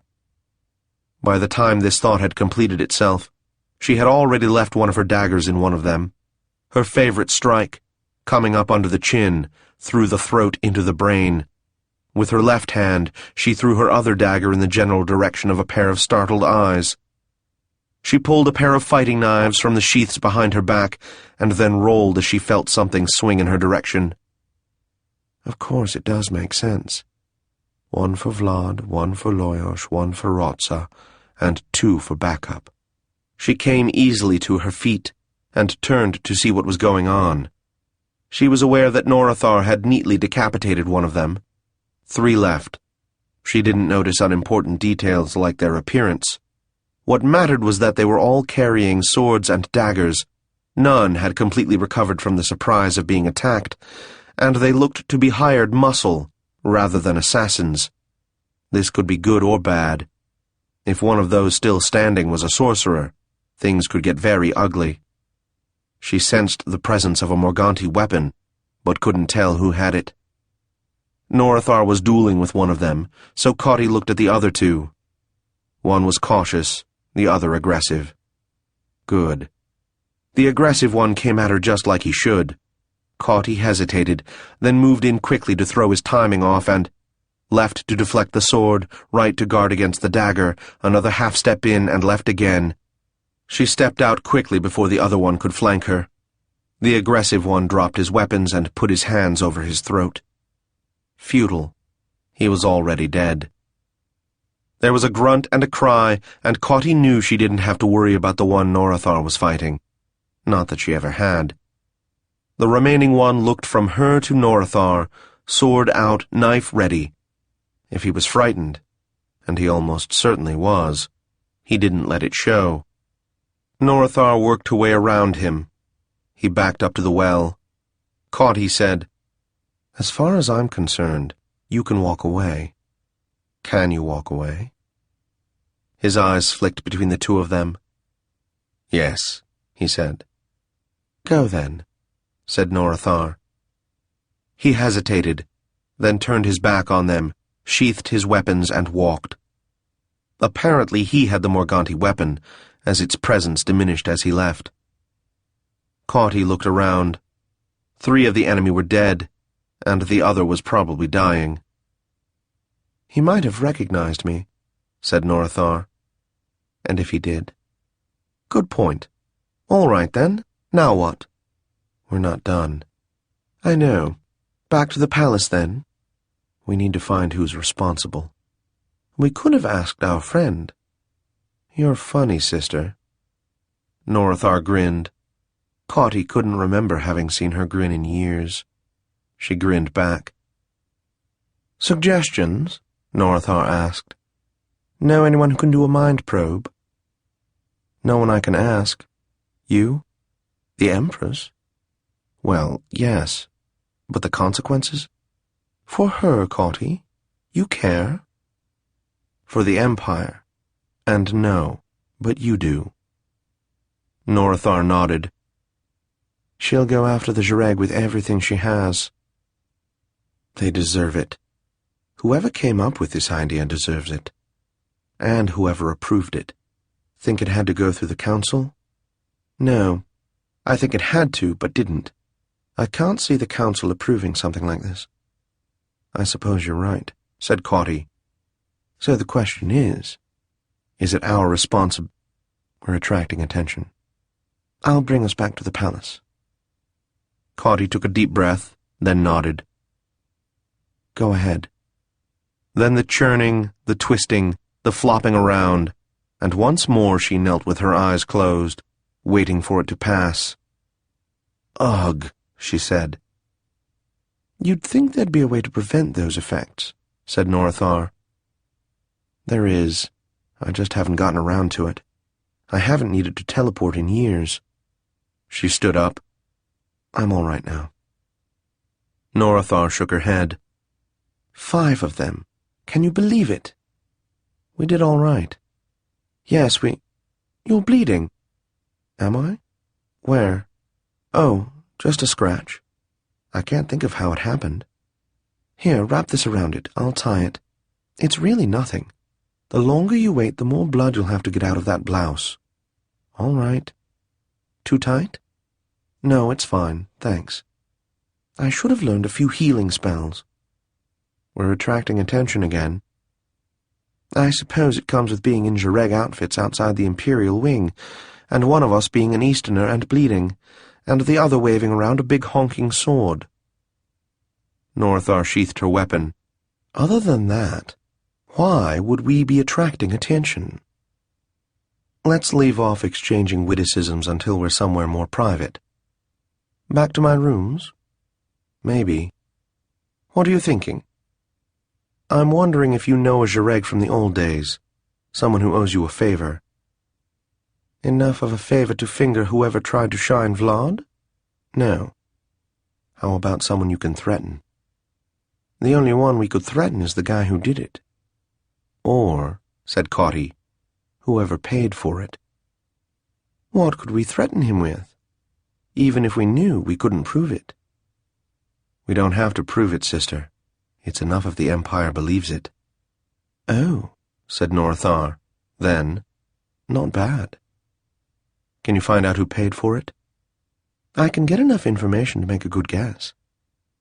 So, where to? Nowhere. Right here. Let them look.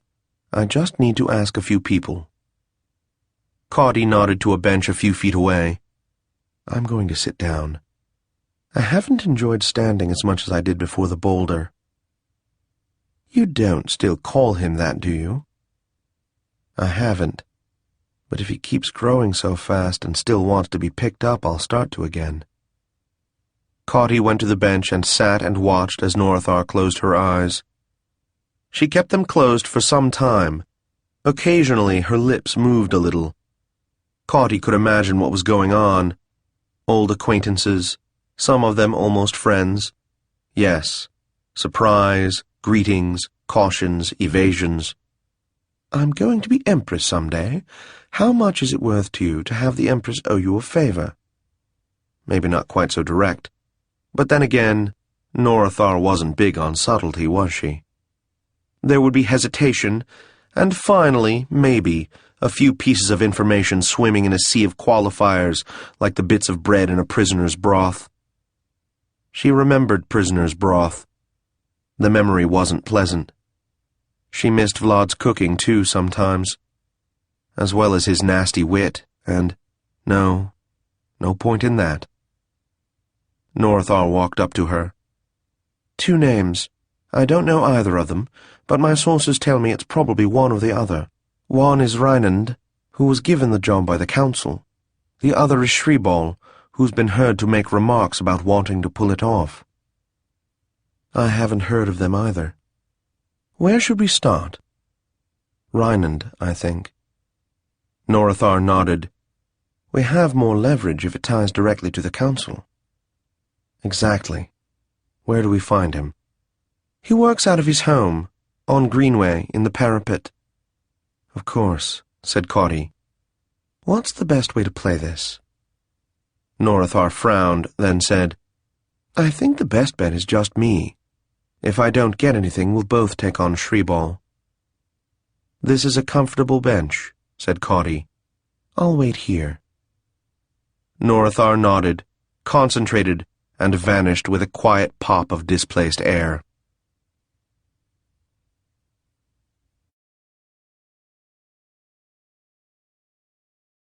Chapter 4.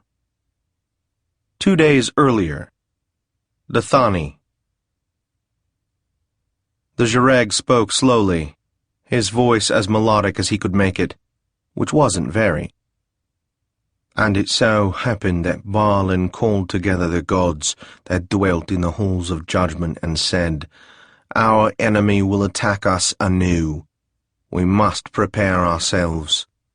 And so each of the gods, in his own way, spoke of the preparations he would make, whether in arms or magic or strength of body. But then Mephenyi, the artificer, said, I will make me a mighty device, that in the hands of one who touches the powers will close whatever door our enemy may open to our world. Balin spoke high praise for Mephenyi, and the others of the gods did as well.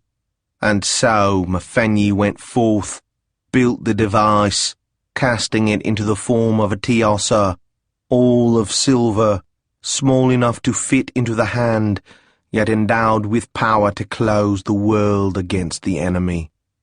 And when it was complete, Mephenyi sent it forth into the world, knowing it would be found when it was needed. It wasn't about the money. Not really. To be sure, it never would have occurred to him to work for free, and the size of the payoff in this case pleased him immensely. But at heart, he wasn't motivated by money. It was the job itself, the pleasure of arranging each detail, and then watching it all come together. He wondered if he had been a Yendi in some previous life. He'd had the thought before, and the more he thought about it, the more convinced he was. Dathane? He glanced up. Oh, sorry. I was musing. His guest said, You stopped in the middle of the story. Dathani's guest was a young gentleman named Ched, of the House of the Hawk. Dathani had invited him over for several reasons. First, Ched, despite his relative youth, had something of a reputation as a collector and popularizer of myths and legends. Second, Ched had a small gambling problem which had turned into a large debt. Third, Ched had expressed a willingness to engage in slight, insignificant dishonesty, provided no law was broken, to see this debt wiped away. Dathani had bought up the debt, pleasing himself, Ched, and the author of the loan. Everybody won. Dathani liked it when things worked out that way. Actually, he said, that's pretty much it. Do you have it? I have the gist of it. If you want me to be able to repeat it back, I'll need to hear it again. Presently. First you need to know what to do with it. All right, I'm listening. There is an Ithira named Cassandra. Funny, that's the same name as the court wizard. What a coincidence. His favourite place to drink is a private club called Shim's. I've bought you a membership. All right, I can do this. Good. Funny, I've never come across that story before. If you want to touch it up a bit, I'm good with that, just so long as the key elements come across. The key elements being the silver Tiassa and what it does. Exactly. Actually, said his guest, the story isn't bad. Thanks. Do this and you owe no one anything. Good. Oh, and I assume I don't need to tell you to keep your mouth shut about it. No need for that at all. Dathani thought he might have detected a slight shudder running through the young Hawklord. If so, all to the good. Some hours later, he sat in the same place, speaking to another guest. This one wore the grey and black of House Jareg, and was, as Dathani couldn't help but be aware, significantly more female. Right, yes, I require necromancy. That is legal, provided it injures no one, and with a few other exceptions. What effect do you require? The appearance of a gate about to open. The appearance? Not the gate? Not the gate. Why ask me? It needs to appear as if it is the genuine. Then, come, Lady Chioru. If you keep staring at me like that, I'll start to think you're ensorceling me. Appear as if the genuine are trying to break through? Exactly. And it must be convincing. Are you aware of what will happen if I do that? Oh, yes, he said. I'm very much aware. There are certain devices the Empire uses to monitor such activity.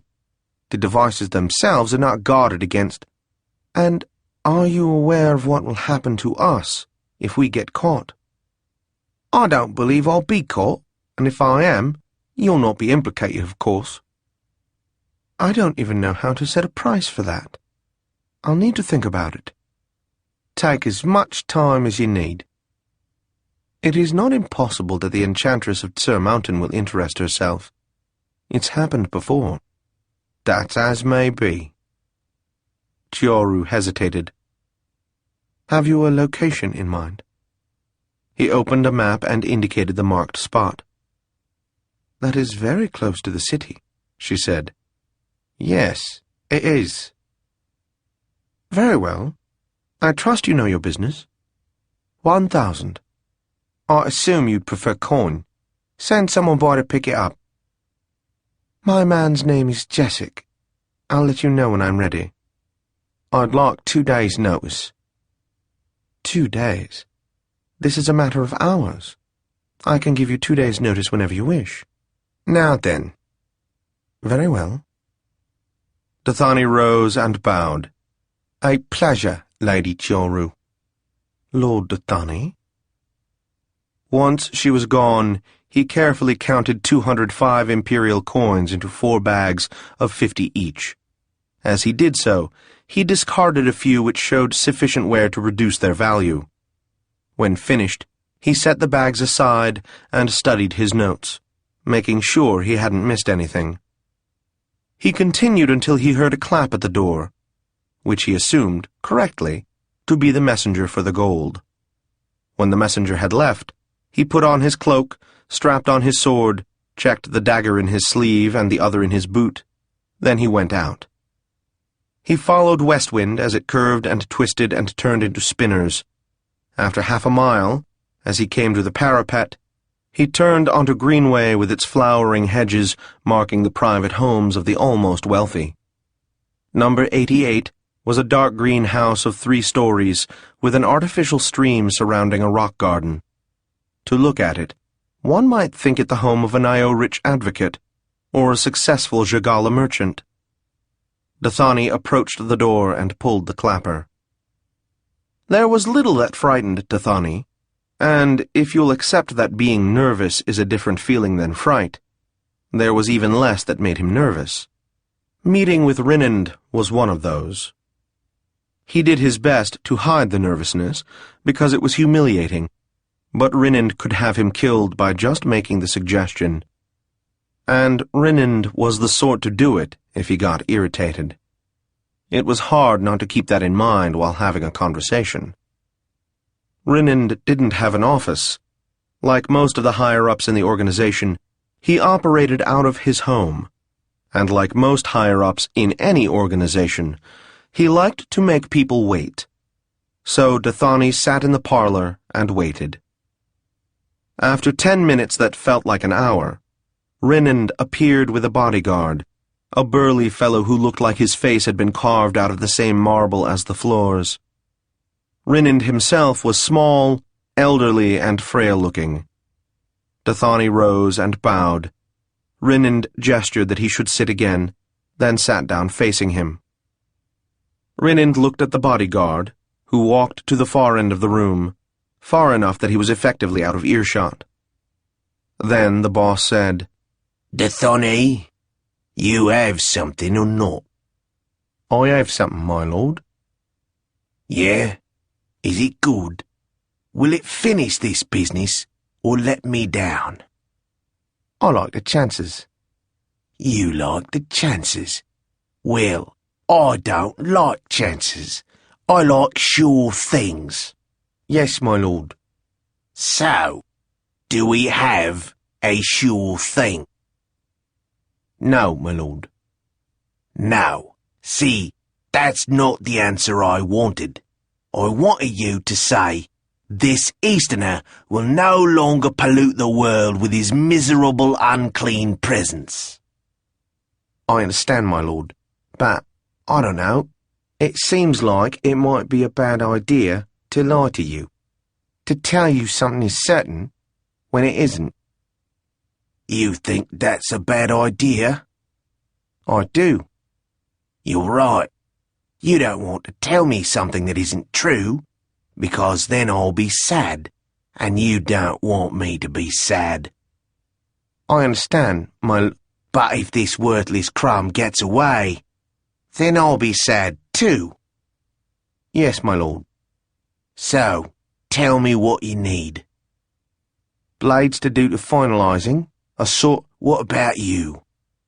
I do the setup, my lord. I'm not such a reliable hand with a blade.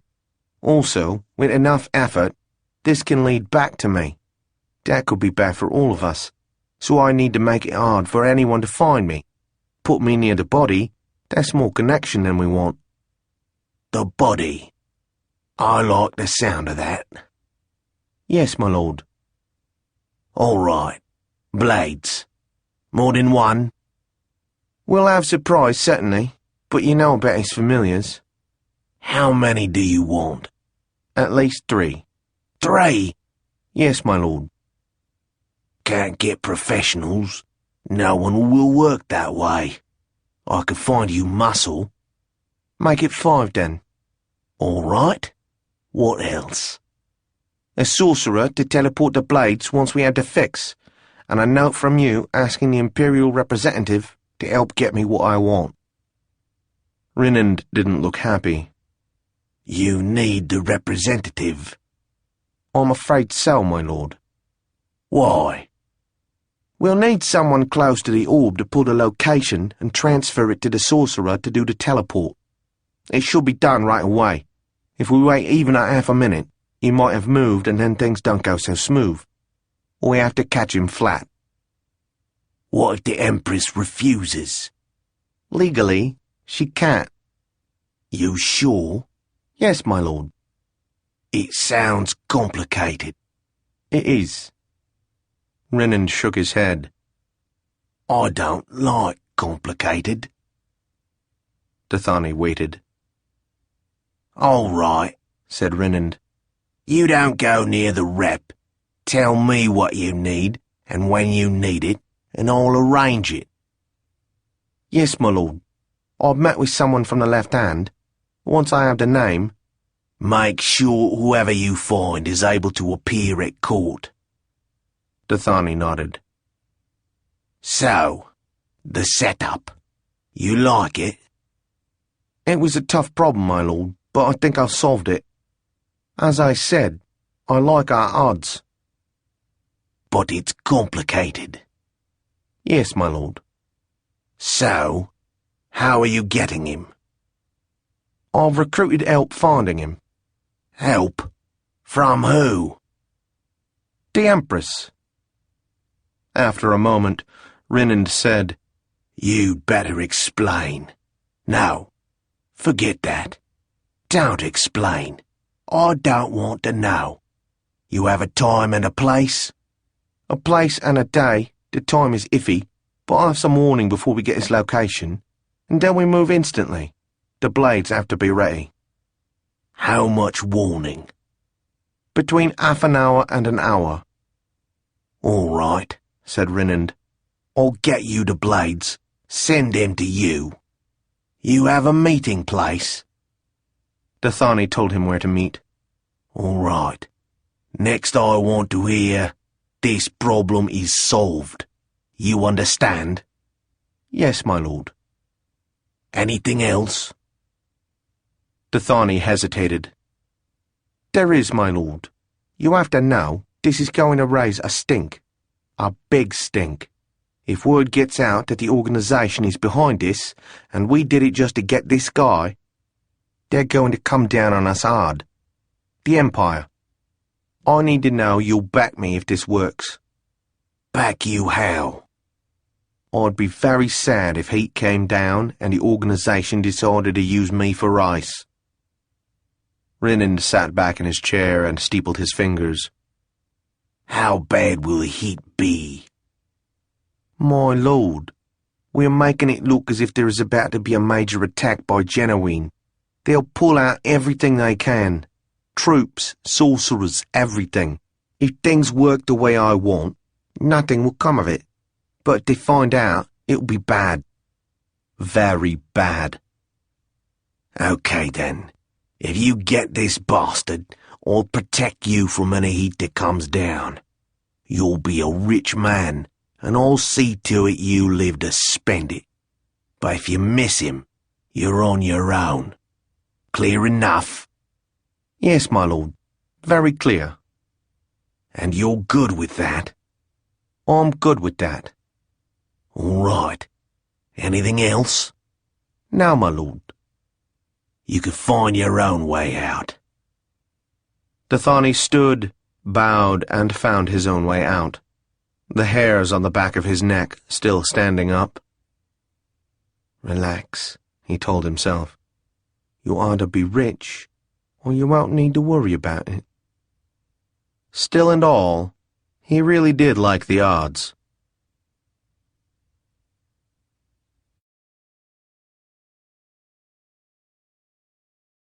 Chapter 5 Norathar. The dragon heir was admitted to Rinand's home by a burly, narrow-eyed man who looked, and no doubt was, much more bodyguard than butler. I have business with Lord Rinand, she said. He isn't expecting you, stated the other. Show him this, she said, and handed over the ring with the mark of the heir on it. The bodyguard walked out to deliver the errand, just as another, cut from the same mold, though a little shorter and burlier, came in to take his place. Norathar had nothing to say to him. He evidently felt the same. A short time later, the first returned along with Rinand himself, who could have been from the same family as his bodyguards, except that the cut of his clothes spoke of substantially greater wealth. What do you want? He said, handing back her token. She accepted it and put it away. A few minutes of your time, if you can spare it. Concerning what? Imperial politics, conspiracies, saving your life and reputation. He frowned and studied her. I recognized the seal, but you look like a... Who are you, anyway? I'm called the Sword of the Jareg. She couldn't help being pleased to see his eyes widen. Well, he said, come in. She followed him into a room that could have belonged to a successful advocate. Dark woodwork, small sculptures on ledges, cut glass decanters, a very large desk, bookcases full of heavy-looking volumes. With the delicacy of an Isola, Rinand sat in front of the desk, rather than behind it, motioning Norathar to a stuffed chair facing it. There was a small table between them. He asked if she wanted wine, or perhaps an ice. I don't want to take up that much of your time, she said. All right, then. I'm listening. Just to state the obvious, I'm not here to do you any favors. It's a case of my interest running with yours. What are we talking about? The failed assassination attempt on Lord Taltos, and the catastrophe that will fall on your head when your assassin is found and the Empire traces it back to you. There was not a flicker of response from him, unless his blank expression itself was a response. Norathar was inclined to think it was. She let the silence build itself. Eventually, Rinind said, Not that I'm admitting anything, but failed. Norathar forced herself not to smile. First try. 5 people showed up to attack Lord Taltos an hour ago. He wasn't there. 4 of them are dead. None of them were especially good, by the way. What do you want? First, let's be clear on your situation.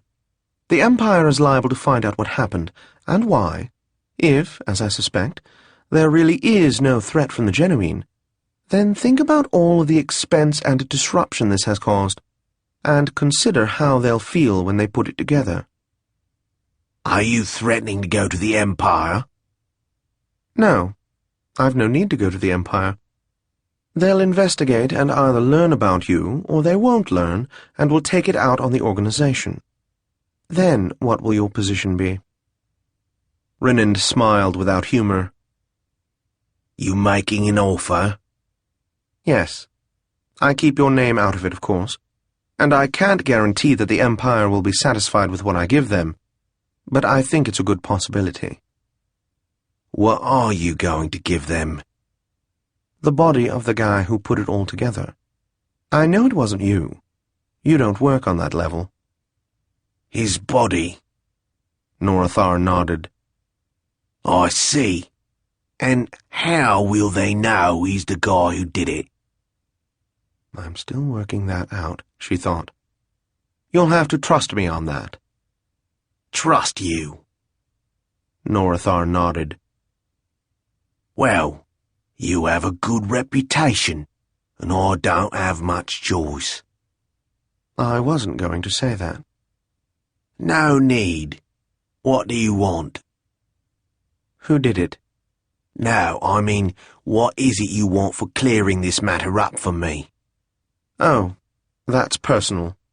I have my own reasons. You owe me nothing. He didn't even pause. His name is Dathoni.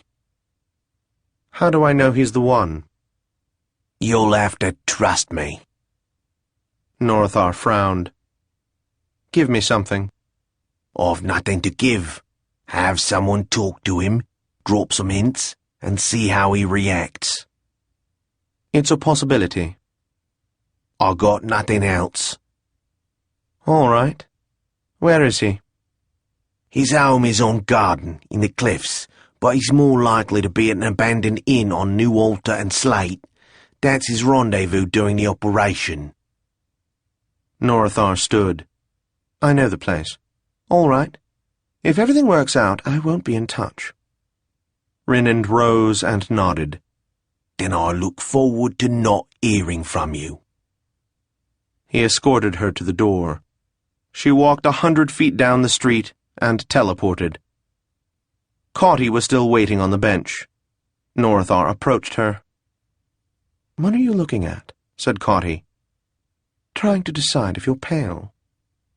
Compared to whom? Compared to how you look when you haven't lost blood. I'm fine.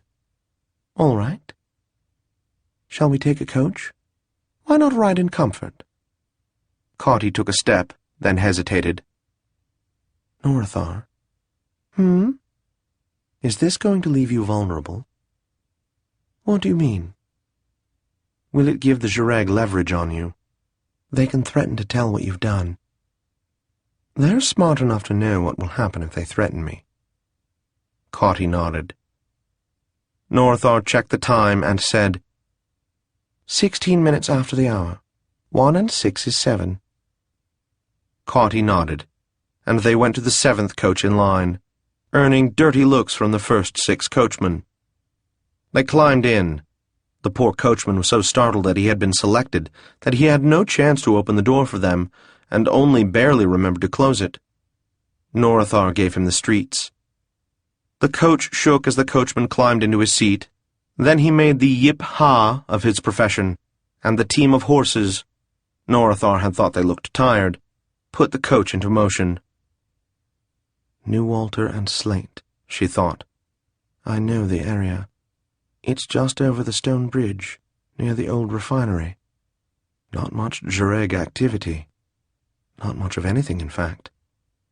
She looked at Cauty, who was looking at her, probably thinking the same thing. Cauty's hands were in her lap, but a finger tapped the hilt of the dagger at her left hip. It was a long ride. They settled in. Norathar faced forward. Cauty sat facing her. As they passed through Little Deathgate, the coachman whistled, and the horses began to trot. Norathar chuckled and noticed Cauty doing the same. At least he didn't drive around it, she thought. You know the area better than me, said Cauty. When we arrive, what will we find? Not much anymore. There was a refinery there years ago. It blew up. I remember hearing about that. Norathar nodded. No one lives there. Few go there. The inn is called Antlers. I doubt it does any business, except for letting out the space to private parties once in a while. Dathani, said Cauty. Norathar nodded. You've heard of him? The name sounds familiar, but I can't recall from where. We could take some time to learn about him, said Cauty. We could, said Norathar, except that we risk Her Majesty learning his name before we can act. I keep forgetting that you care about that now. Norathar nodded, accepting the words at face value. So, how do we play it? Asked her partner. Make the body vanish? The Empire won't be able to learn anything if he just vanishes. Norathar frowned. I can't say I like it much. Usually there's no one looking for your target until after the job. With this, lots of ways for things to go wrong. I know. What do you suggest? You're the one with the ideas. Cauty laughed a little. My idea is to kill him. We'll worry about after. Norathar sighed. I'd object if I had a better idea. She hesitated. There's also another issue. Making sure it's the right guy. My, said Cauty. That's a problem we've never addressed before. Better tell me about it. Norathar related the conversation. Cauty listened, then was quiet for a while. I don't know, she said at last. We could talk to him, said Norathar. Cauty scowled. Let's think about it, she said. Norathar nodded. Cauty turned her head and watched Adralanka roll past.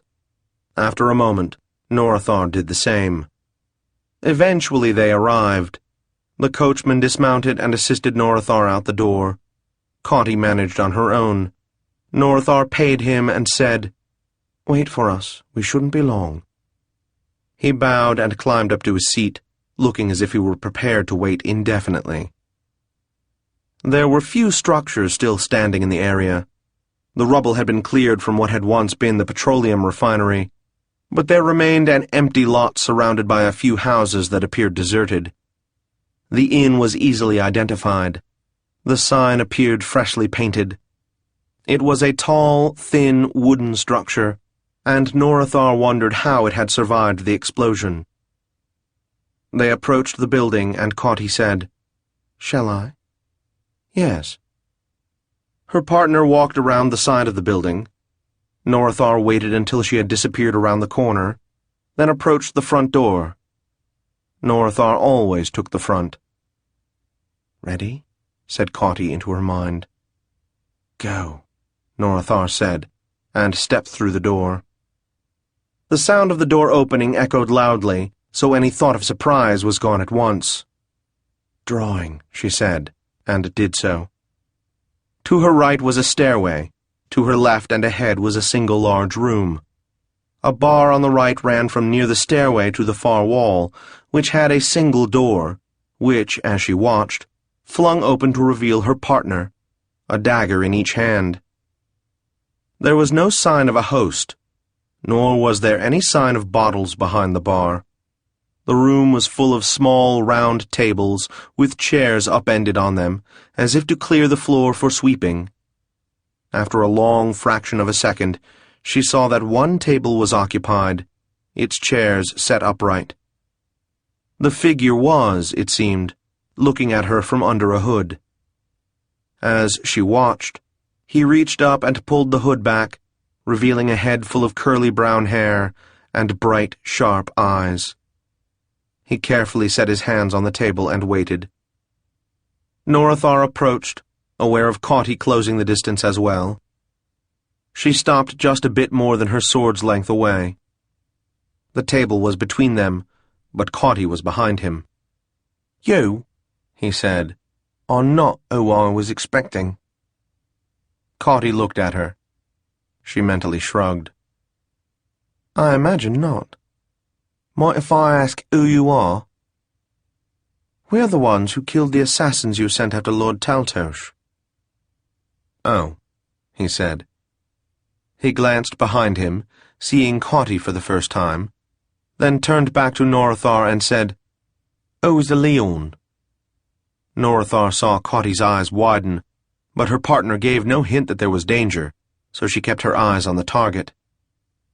"Actually," said Whitecrest from behind Norathar's right shoulder, "I'm a Tiassa." Norathar said, "You are Dathani?" "That's my name, yes."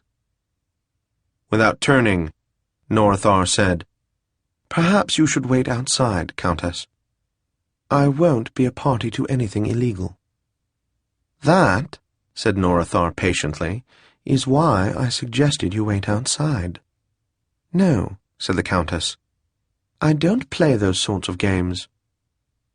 From behind Dathani, Caughty was expressionless. She was waiting for a signal, or to get an indication of what the play was. Norathar wished she knew. "Why did you come, Countess?" she said. "To speak to Dathani, to find out if he really did what I think he did, for the reason I think he did it." "You think he'll tell you?" "You know, I'm sitting right here," said Dathani. "Very well," said the Countess. "Will you answer some questions?" "Depends on the questions." Caughty shifted, just a little. Norathar read it as a question. Shouldn't we just kill him and be done with it? She barely shook her head and waited. "Is the genuine invasion real?" said the Countess. "Perhaps," said Dathani. "You could give me some reason why I should answer." Norathar cleared her throat. "I can. It didn't work. 4 of the idiots, that is, the assassins you sent after Lord Taltos, are dead. If the Empire learns of your plan, and the Jareg learns that the Empire has learned, what do you suppose will happen to you?" Dathani sat back in his chair. "I see your point. We can, if nothing else, offer you a cleaner death." He nodded. "Yes, I suppose that's something." He sighed. "It's irritating. I thought I had everything worked out." "I know the feeling," said Caughty dryly. "So," said Norathar, "care to answer her questions?" He cleared his throat. "What was... I remember. No, it isn't real." "How did you manage that?" said the Countess. "No, never mind. It isn't important now. Later, maybe. It was all just a set-up to kill Lord Taltos?" Dathani coughed. "If I admit that—" "Don't be an idiot," said Norathar. "We are so beyond that." Dathani sighed again and nodded. "True. All right, yes. That's what it was about."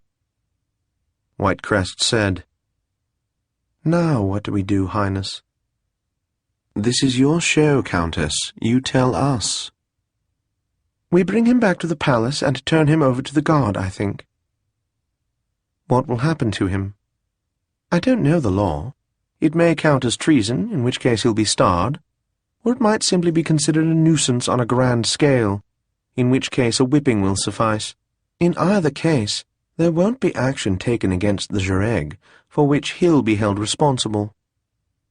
That's acceptable to me, said Norathar. You? I didn't think I had a choice, said Dathani. You don't. I was asking my partner. Dathani chuckled grimly. We're done with the part I care about, said Caughty. I'm indifferent toward the rest. I knew that, said Norathar, but I had to ask. Caughty nodded. Norathar noted, as she had before, that Caughty had the gift of perfect control of her muscles.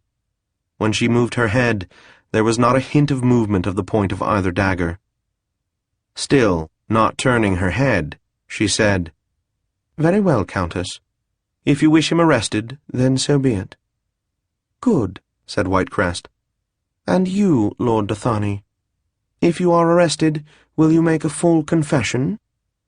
I will tell you everything but the names of the others who were involved, he said. And did the man who hired you know that you were going to create anarchy, panic, and disorder throughout the city by your method? Now, said Dathani. Will you so testify under the orb? No, said Dathani. Darrow was quiet for a moment. Then she said, I think that will do. Then she called loudly, Come! And Norathar, hearing the door open, turned her head and saw a pair of dragon lords come into the room, both of them wearing the gold half-cloak of the Phoenix Guard. When Norathar turned back, Dathani was rising, his hands well clear of his body, palms out. He unbuckled his sword belt and put it on the table, then a pair of daggers followed it. Arrest that man, said Whitecrest. I'm not sure of the exact charge, but a suitable one will be found. The guards moved in and flanked Dathani, one of them taking his arm above the elbow. They escorted him out the door.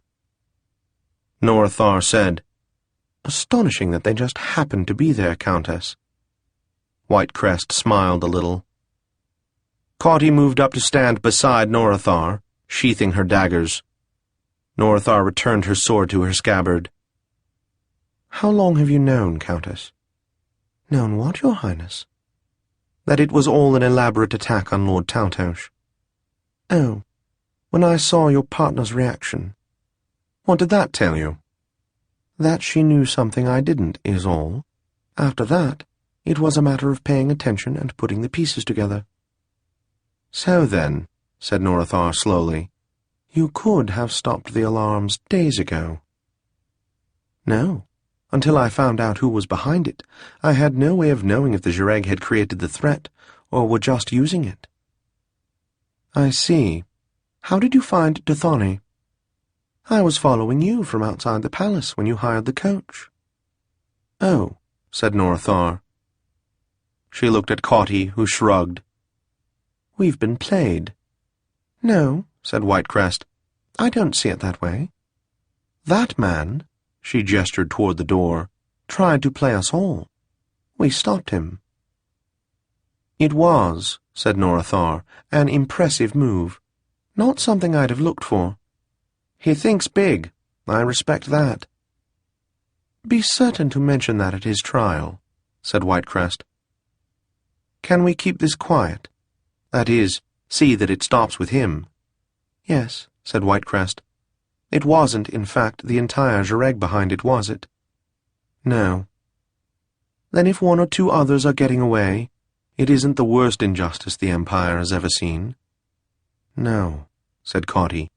It isn't. Then we're done here, yes? Yes.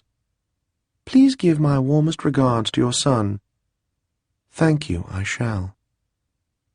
Norathar bowed to Whitecrest. It has been a pleasure. Thank you, Highness. Whitecrest bowed to each of them in turn, then walked out the door. Are you going to tell Vlad? Said Norathar. Cawdy shook her head. He doesn't need to know. What's important is that I know. Northar nodded. I wish this place was open, she said. I could use a drink. There's Kokra's place. Good idea. It's going to be odd drinking after a job without using the client's money. I'll put it in as part of my royal expenses and charge it to the Empire, just on principle. Good principle, said Cawdy, and the two of them headed out to the waiting coach.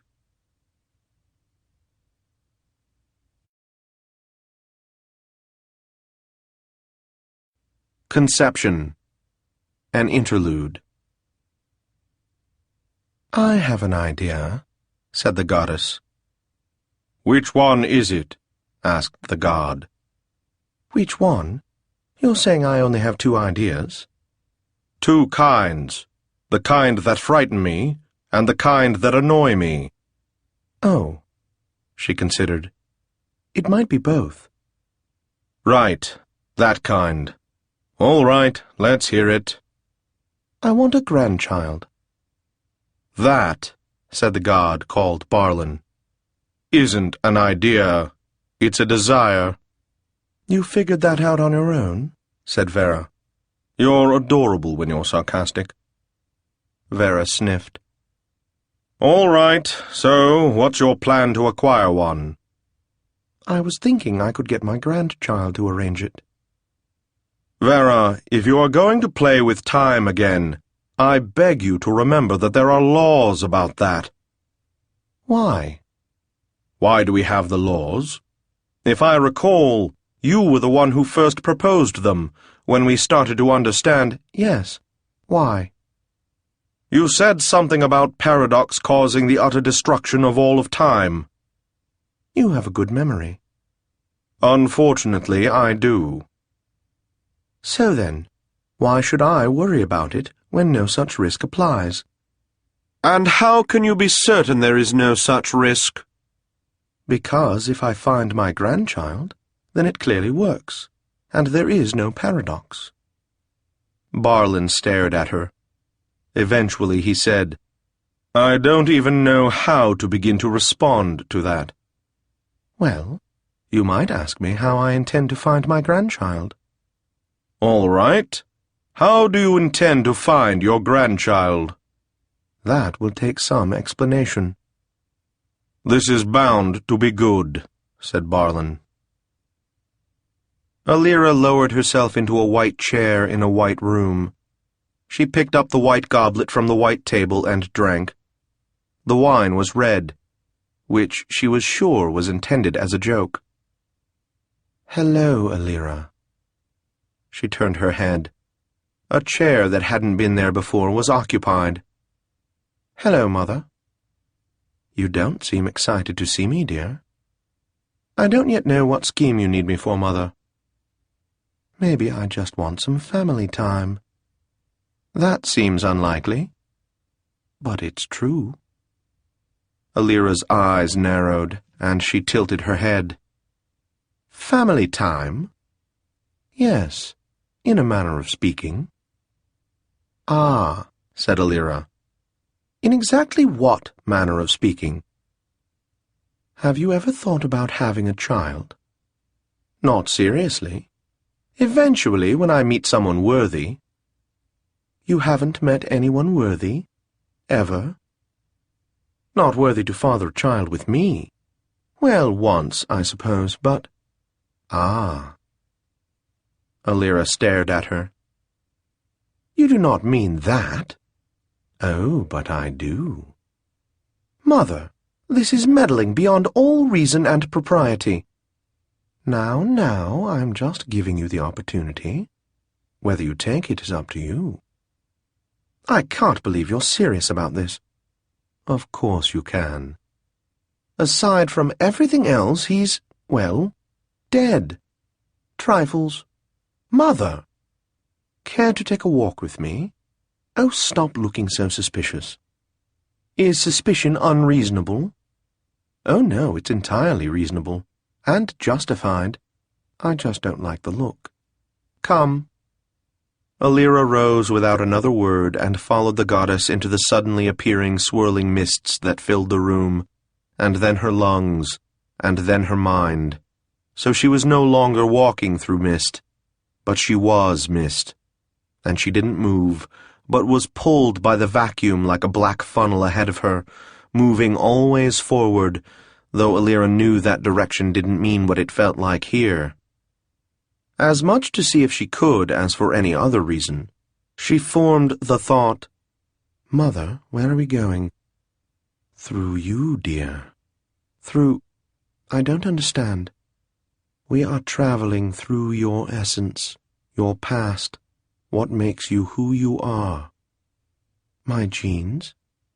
Must you be so prosaic?" "How are we traveling through my genes?" "In large part metaphorically.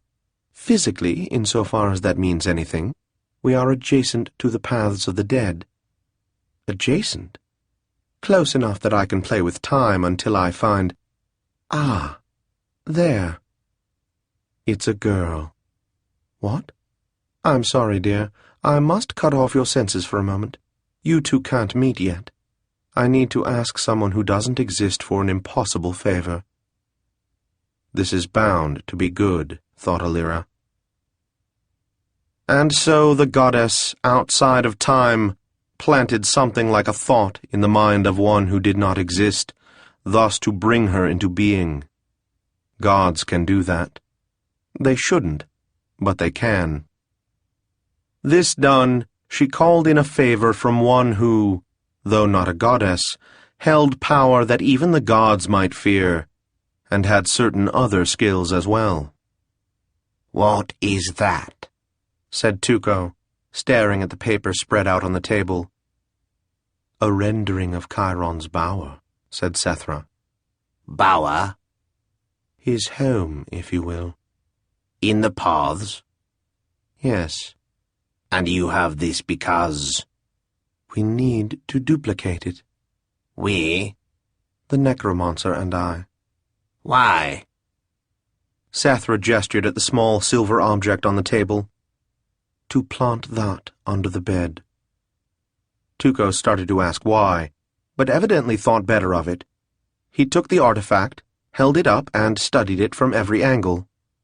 "Please be careful," said Sethra Lavode. "Delicacy is not your strength. And if something happens to it, I'll have to make an explanation I'd rather not." "To whom?" said the other. "The Easterner? What can he do?" "No, to Vera." Tuco shrugged and set the item back on the table. "I don't fear the gods." "It isn't about fear," said the enchantress. "It's about trust." "I don't trust the gods either." "I mean—" "I know what you mean. I always know what you mean. What are you going to do with it?" "Use it, then return it to Vlad." Tuco snorted. "What will he do with it?" "I've no idea. But it's his, at least for now." "I suppose. What are you going to use it for?" "Vera has asked for a favor." "And in return?" "A favor, not a bargain." "I don't trust the gods." "We share a common enemy," said Sethra. Tuco didn't answer. Sethra stood up and took the silver Tiassa from the table. "That isn't much. What is all this supposed to accomplish, anyway?" "Let me explain." "This is bound to be good," said Tuco. In the place between land and sea, between truth and legend, between the mundane and the divine, that is, in the place called the Paths of the Dead, there are 4 stone steps leading down to nothing. It's probably symbolic. Most things are in those climbs. A few paces to the right of the stairway to nowhere is what looks like an impossible geologic occurrence. In a clear meadow, there is a circle of obsidian, taller than a man, some 15 feet in diameter, broken only by a 3-foot opening facing to the west, insofar as west has any meaning there. Of course, it only appears to be natural. It was fabricated to look natural, perhaps because its designer believed the products of nature to be more aesthetically pleasing than the works of man. Men often believe nature to have a better artistic sense. Nature has no opinion on the matter. Within the circle is nothing except a low, wide bed. As we look, there are two people on the bed, lying on their backs in a tangle of blankets, arms, and legs. "Do you know," said Alira as she recovered her breath, "there are some who would call this incest." "Not to my face," said Chiron. "Nor to mine, but still." "How many generations separate us?" "I've no idea. Hundreds?" "And do you remember me from then?" "No. I've heard about you, of course. I've read, but I don't remember. I'd like to." She frowned. "Well, perhaps now I wouldn't." "The point is, anyone who calls this incest is being an idiot. And in any case, I'm more interested in how you managed it." "Managed what?" "This place." "Oh, the necromancer fabricated it. She said something about correspondence." "Who?" "The necromancer. A demon. I'm not sure from where. She created a place that matched yours, then sent the one and pulled the other." "So, where are we?" "Right here," said Alira, running her hand up Chiron's chest. "I mean—" "I know what you mean. I don't know. Does it matter? We can be together." "It's just that I feel different."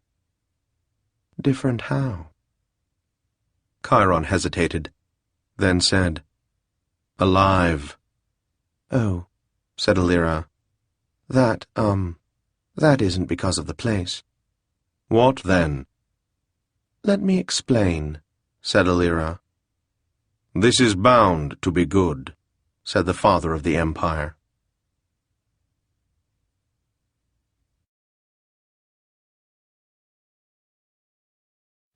Special Tasks. Chapter the 1st. How an Easterner was discovered under unusual circumstances, causing some degree of consternation among the authorities.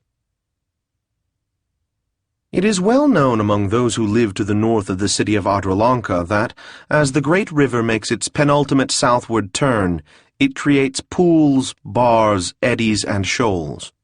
Moreover, as it makes this turn, it will often choose these pools, bars, eddies, and shoals as places to deposit any stray floating items it may have collected during its long journey from the far north.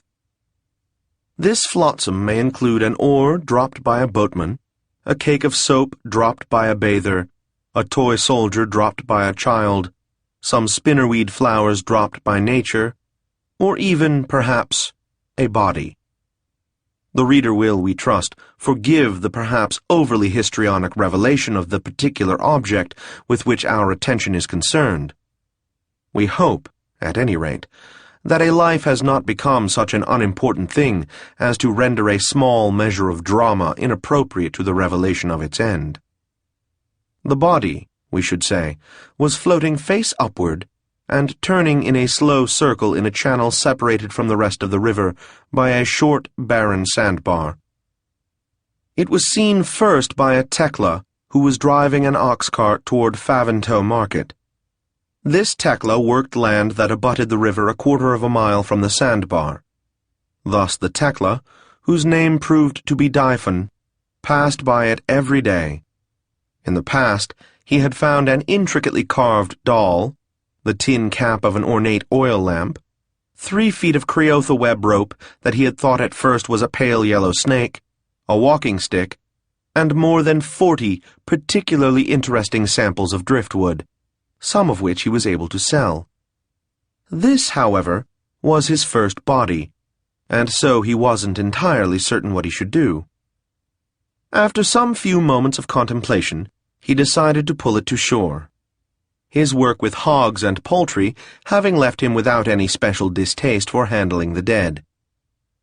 Dyphon waded a few steps into the shallow water, grabbed the nearest boot, and pulled. Then he frowned and remarked, "Well now, it seems this fellow is alive." The ox, we should add, had no immediate reaction to this statistic. Having come to the conclusion that the fellow at his feet was a living rather than a dead man, Dyphon went on to make further inspections, followed by their attendant observations. "An Easterner, or I'll be planted," he said, "complete with hair neath his nose, and looks to be bleeding as well." Dyphon finished pulling the Easterner to the shore, then considered, not wishing to make a hasty decision which he might have cause to regret. The reader will of course understand that Dyphon had never before had the experience of pulling a body from the river, still less a living body, and an Easterner, and one that was bleeding. So, for these reasons, it is our opinion that he may be forgiven a few moments of consideration. At the end of this time, which was not, to be sure, as long as one might think, he came to a certain decision, and being a practical man, as Tekla so often are, he at once put this decision into action.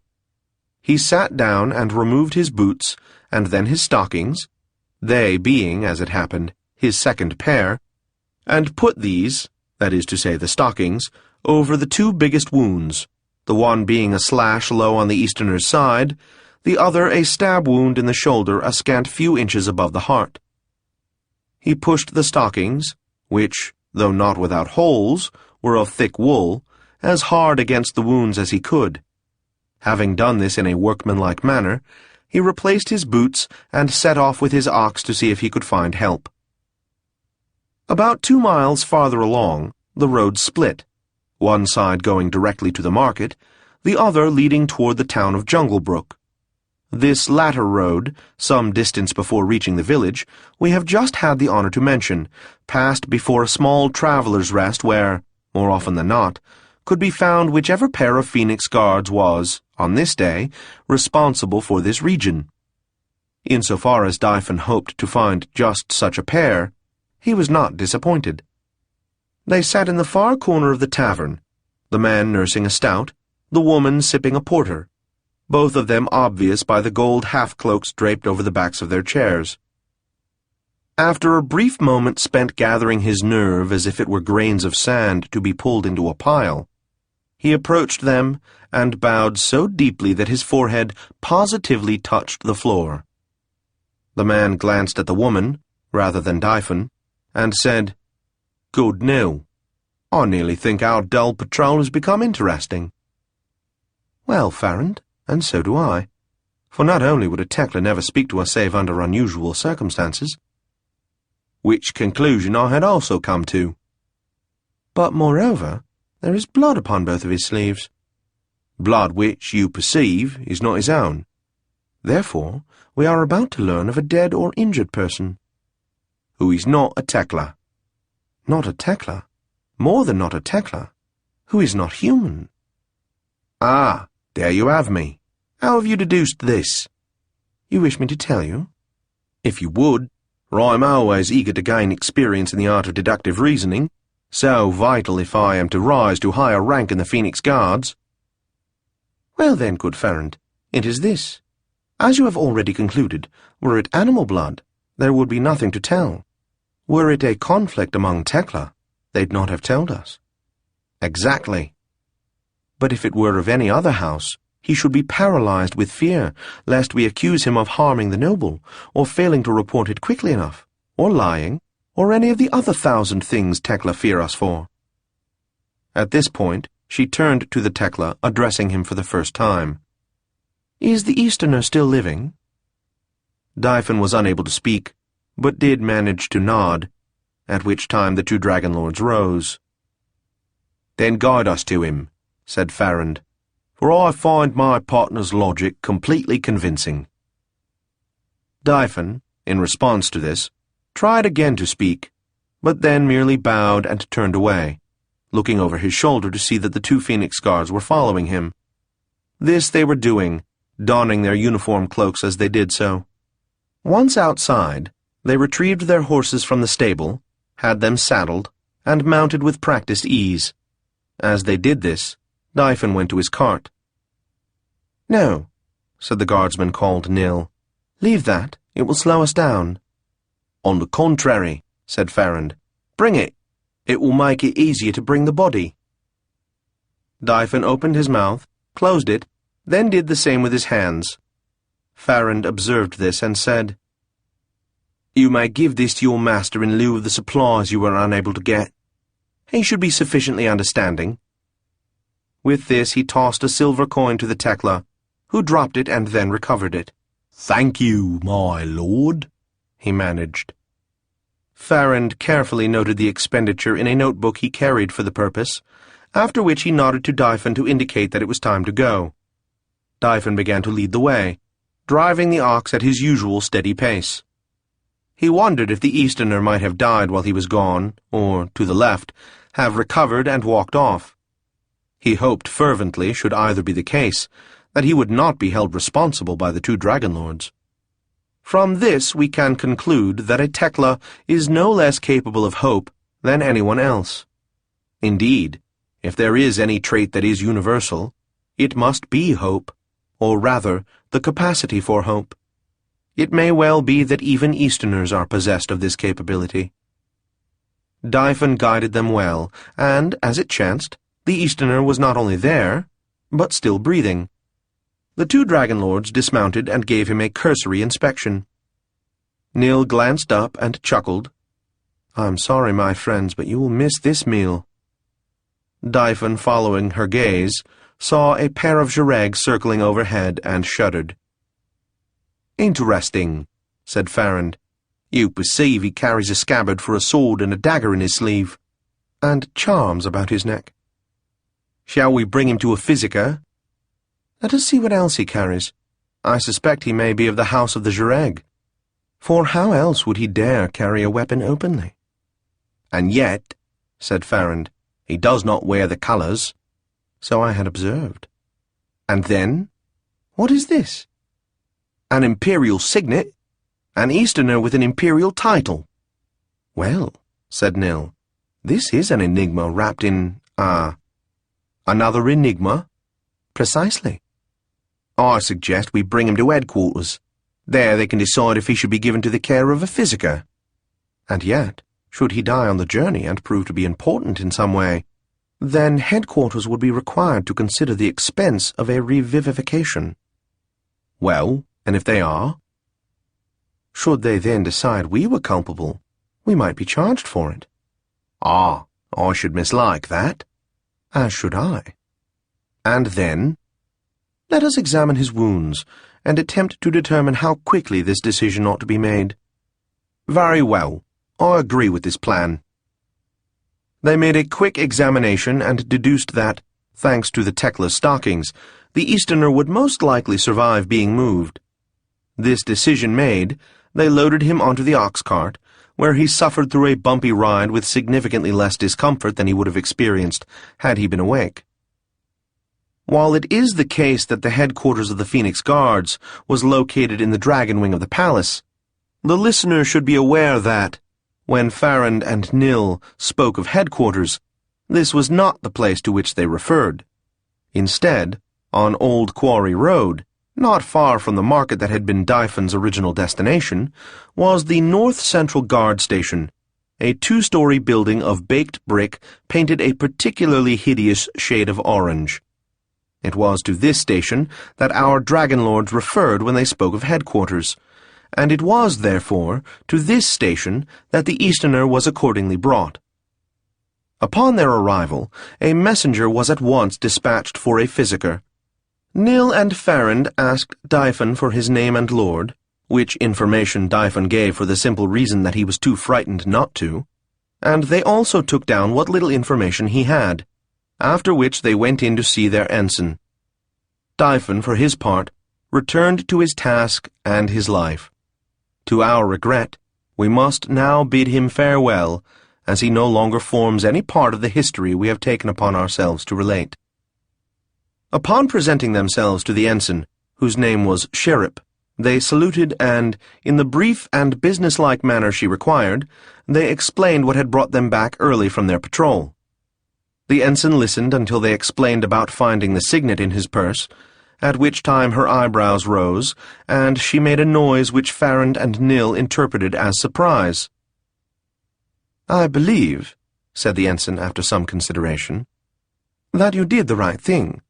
For an imperial noble to be permitted to die would reflect poorly on our ability to protect our citizens. And yet—" "Well," said Nil, "an Easterner with an imperial title.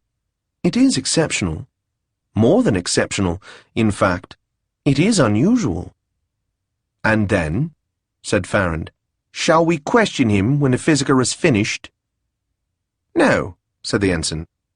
"While I have no fear of battle, nor of crossing swords with anyone you might name, still do I confess that there are things I fear. Rather than risking giving offense to an imperial lord by questioning him, or annoying my superior officers by letting him go, I will inform the wing of what has happened and await instructions." Nil said, "If I may speak, Commander." "Yes?"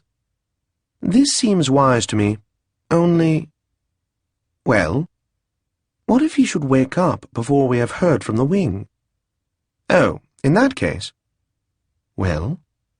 "As the Velista say, we will burn that house when we enter it."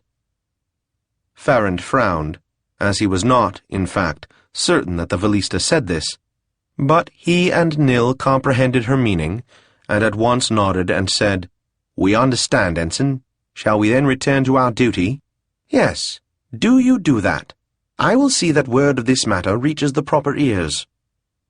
Nil and Farrand bowed and took their leave. The ensign, true to her word, at once wrote out a message to what the guardsmen called the wing, but was, in fact, the actual headquarters of the Phoenix Guards. She made the decision that the message was not of sufficient urgency to require psychic transmission, and so, upon completing the message, dispatched a messenger who, thanks to possessing first a good pair of legs, and second, the willingness to use them, less than half an hour later, reached the offices of the captain of the Phoenix Guard in the dragon wing of the palace. Once there, he wasted no time in pleasantries, but put the message at once into the hand of Lord Ranev, the personal secretary to the captain, not to be confused with the captain's confidential servant, whom we shall meet presently. This worthy received the message with the greatest aplomb, glanced at it, and at once replied with a single word, "Interesting." The messenger, who had heard this flavor of comment before from the worthy dragon lord, bowed and said, "Yes, my lord. Is there an answer?" "Remain nigh," said Ranev. "I will pass the message along, and, well, we will learn if there is a reply." "I shall not stray from this room," promised the messenger.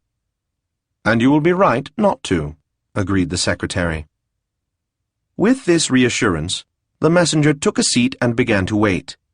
Waiting, we should add, was something he was especially skilled at, having had some 30 or 35 years' practice since the time he had first received this employment. What his thoughts were, or what methods he might have had to combat ennui, we cannot tell. But for the purposes of this history, we should add, such information would not be useful, and we therefore have no need to take up the reader's valuable time with it. Even as the messenger, whom we have chosen to leave nameless as an indication of his unimportance both to history in general and to our history in particular, was taking a seat, Ranev opened a door located in the back corner of his office and, passing through the doorway, stood before his superior, who was none other than Kavrin of Castle Rock, with whom the reader may, perhaps, be familiar from our earlier histories. For the benefit of the reader who is, for lack of opportunity or for some other reason, unacquainted with these histories, we will say 2 words about Kavrin, who at this time was captain of Her Majesty's Guard. He was, then, well into his middle years, being somewhat more than 1100 years of age, and if he had lost some of his youthful flexibility, both in body and in spirit, he had gained in strength. His eyes were as sharp as ever, and still glinted with the same quick intelligence, and if his mouth only rarely curved into the spontaneous smiles as before, his chin nevertheless showed the same determination. Beyond this, his wrist was as firm and supple as it ever was, and his ears, which had once been honored by winning the attention of an emperor, had lost none of their cleverness. Ranev placed himself before this worthy and bowed. "My captain," he said, "we have received word of an Easterner, found wounded near the river." "Well," said Kavran, as if uncertain about how this intelligence could have anything to do with him. "Moreover," said Ranev. "Yes, moreover. According to a signet upon his person, he holds an imperial title. An Easterner with an imperial title. A wounded Easterner with an imperial title. Tell me, Ranev, which seems to you more likely? An Easterner with an imperial title, or an Easterner who has, for reasons of his own, stolen a signet?" "Oh, it is obvious which is more likely, only—" "Yes?" "I have heard no report of such a signet being stolen." Kavran frowned, struck by the extreme justice of this observation. "Nor have I heard such a report," admitted the captain. "And you are right to point this out." "I am pleased that my captain thinks so." "Oh, I do. And not only that." "Yes, captain." "I believe we should reflect on this situation." "I have no argument to make with such reflection." "But in order to reflect, more information is required." "I agree with the captain that, when reflecting, having information upon which to reflect is often useful." "Is the messenger still waiting?" "He is, captain." "Then have him return to Ensign Shirrup. Instruct her to investigate this Easterner, then report to me here." From this, the reader may deduce that Kavran, who had been wont to run out to learn what he could, now had others to do this work, and had such information as they acquired brought to him. Whether this was a result of his increased responsibility or increased age, we must leave to the reader to decide. Ranev, for his part, had no occasion to speculate, but merely carried out the orders of his superior officer. The messenger, who had been waiting for just such an occurrence, also carried out his orders, and did so with such effectiveness that in a short time Ensign Shirrup had received the message with as much accuracy and precision as if she'd heard it from Kavran's own lips. For her part, she understood that, when given an order by the captain, there was no question of joking, and so she at once carried out an inspection of the Easterner, and spoke at some length with the physiker attending him. This done, she called for a coach and driver and, leaving a subordinate in charge, made her way to the imperial palace. Once there, she found the suite of the captain, where a servant named Bortliff, of whom we will learn more later, admitted her to Kavran's private office. Now, this office was, first of all, spacious, as befit the captain of the Phoenix Guards, who was, among other things, responsible for the safety of Her Majesty. In addition to the door by which first Ranev and now Shirrup had entered, there were 4 others. One of these, in the far back, led via a short tunnel to the outside, and it was used by the captain for his own comings and goings. The one to the left, that is, Shirrup's left as she entered, communicated with a large hallway that was the quickest way to reach the Iorich wing, although the reader must understand that the quickest way was not, in point of fact, quick. A third door, next to the one in back, led to a wide, heavily guarded area where teleports were permitted both in and out, and, beyond that, to certain council chambers where the captain could meet privately with anyone with whom he wished to consult. The final door, on the right, led by as direct a route as possible to the throne room in the imperial wing. In addition to the doors, there was a small alcove where the captain might hang his hat and cloak and also his sword. The rest of the room was dominated by a large walnut desk, a desk that the captain kept clean by the simple expedient of making others do his paperwork whenever possible. In addition to the desk, there were 5 chairs arranged in a semicircle in front of it. Each of these chairs was, we should add, quite comfortable, featuring armrests and cushions. because with his present elevated rank, he was now visited by those who deserved better treatment than was generally afforded even an officer of the guard. Kavrin's own chair was not unlike him. It was simple and without padding or ornament, firm, and gave the appearance of being entirely functional. It was in this office, and more precisely, in this chair, that Kavrin sat and, with a nod, greeted Ensign Shirrip.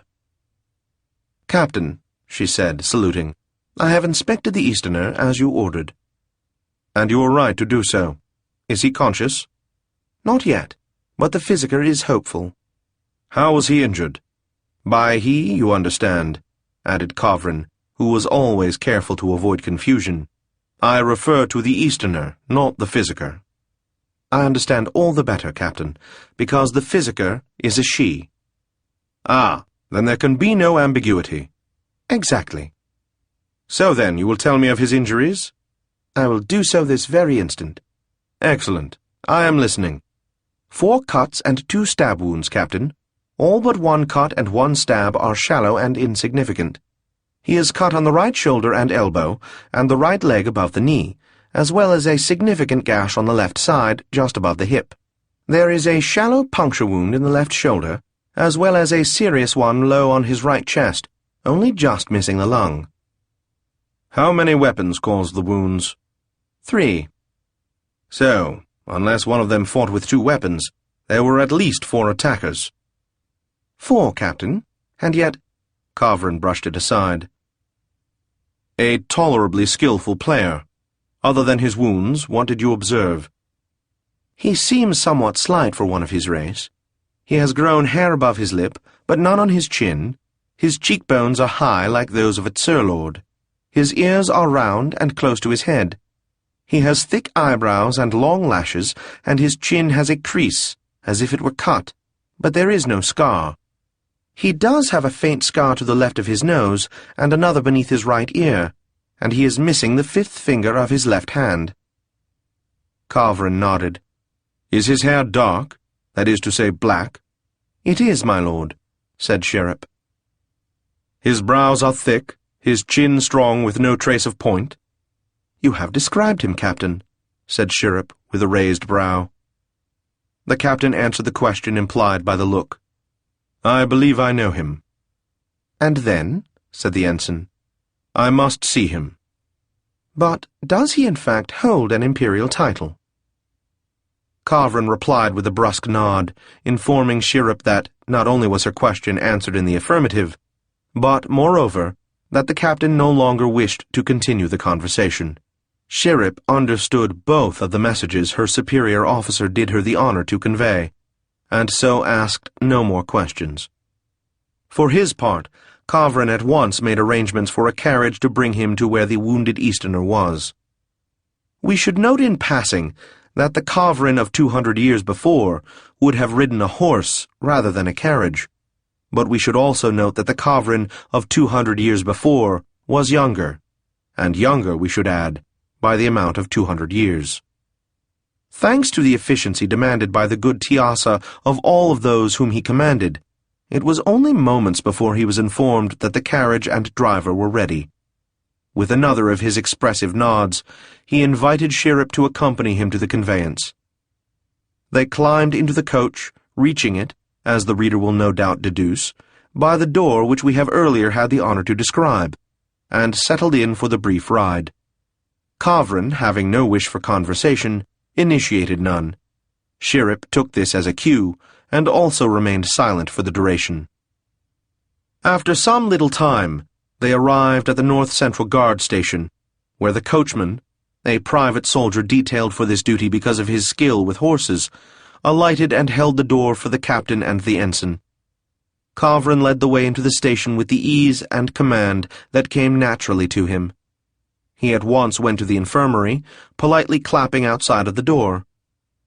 The listener should understand that even the captain of the Phoenix Guards ought not to enter an infirmary before being assured that no one was in the midst of a delicate procedure.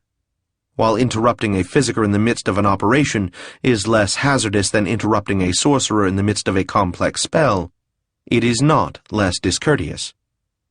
On this occasion, rather than a call to enter, the door opened and the Physiker emerged. She was an Othira, of medium height and middle years, with what appeared to be a permanent crease in her brow and a proud nose of the type usually associated with hawklords. She closed the door softly behind her, before bowing to Kavrin and saying, "I have been expecting you, my lord." "Well, and here I am." "No doubt you wish to know of my patient's condition." "You have guessed the precise nature of my errand." "Then I will tell you what you wish to know." "And you will be right to do so." "In the first place, you must know he has been badly wounded." "That much I had already deduced." "Moreover, I am unable to cast the usual spells to prevent mortification." "How unable?" "Exactly." "But what prevents you?" "I am uncertain, yet my efforts have failed." "Well, and then?" The Physiker frowned, the creases in her forehead deepening. "I have used older, more primitive methods of cleaning the wounds, and if these are successful, I would expect him to live." "Is he awake?" "Not as yet." "Can you tell when he will regain consciousness?" "No more than I can prevent mortification. That spell, too, fails." Kavrin frowned. "Then I will wait here until—" He was interrupted by a sound not unlike that the wind makes when passing through a hollow cavern, a sound which seemed to emanate from the other side of the door near which they stood. Without another word, the Physiker opened the door and entered, Kavrin at her heels.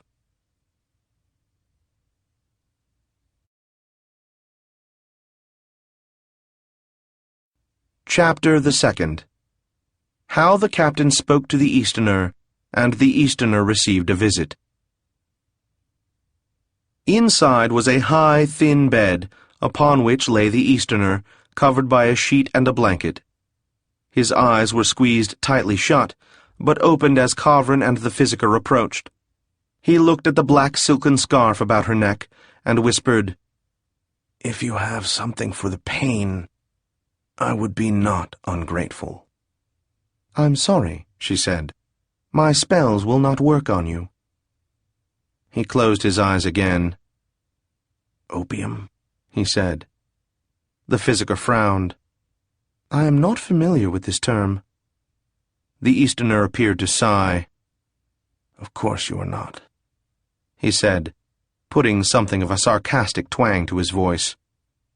His eyes then turned to the Captain, and he said, "To what do I owe the honor, my good lord, of a visit from—" He stopped here, coughed, winced, and then continued, "Such a high official of Her Majesty's elite personal guard."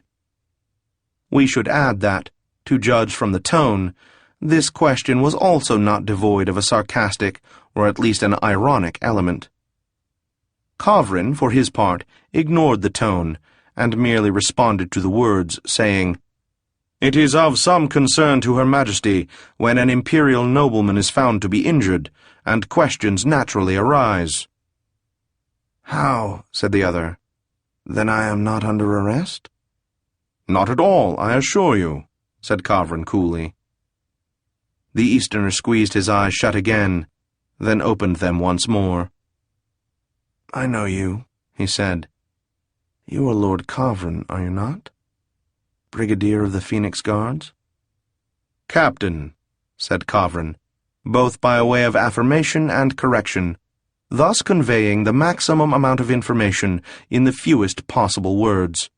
A custom of his, and one that this historian has, in fact, adopted for himself, holding efficiency of language to be a high virtue in all written works without exception. "Captain of the Phoenix Guards," agreed the Easterner. "Brigadier of—" "We'll not speak of that," said Kavrin. "Very well." "But if I might know your name, my lord?" "Vladimir, Count of Tsirke. If you wish for conversation with me—" "I do, if you are able to talk." "I will make the effort." "Very well, then. We have met before, have we not?" "Your memory is excellent, Captain. Although at that time I was called by another name." "Vladimir of Taltos, was it not?" If you will permit a small correction, there is no of. It is a patronymic, a custom of my people. The Easterner, we perceive, did not follow the captain's maxim of efficiency in use of language, a fact we will endeavor not to hold against him. I understand, said Kavrin. What is it you wish to know? What do I wish to know? Why, I wish to know what happened to you. You perceive, an attack on an imperial nobleman is not a matter about which there can be any question of joking. I wish to know who attacked you and what led to it. I understand. So then, if you would, tell me precisely what happened to you. I would be glad to do so, only— Yes? I have not the least idea in the world, I assure you. How? You don't know what happened to you? I do not. What is it you remember? I was walking north along the river bank, and then I was here. And so, you do not know how you became injured? I suspect I was set upon. Yes, that is my suspicion as well. And if that is so, as seems almost certain, it is my duty to find the miscreants and see them brought before the justicers. Captain, I know you say them. Well, and is it not a perfectly good word? Oh, I have nothing whatever against the word, depending upon its use. Well, then. But to me, it seems to imply that there are more than one of these, as you call them, miscreants. Yes, that is true, said Kavrin, struck by the extreme justice of this observation. The Easterner continued, Do you then believe there were 2 or more? I put the number at 4 or 5, said Kavrin. So many. I am astonished that I survived such an attack. Well, said Kavrin laconically. If, as you say, you know nothing of this incident— I do say that, and what is more, I even repeat it. Then how is it you know the number of attackers? From the number and the nature of your wounds, as well as certain rents in your clothing, which I took the liberty of inspecting. Ah, well, in your place I should have done the same. No doubt that is true. Speaking of my weapon— The weapon that fits the scabbard was not found. But other weapons? Your belongings are in the trunk under the bed. Very good. But to return to the subject— Yes, let us do so, by all means. You say that you have no memory of what befell you. None whatsoever. In fact, it would be good of you to tell me what you know. You wish to know that? It concerns me greatly, I assure you. I can see that it would. Well, this is what happened, to the best of my belief. You were attacked, you defended yourself, and as you were nearly overwhelmed, you threw yourself into the river to escape. You did manage to escape, but lost consciousness shortly thereafter, no doubt from the loss of blood and the exertion, and perhaps the shock of the cold water. I see. What you tell me is most interesting, and I appreciate it very much. Only it seems odd that— Yes, that? That I survived immersion in the river, which is exceptionally wide and deep, as well as cold and fast. That is true, as far as it goes. Well? But there are often places where portions of the river, as it were, meander off on their own, for one reason or another. These places are shallower and slower and narrower, perhaps even warmer, I could not say. It was in such a place that you were found. I comprehend. You have explained perfectly. Except— Yes? Why would I have been attacked? Oh, as to that. Well? Perhaps they attempted to rob you. Ah, that is possible. The roads are not safe. We do what we can. I had not meant to imply criticism. Kavrin bowed to indicate he was not offended, and continued, As we both wish the same thing, that is, to determine exactly what happened to you and who did it, there are perhaps ways of learning this. Oh, are there indeed? Tell me more, Captain, for you interest me extremely. There are sorceries that are sometimes able to enter the mind and recover lost memories. Ah, you say sorceries. Yes. Well, the Easterner broke off, appearing to be in some confusion. After a moment he said, Yes, well, I am afraid sorcery will not. That is to say, it is impossible. Impossible? It is, I assure you. And would still be impossible if you were to remove that amulet that is hanging about your neck. The Easterner's eyes widened somewhat. Then he said, You are observant, and have some skill at deduction. Well? In any event, I will not remove the amulet. I require it for my safety. If I may ask, safety from what? Ah, you wish to know that? I do. Well, from any who would do me harm. And I nearly think there are those who would wish to do me harm. Oh, I do not deny that. Indeed, we have very nearly proven it. That is my opinion as well. And yet, you have no opinion on who might have wished to harm you. None whatsoever. That is remarkable. Well, it couldn't be the Jareg? The Easterner returned Kavrin's bland look and said, How the Jareg? What have I to do with them? In one sense, nothing any more. In another, a great deal. For example, they would like you dead. You think so? I am reliably informed of this. Well, I do not deny it. It is best you do not, I assure you. Yet I promise that whoever attacked me, my good captain, it was not the Jareg. You confuse me. That is not my intention. You pretend to know the attack was not carried out by the Jareg. And if I do? And yet you claim to have no memory of the attack. How is this possible? How is it you know how many attacked me when you weren't there? A simple deduction from facts. Precisely. As is my conclusion that I was not attacked by the Jareg. Ah, is that it? Then, what is this famous deduction? Tell me yours first. Kavrin shrugged. There were marks of 3 distinct weapons on you. And if there were? You were not surprised, or you'd have been killed. Well, that makes sense. A man able to survive an attack by 3 individuals is certain to have dispatched at least one of them before that one was able to harm him. Your logic is admirable. My logic thanks you. Now, as to your deduction. The Jareg rarely employ gangs in such matters. 1 is sufficient, or 2 at the most. Moreover— Yes? The Easterner smiled coldly. It is not simply death they wish for me. Kavrin, after a moment's thought, understood what he had been told, and was unable to repress a shudder.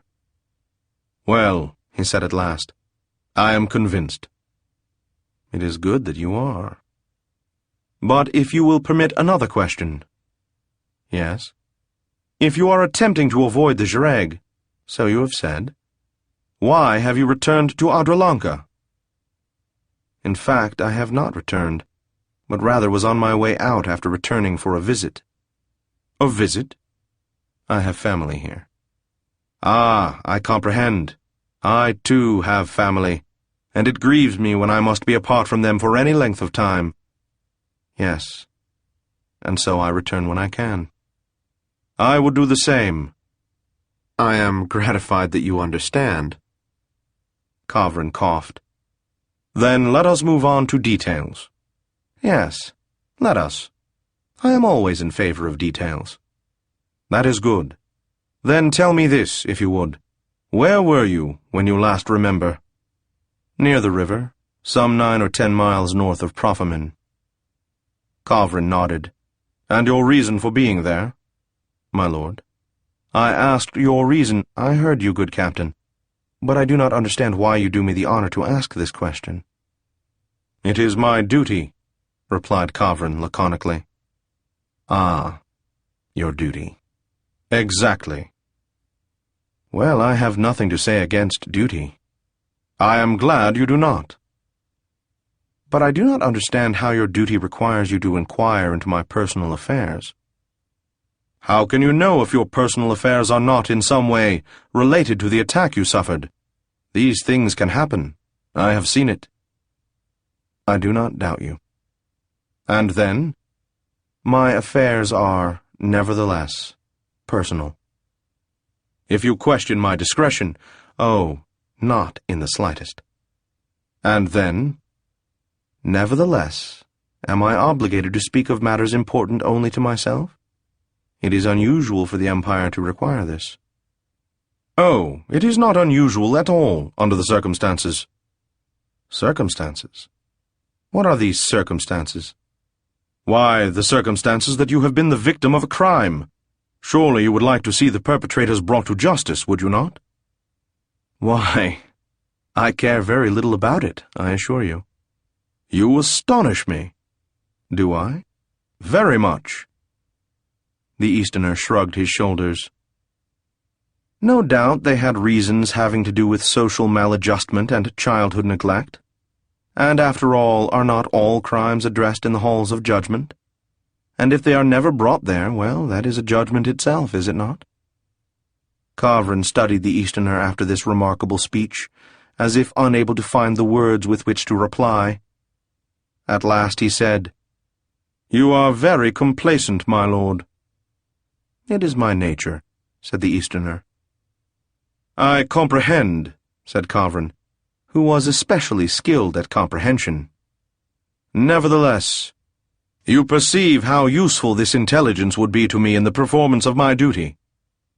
Ah, that word again. "Consider how Her Majesty would feel were she to know that not only had imperial counts been attacked on the highways, but her own personal guard had not even begun an investigation. Surely you perceive what sort of position you put me in." Now you appeal to my kindness. Well, have you any? A little. But I try to be careful how I spend it. And do you not think this a worthy cause? Oh, no doubt it is. Well then. The Easterner sighed. If you truly wish to know. I do, I assure you. I was taking a stroll up the river. I am very partial to the river and often walk along the banks. A stroll? Exactly. I understand. Now you say you remember being 10 miles north of Profimen. That is correct. That puts you nearly 20 miles from where you were found. Does it? That is a long way. It seems unlikely that the river carried you 20 miles, wounded, and delivered you up alive. It seems unlikely to me as well, good captain. And yet you have no answer to this conundrum. It grieves me to tell you that I have none at all. Then I shall have to discover one. Of course, I wish you all success. May I depend on your cooperation? Entirely. I am gratified to hear it. And I trust you will keep me informed as to what you discover. I will not fail to do so, my lord. How will you begin the investigation? Ah, I must consider that. And as for you, my lord. Yes? Rest now, and trust your physiker. Lord Tserke, as he was called, nodded briefly and closed his eyes again. Kavrin, for his part, made his way out of the room accompanied by the physiker. After saluting the physiker, the captain took himself to the offices of Ensign Shurip, whom he found behind her desk. He motioned for her to remain seated, and himself sat in a chair opposite her. The ensign said nothing, but remained alert and attentive, ready to respond to whatever orders or questions the captain did her the honor to address to her. Kavrin, for his part, wasted no time before bringing the conversation to the subject of his choosing. We must see if we can learn what happened to the Easterner. It will be difficult, because he refuses to cooperate. The ensign frowned. That may be a clue itself. It is probable, agreed Carverin. How shall I proceed in this investigation? Send teams to Profamen and learn what you can. If the Easterner was, in fact, there, someone will have noticed him. See who else was there. And if we turn up nothing, Captain? Carverin shrugged. We will see. For now, carry out... He broke off abruptly as there was a clap outside the door. Who is there? Called the ensign, assuming, correctly, that it being her office, the interruption was her responsibility. Urbad, came the answer, with a message. Can it wait until the captain has finished his conversation with me? Urbad, from the other side of the door, said, I do not know, ensign, because the message is for the captain. Carverin frowned and nodded to the ensign, who called to the messenger to enter. When this messenger had entered and saluted, Carverin said, You have a message for me? I give you my word on it. Then you have something to tell me? The captain has understood exactly. I have something to tell you. Very well, I am listening. This is it, then. There is a visitor. A visitor? Then someone is here to see me? Not you, Captain. Not me? No, Captain. The Easterner. A visitor for the Easterner? Precisely. I took the liberty of informing the visitor that it would require your permission, Captain, to see him. And you were right to do so, said Carverin. Then, turning to the ensign, he said, How long has the Easterner been here? A few hours. And was anyone informed that he was here? No one at all. And yet he has a visitor. Exactly. This is worthy of remark. Then, once more addressing Urbad, he said, Describe the visitor. She is an Isola, Captain, with a strikingly pretty face, marked by delicate brows beneath a high forehead, a sharp but attractive nose, sensuous lips, and a firm chin. Her hair is light, her complexion fair. She is slight of build but strong, perhaps a little shorter than average at 6.5 feet. Her fingers are long and elegant, with calluses that make me suspect she plays a musical instrument. She wears the green and white with leather coverings, as one dressed for travel, and from the scuffs on these leathers she is an accomplished horseman. Her blade is short and heavy, of a simple and functional kind that convinces me she knows its length. I see, said Carverin, to whom a picture of the visitor appeared in his mind's eye as clearly as if he were looking at her. What name does she give? Lady Saruchka of Reflin. I do not know her. What does she wish? She said nothing except to express her desire to see the Easterner. How did she refer to him? As Lord Taltos. Taltos, not Serke. I see. Very well. Take me to where she is. This way, Captain. Carverin accordingly followed her toward the entryway, where the lady was waiting, just as described. She rose as Carverin entered, and bowed with all the grace one would expect of an Isola. Carverin, returning the bow, said, Lady Saruchka of Reflin, I am Carverin of Castle Rock. An honour as well as a pleasure, Lord Carverin. Naturally I have heard of you, and all you have done for the Empire. You are kind, my lady. Not at all. I am told you wish to visit the patient. If you please, Captain. May I ask the reason for the visit? I give you my word, I would not ask such an impertinent question, did not my duty absolutely require it. Oh, I understand completely, good Captain, and I should have been astonished if you did not ask. You are most complaisant, my lady. I wish to see him because he is a friend, and I have heard he was injured, and thus I wish to assure myself regarding his health and comfort. Carverin hesitated, then said, I apologize for the interrogation, my lady, but would you be good enough to tell me how it is you learned he had been injured? Through a mutual friend.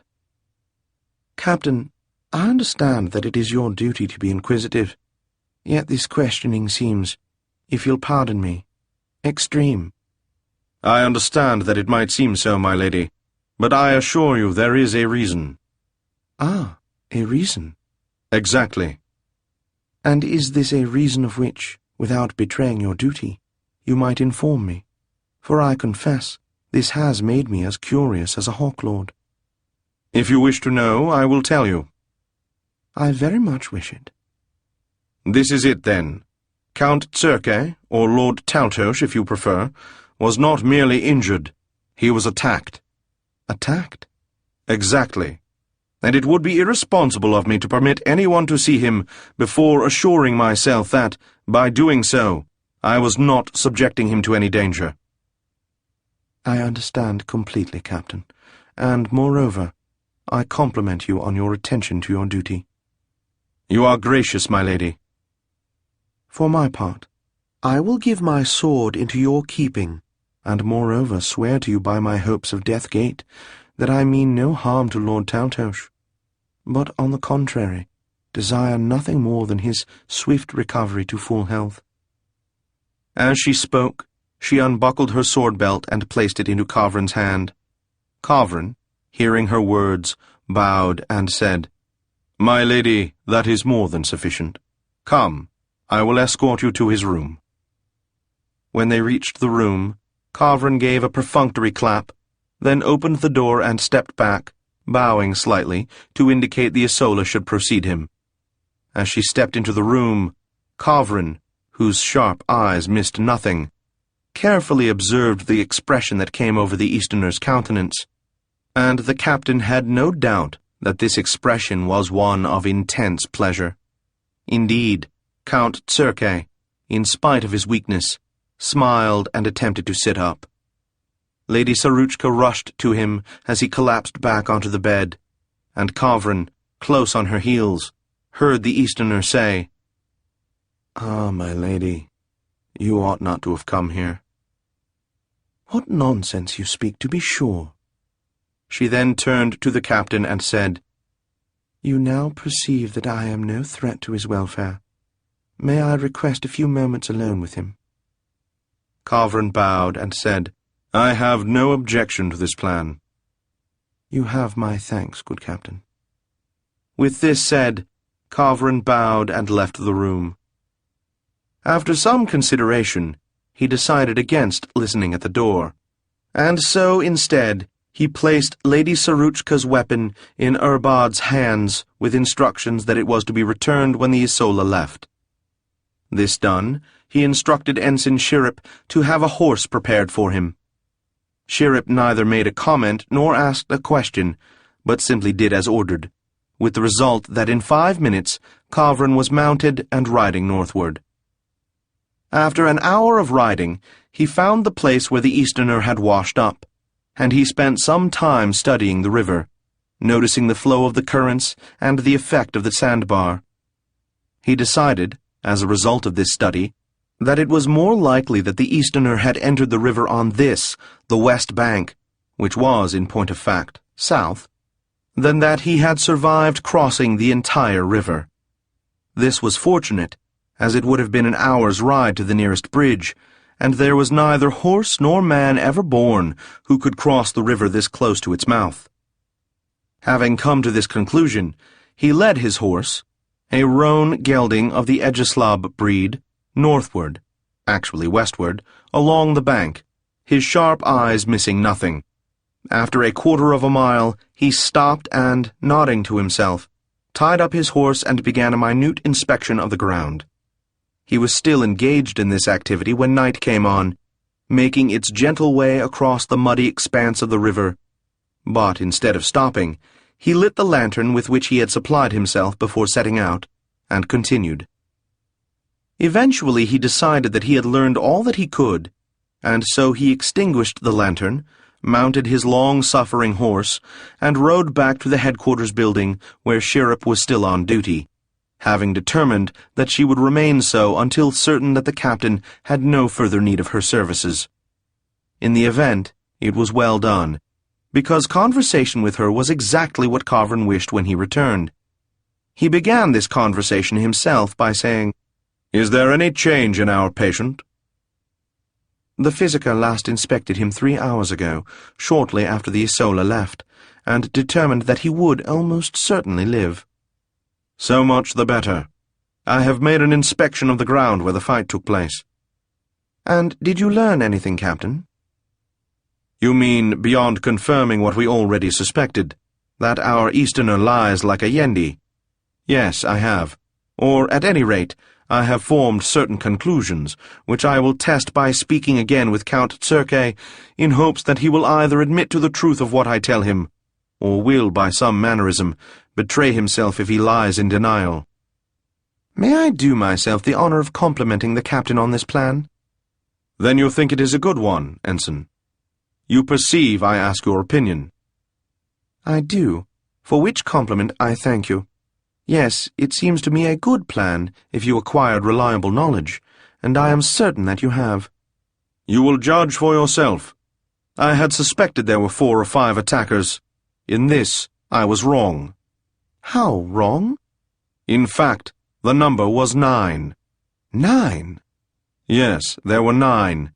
It was easy to determine, as the ground was soft and, before the altercation began, all 9 were lined up facing him, and he, with his back to the river, faced them. They remained this way for some time, no doubt having conversation, because the impression of his boots had time to settle deeply, and he stood as one will when having conversation, rather than assuming any sort of defensive position. And yet 9?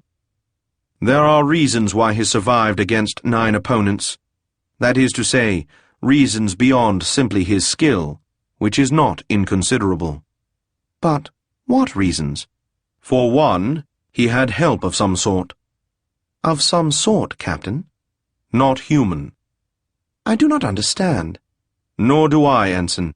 Yet there were unmistakable signs that at least 2 of his attackers were engaged in some sort of combat, nowhere near Count Circe. And yet, there were no footprints near these 2 except their own. It is possible that he is a skilled illusionist, and so 2 of his opponents were engaged with phantoms. It is also possible he was able to summon or control birds, and used these against his enemies. There was no blood near either of these places, and yet a considerable number of leaves and twigs had been cut from the trees, as if the attackers were swinging their swords wildly over their heads. And yet, Captain, that still leaves 7.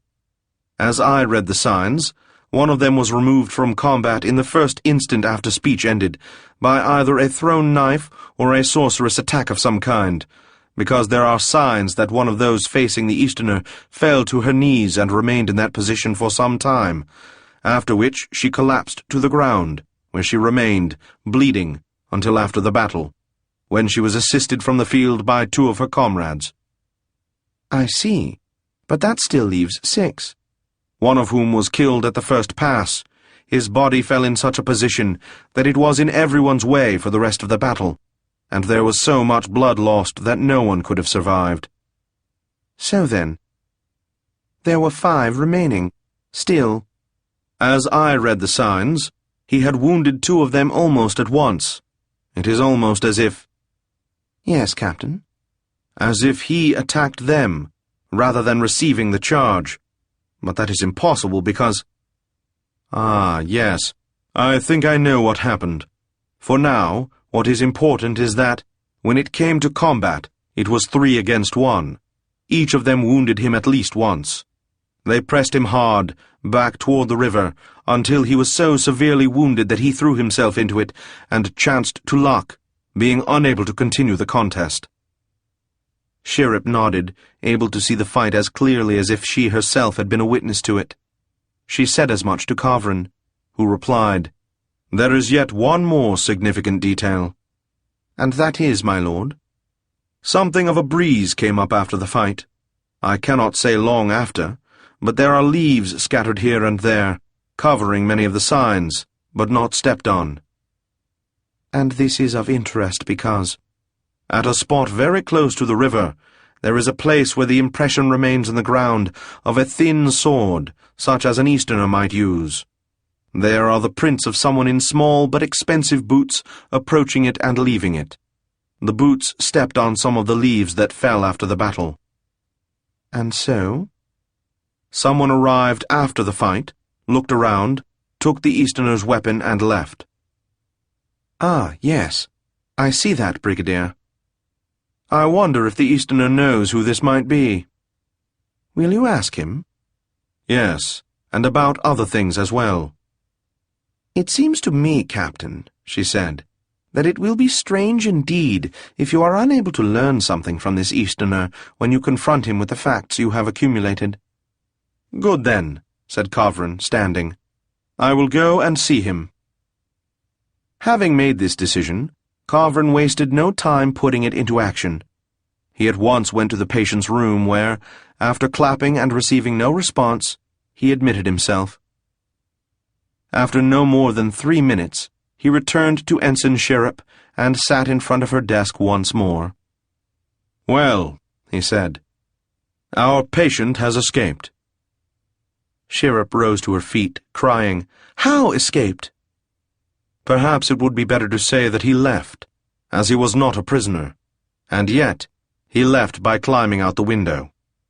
"How was he able to do so?" "As to that, I cannot say. I saw no indication that he had assistance of any kind." "But, Captain, what do we do?" "Do? Why, nothing." "How nothing?" Kavrin shrugged. "We have no legal grounds to hold him, and by escaping through the window, he proved we have no medical grounds either." "And yet the case—" "Ah, as to the case—" "Well?" "Continue the interviews, learning as much as you can. We will collect the information and hold it against future need." "Then you think the matter is not ended?" "I do not know what the matter actually is, Ensign. But so far as it goes, no, I do not think it is ended. I believe that Count Circe and I will have more to do with each other before the Empire becomes significantly older."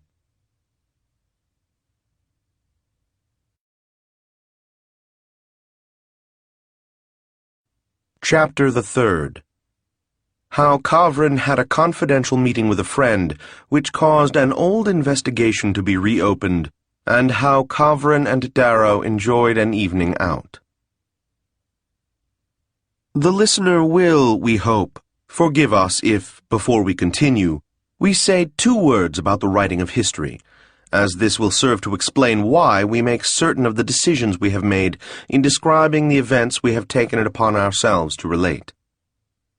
The renowned musician and composer Lord Levis has stated that music consists of the notes played and spaces between them, each of them being equally important. In the same way, the narration of history consists of what is told and what is omitted. History is as much of a science as physics, mathematics, or sorcery. The narration of history is as much of an art as music, psi-print, or sculpture. The art, then, consists in the selection of the events to be included and those to be excluded that will most effectively lay bare the scientific laws in operation. The uneducated but alert reader will, at this point, worry that the historian may, by the careful selection of events, attempt to prove a set of preconceived notions that do not, in fact, correspond to the truth. We cannot deny that this may happen, as those who are familiar with the history written by certain desert-born mystics can testify. But in fact, this analysis, apparently so convincing, ignores a vital factor: the active brain of the listener.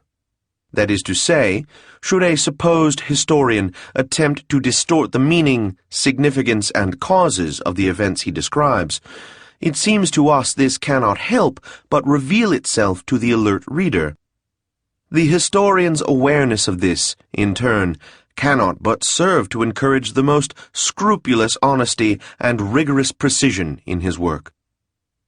We have taken the time to explain this because the reader cannot fail to notice that our narrative, initially flowing seamlessly from a Tekla to certain guards to an ensign and to Kavrin, will now abruptly move about in time. It is our opinion that a narrative that behaves in this manner ought to be required to explain itself, which it has now done. The discontinuity in time merely corresponds to the historian's choice to omit details he deems insignificant or distracting, instead focusing his and the reader's attention on matters of importance.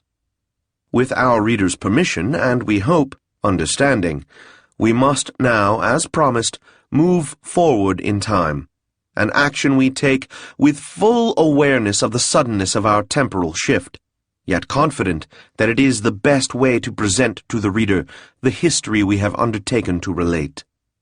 It was, then, fully 3 months after the events described in the previous chapter that Kavran, who, having been able to learn nothing of the injured Easterner, and having thus given it no more thought, had the matter called to his mind. It came about this way. Kavran was in his office studying the most recent reports on the disposition and preparedness of those under his command, when there came the sound of wood rattling with the particular timbre that indicated someone had pulled the clapper rope outside of the door leading to the conference room. There were only a very few individuals who might ever enter by this door, and in the case of none of them was there any question of joking. Therefore, Kavran at once called for the person to enter. The door opened, and a figure came through the doorway. The figure, we should add, was hooded and cloaked in dark grey, and walked with a firm, even pace until, arriving before Kavran's desk, it seated itself. "Well," said Kavran, "although I have no doubt that pleasure has nothing to do with your visit to my office, nevertheless, I assure you that it is a pleasure to see you." "I give you my word," said the other, in a soft, almost musical voice. "My feelings are entirely the same."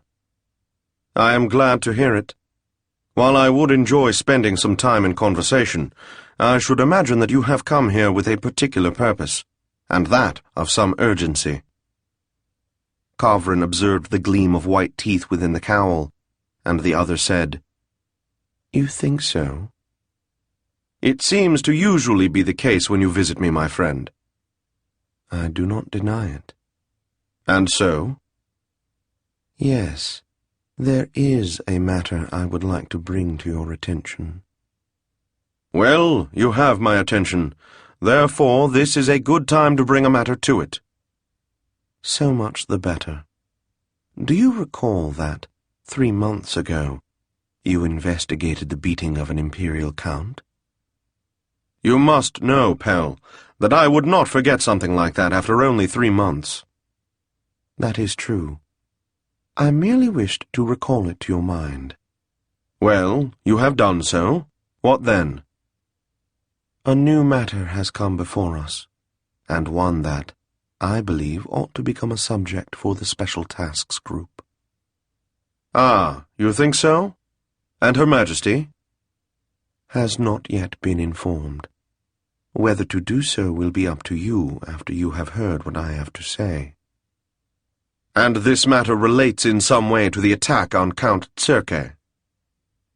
"I will lay the matter before you, and you will judge." "Very well." "Do you have the reports on the investigation you ran?" Kavran tilted his head. "I think the more significant question is, do you have the reports on the investigation I ran?" The other chuckled. "You know that I hear things." "Yes, but it seems you also read things." "Come, is it a problem?" Kavran shook his head. "We will not speak of it. Instead, tell me what you found significant in these reports." "I noticed the same thing you did, my friend." "You refer to an interview conducted in the village of Swells."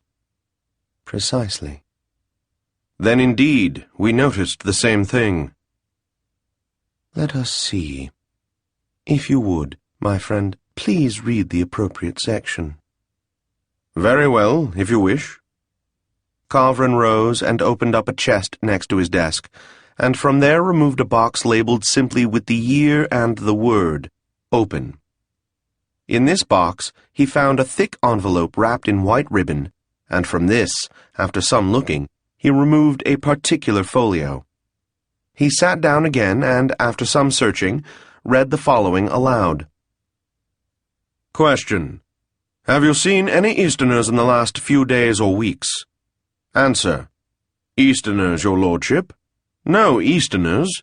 Just Creotha brewers, a few Orca, dragon lords like yourselves, some Isola, a couple of travelling merchants, Jagala, and a Leon who was visiting his cousin. No Easterners, your lordship. Ah, was that the passage that caught your attention, Kavran? I am astonished. Are you?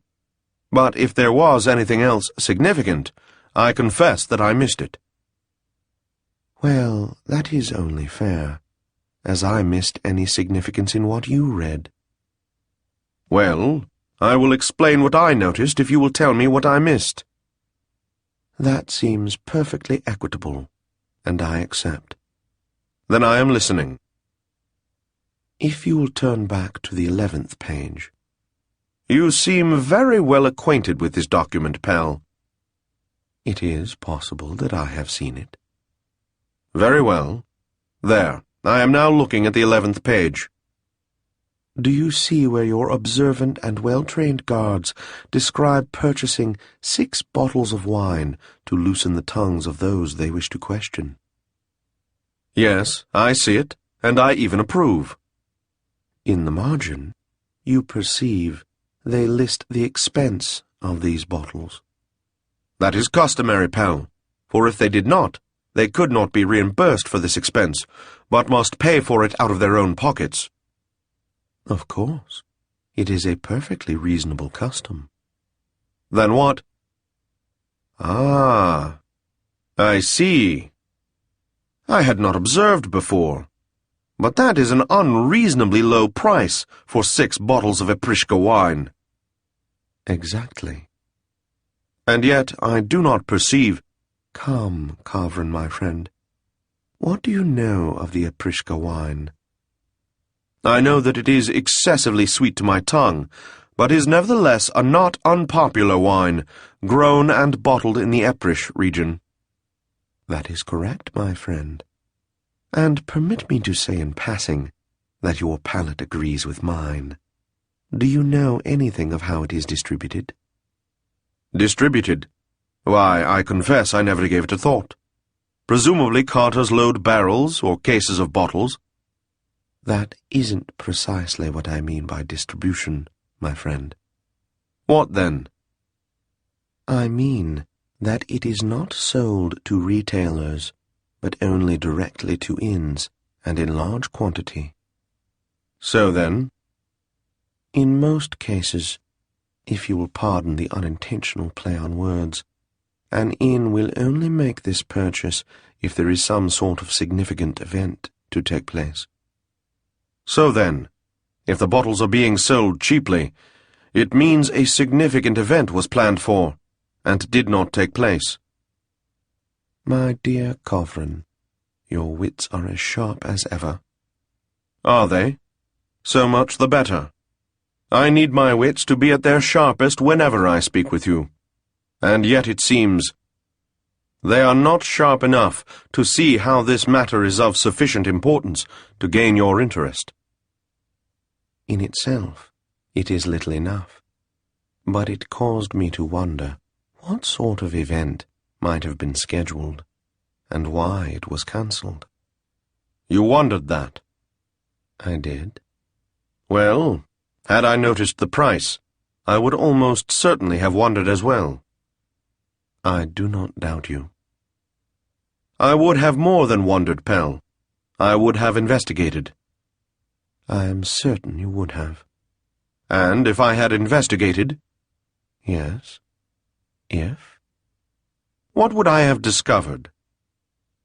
You would have learned that a bard was scheduled to perform on the day after Count Zerke was beaten, and the performance was cancelled on that very day. Interesting indeed.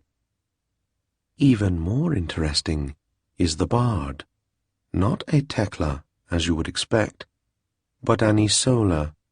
Her name is Saruchka. Exactly.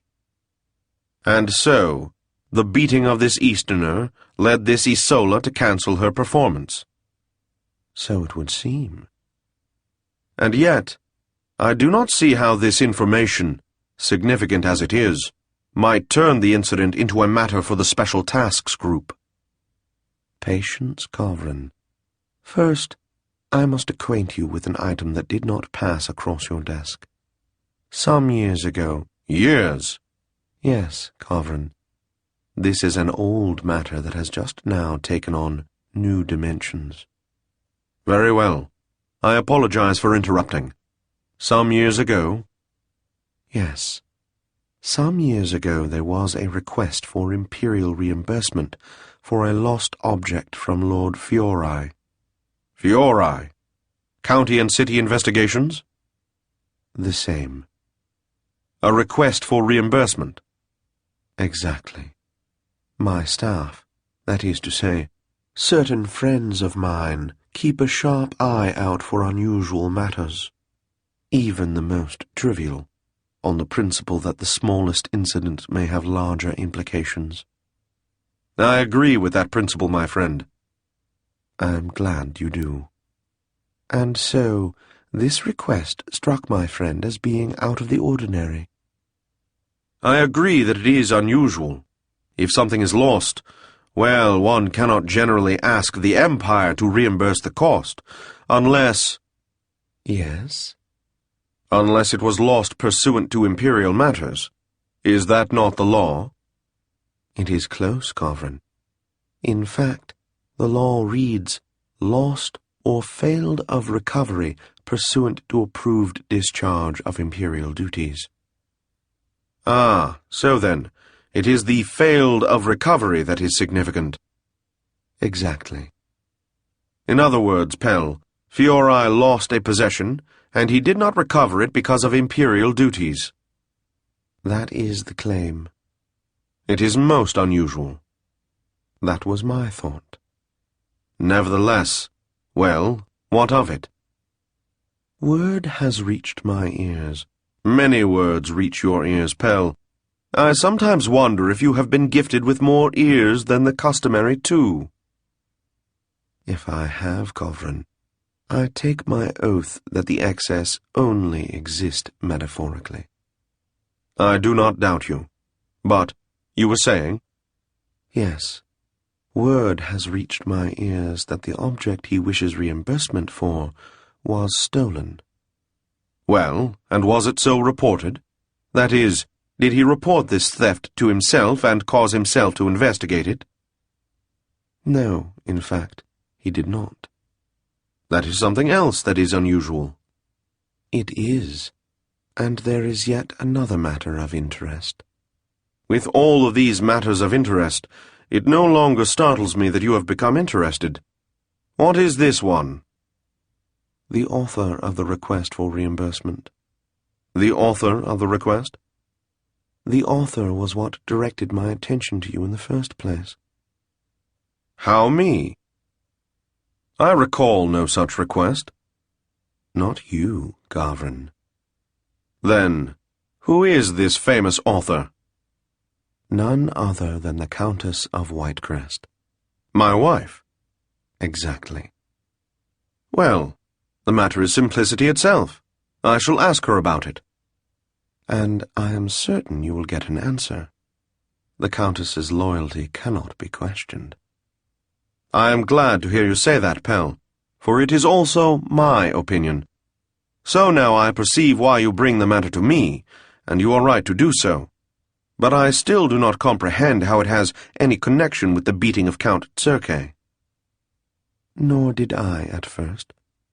But, you perceive, once my interest in the matter was aroused, I could not help but look further. Well, and did you wonder what was stolen? That was my first question. And did you find an answer? Nearly. Well? It took several years, as the matter did not seem pressing, but, yes, eventually I did learn. Well, and what was stolen? A silver Tiassa. Carveran bounded to his feet. "What is it you tell me?" "It is described as a tiny sculpture of a Tiassa, all of silver, with sapphires for eyes." "This is... When did he request reimbursement?" "Half a year after the uproar of a supposed genuine invasion that never occurred, during which, as you recall, the court wizard was furiously looking for a silver Tiassa." "Exactly." Carveran sat down again. "You may as well remain standing," said his friend. "How? There is more?" "Yes. For once I learned this, I could not resist attempting further investigation." "I know you so well in that." "I was curious about two things especially. One, who stole it? And two, how did Fiori acquire it in the first place?" "And did you learn the answer to the first question?" "No, but I learned the answer to the second." "Ah, how did you discover it?" "In the simplest possible way. After assuring him that this was a matter of first importance to the Empire, well, I asked him." "Ah, that was cleverly done, Pell." "Was it not?" "And so, how did he acquire it?" "The details are murky, and it involves some quasi-legal activity that I would prefer not to discuss with you, my friend. But in the end, the trail leads to none other than your friend, the Count of Circe." "Indeed." "So it would seem." "Well, does he have the silver Tiassa now?" The other shrugged. "I do not know." "We should attempt to find it." "I agree." "And I should have a conversation with Lord Fiori." "Ah, as to that." "Well?"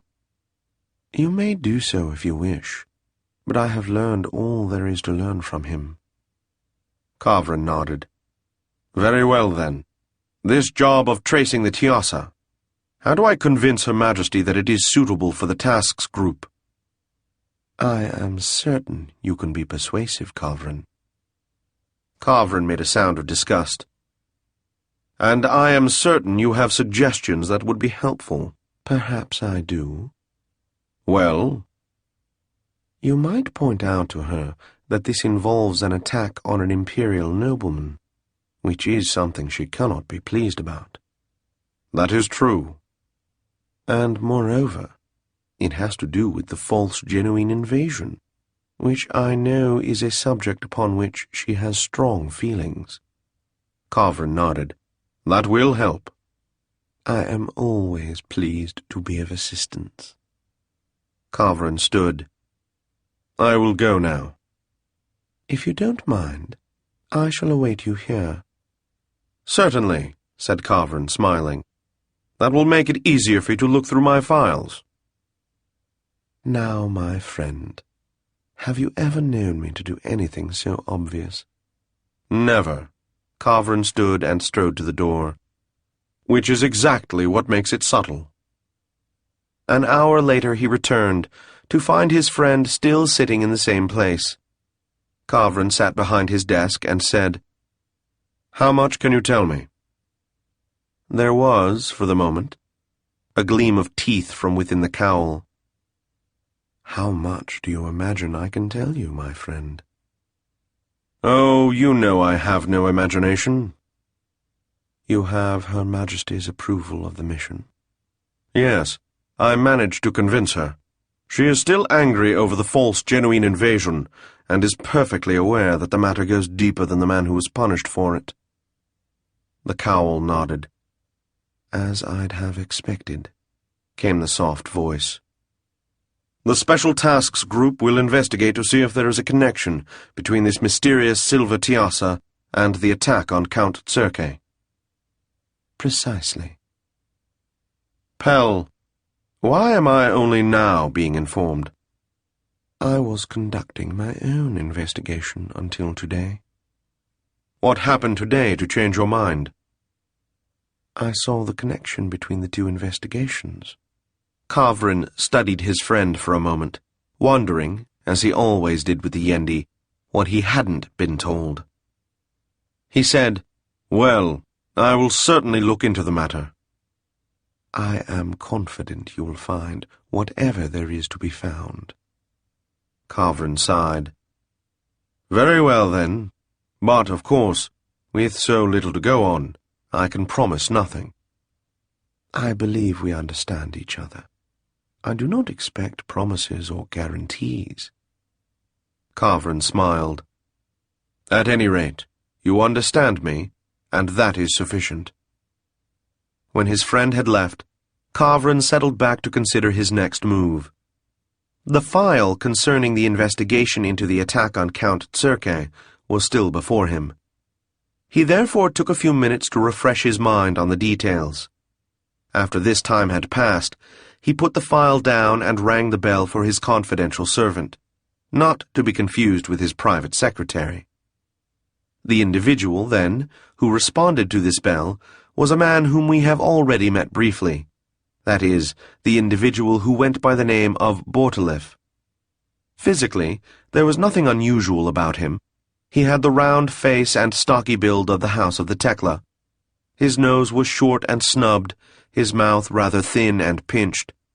Now this worthy had been employed by the Empire, that is to say by Kavrin, for several years.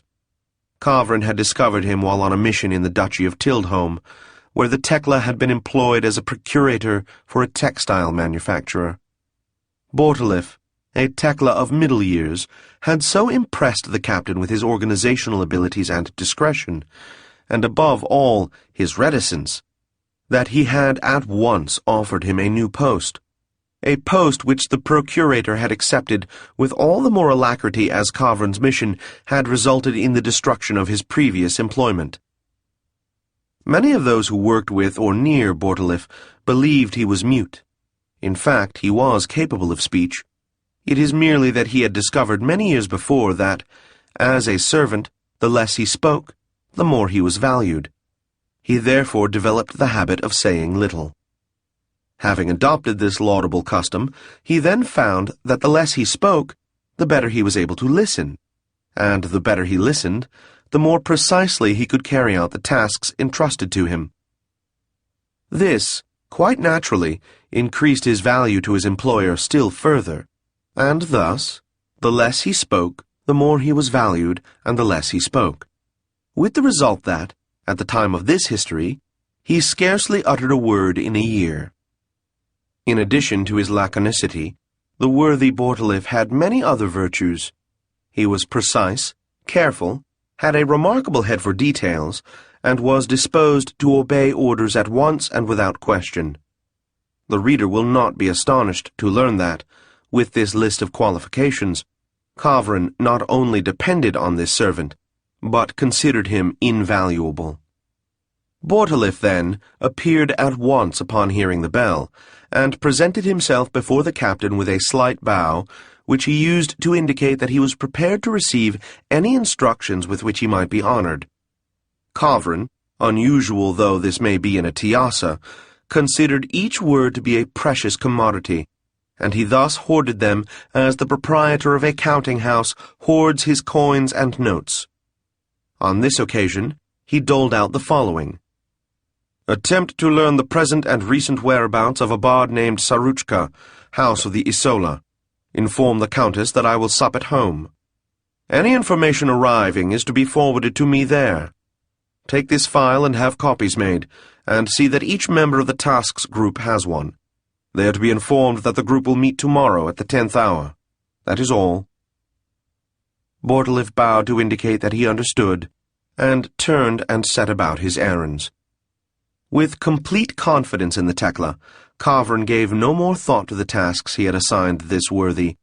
Instead, he simply returned home, where his sword and cloak were taken by Syl, an elderly servant who had been with the manor since before the interregnum, and who, by this time, understood the complex relationships between imperial service, county service, and family life better than did any of the others who lived there.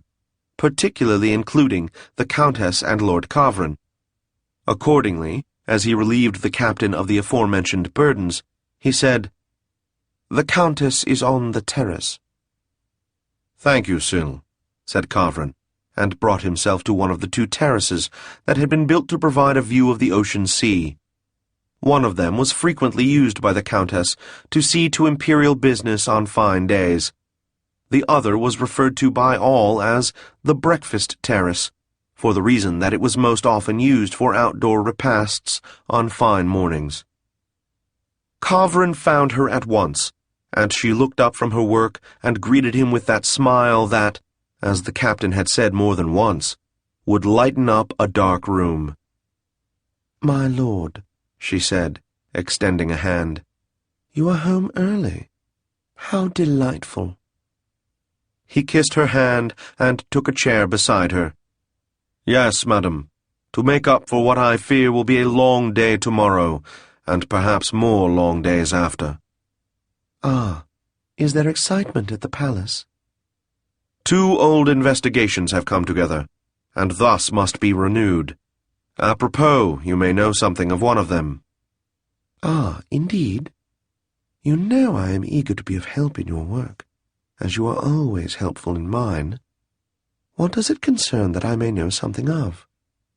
"It concerns Lord Fiori, a silver Tiassa, and the matter of the false genuine invasion of some years ago, which invasion, as you know, was never thoroughly understood by Her Majesty."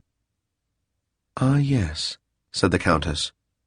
"I may indeed have information on that matter." "Information that you never gave me before, madam?" "Ah, my lord, do I hear a hint of reproach in your voice?" "Merely curiosity, madam. It seems unlike you to withhold information that could be useful in my work." "The circumstances were unusual." "But you will explain them?" "Certainly, and this very moment, if you wish." "I would be very pleased to hear this explanation." "Then I will tell you." "I am listening." "You know that the supposed invasion was merely a plot by the Jireg?" "Yes, madam. I am not unacquainted with this circumstance." "Do you know the object of this plot?" "That was never revealed." "Yes, my lord, because to reveal it would have led to unfortunate circumstances for the Empire." "How unfortunate?" Her Majesty would have been forced to take official notice, and this, in turn, would have required legal and possibly violent attacks on the Jireg, and the Jireg would, of course, have responded. Her Majesty thought it best, after having foiled their intentions and executed the perpetrator, to let the matter lie. Lord Fiori cooperated by not reporting the theft of his sculpture, and I filled out the forms to see he was, at least, reimbursed for it." "It was Her Majesty's decision not to press the investigation further?" "It was." "Very well. What was the plot intended to accomplish?" "The assassination of a certain Lord Taltos." "Taltos?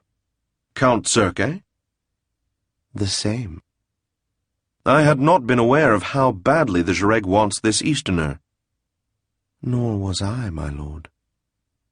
"How was this plot to work?" "The intention was to trick Her Majesty into locating this Easterner, at which time Jireg assassins would kill him."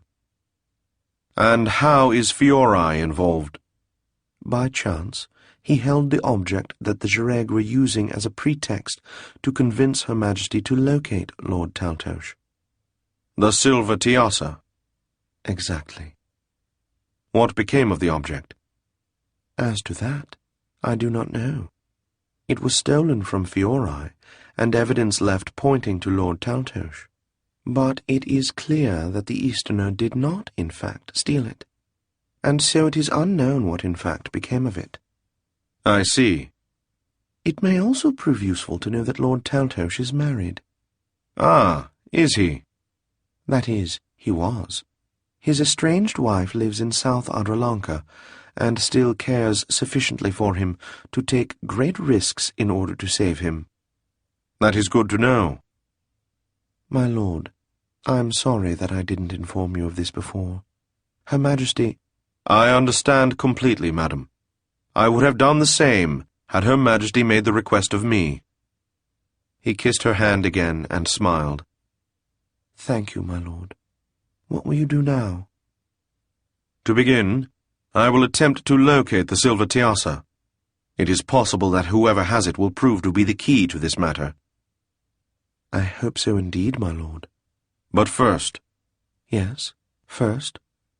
First, madam, I plan to spend a relaxing evening with my adored wife. Permit me to say, my lord, that I am in entire agreement with this plan. If you wish, we can even venture out of doors. Might an evening of music be to your taste? My lord knows how I love music. As do I. There is always an entertainer at the fingers. That would be lovely. But is it not the case that there is a performance tonight at the Adrolanka concert hall? That is true, madam, and yet I know that you prefer social to compositional music. I enjoy both, my lord, as do you, though I am aware of your preference for the latter. Yet— Well? I believe that today the notion of dressing in all the finery newly confined, and even doing my nails and my jewelry, would be a particular treat.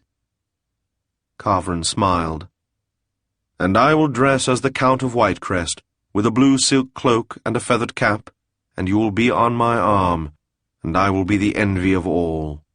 And when I have had my fill of that pleasure— Yes? What then? Why, then we will pass within and treat our senses to Gengi's Symphony of the Northern Sea, conducted by Gengi himself. I can think of nothing more pleasurable. Nor can I conceive of a better way to relax before diving into a task that, I assure you, will have me as busy as I have been in some little time. Let us not think of that now. With this I agree. But is there time? The concert does not begin until the 9th hour. An hour to dress, an hour for a leisurely drive, a few minutes for a late supper at the Boiled Hen, and we will still have time to mingle. Then it is a plan. This plan, unlike those of a military nature, in the event worked out exactly as intended. They arrived at the concert hall and entered, smiling and speaking with casual acquaintances. Kavrin, of course, noticed with great pleasure the glances, open or covert, cast on the Countess, who, according to her custom, wore Leorn red in the form of a low-cut gown with a long train, bunched sleeves, and no shortage of lace. Her jewelry, diamond earrings and a ruby brooch, completed the outfit. These external features, however, paled in comparison to her wit and charm, which were on full display to anyone who joined what quickly became a large group that formed around them, awaiting the bell that signaled the concert was to begin. The bell sounded, and the massive doors were opened by servants in the blue and gold livery affected by the hall.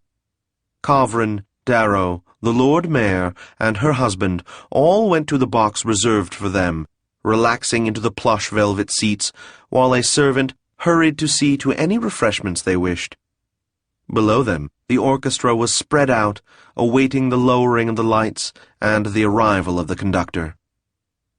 "Do you know," said Kavrin, "I had never before remarked upon the number of nobles who make up the orchestra. To be sure, most of the performers are of the merchant classes, Criotha and Jagala, but I see a Tiassa in the horn section, and another playing the organophone. I am certain that there are 2 Isola in the string section, another among the singers, and yet a 4th playing percussion." The Lord Mayor's husband, a hawklord named Selith, said, "You are very observant, my lord, and it is true. Isola especially are often called to a musical life. Compositional music only, of course." "Why only compositional music?" "Because social music would be beneath the dignity of an Isola. None of them would consider such a life, and, to be sure, the house would be outraged. Well, said Kavrin, that would normally be interesting information.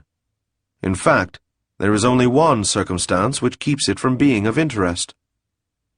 And what is that circumstance, my lord? Asked Selith. That I have promised not to think about work until tomorrow, said Kavrin.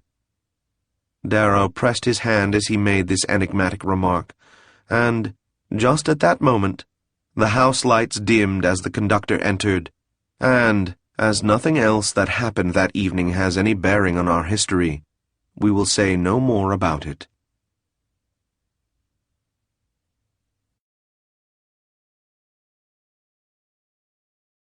Chapter the 4th. How Kavrin met with the Special Tasks Group, and a matter that has, perhaps, been puzzling the reader, is finally explained.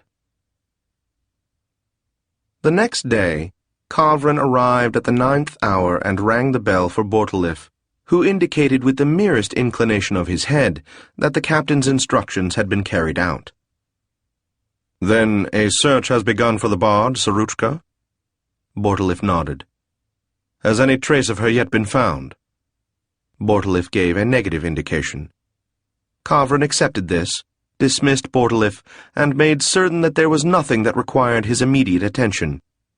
This being established, Kavrin checked the time, then went through the door that, yesterday, his friend had entered from. He followed it until at last he reached the special conference room that had been set aside for his use. Taking a position at the head of the long table, he awaited the arrival of the Special Tasks Group. Kavrin had been waiting less than 5 minutes when the door at the far end opened, and in came a dragon lord with short hair and light eyebrows. Without a word, she walked to the second chair from the right on the far end and sat down.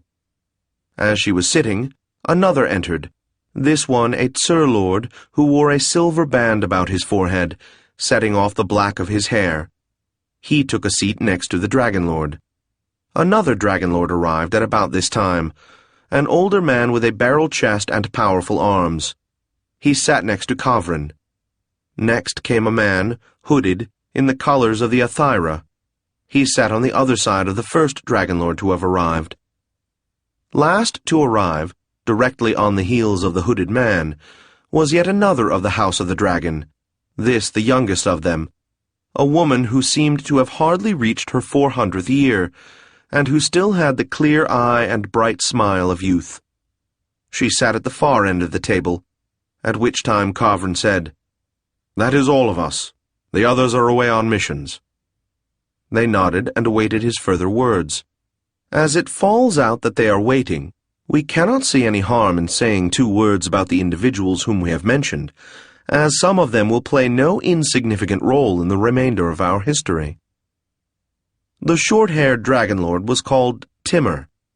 She had been born into the impoverished nobility, which similarity with Kavrin gave him a certain sympathy with her.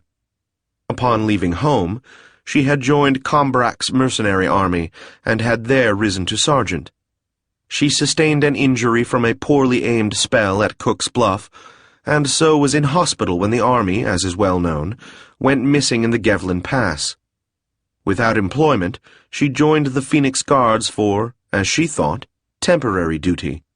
However, she discovered she had a talent for investigations, in particular, for learning more from witnesses than the witnesses were aware that they knew. When Kavrin became aware that this talent extended to supervising investigators, the captain, that is to say, the brigadier, enlisted her in the Special Tasks Group. She had, therefore, 2 commanders, both of them Kavrin. The Tsur lord was called Dinand. He had studied sorcery under Breston, who had also trained Kosadra, who was, at present, the court wizard, while Kosadra studied arcana associated with the orb, with a further specialty in defenses against the Genuine. Dinand became fascinated with the sorceries of identity and location. This was unusual for a Tsur lord, they being more the sort of studies favored by hawk lords, while a Tsur will generally prefer to specialize in the offensive and, occasionally, defensive uses of magic. When Kavrin learned that there was a Tsur lord with these skills, He, after his usual close investigation into the individual's background, at once offered him a position which would permit him to put his training into practice, an offer that was accepted at once. The man in the cowl, who appeared to be an Athyra, was, as the reader has no doubt realized, none other than Kavrin's friend Pell, a Yendi. As Prime Minister, he was not actually a member of the group, but attended as a representative of Her Majesty, and, of course, to keep himself informed. The older Dragon Lord was called Kialdi, and, though he looked old, he was, in fact, older. He had achieved the post of Superintendent of Investigations for the Adrolanka Police as far back as the Interregnum. After the Interregnum, he had come so near to identifying and gathering sufficient evidence to convict the mysterious Blue Fox that Pirro, the Viscount of Adrolanka, had recommended Kialdi to Pirro's father, who was, as the reader is no doubt aware, Kavrin. Kialdi was an expert on Jareg operations, having taken the lead in bringing down Lord Hyachin's palm steel operation, as well as having discovered the means whereby stolen jewelry was being smuggled out of the city. Kialdi, then, worked for both Kavrin and Pirro, as well as reporting to the Lord Mayor of Adrolanka and the Chief City Constable.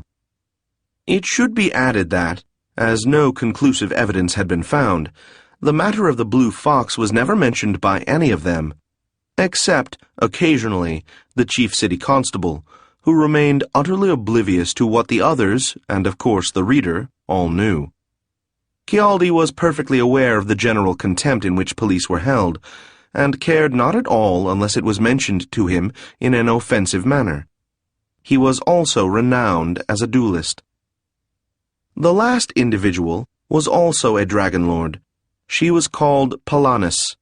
She had come to Kavrin's attention as a concealed operative during the coal tax rebellion, when she had acquired significant information by disguising herself as a Leorn and insinuating herself into the confidence of Lady Vilnai. Later, she directed a covert operation against the Duke of Logram. While, strictly speaking, the operation failed, it succeeded in that it led to the discovery of Logram's spy network within the palace. And in any case, Kavrin was sufficiently impressed by Palanis's thoroughness and professionalism that he offered her a position in special tasks. We should add that Palanis was not wealthy, and so the stipend was not unwelcome. But even more than this was her passion for all matters relating to military intelligence, and as this position promised her opportunities to practice her art, as she called it, she did not hesitate before agreeing. These were the 5 people, then, 3 Dragon Lords, a Tsur Lord, and a Yendi, who turned their eyes to their chief, Kavrin, to await his words. He said, "There is an Easterner named Vladimir Taltos, Count of Tsirke. He holds an imperial title. Before that, he was a Jareg, and is now being hunted by that house for criminal activity that ran counter to their preferred criminal activity. Last month he was set upon and attacked, but not by Jareg. He survived the attack, and for reasons of his own, will not cooperate with the investigation into it." Kavrin looked at the 5 faces assembled there. "3 months ago, I had an ensign send out teams to learn what could be learned in the general area where the attack took place. The results of the investigation were sent to you yesterday. I will now read you an interview in which I noticed something interesting." He then gave the date and location at which the interview took place, and at once proceeded to read them text. Not a sound was heard save for Kavrin's voice as he did so, everyone in the room giving him the complete attention he was due. When he had finished, he put down the papers and said, as he usually did at this point in an investigation, "Has anyone an observation to make?" For a moment, no one spoke. Then the Dragon Lord who had entered last cleared her throat. "Brigadier." "Yes, Palanis?" "I, for one, do not see what observation one might make." "You see nothing unusual there?" "Nothing, Captain." Kavrin picked up the papers again and reread a certain passage. "Question. Have you seen any Easterners in the last few days or weeks?" Answer: Easterners, your lordship. No Easterners. Just Creotha brewers, a few Orca, dragon lords like yourselves, some Isola, a couple of traveling merchants, Jagala, and a Leon who was visiting his cousin. No Easterners, your lordship. Having finished reading, Kavrin said, Well? Polanus said, I am afraid, Brigadier, that I fail to see what is of interest there. Do you? We were lucky enough to get a catalogue of strangers passing through. You'll note that this is from a Tekla who works at a public market, and so sees everyone passing through. Apropos, I must make a note to commend the guardsman for thinking to interview him. So then, let us look at these strangers one by one. Very well, Brigadier. I agree with this.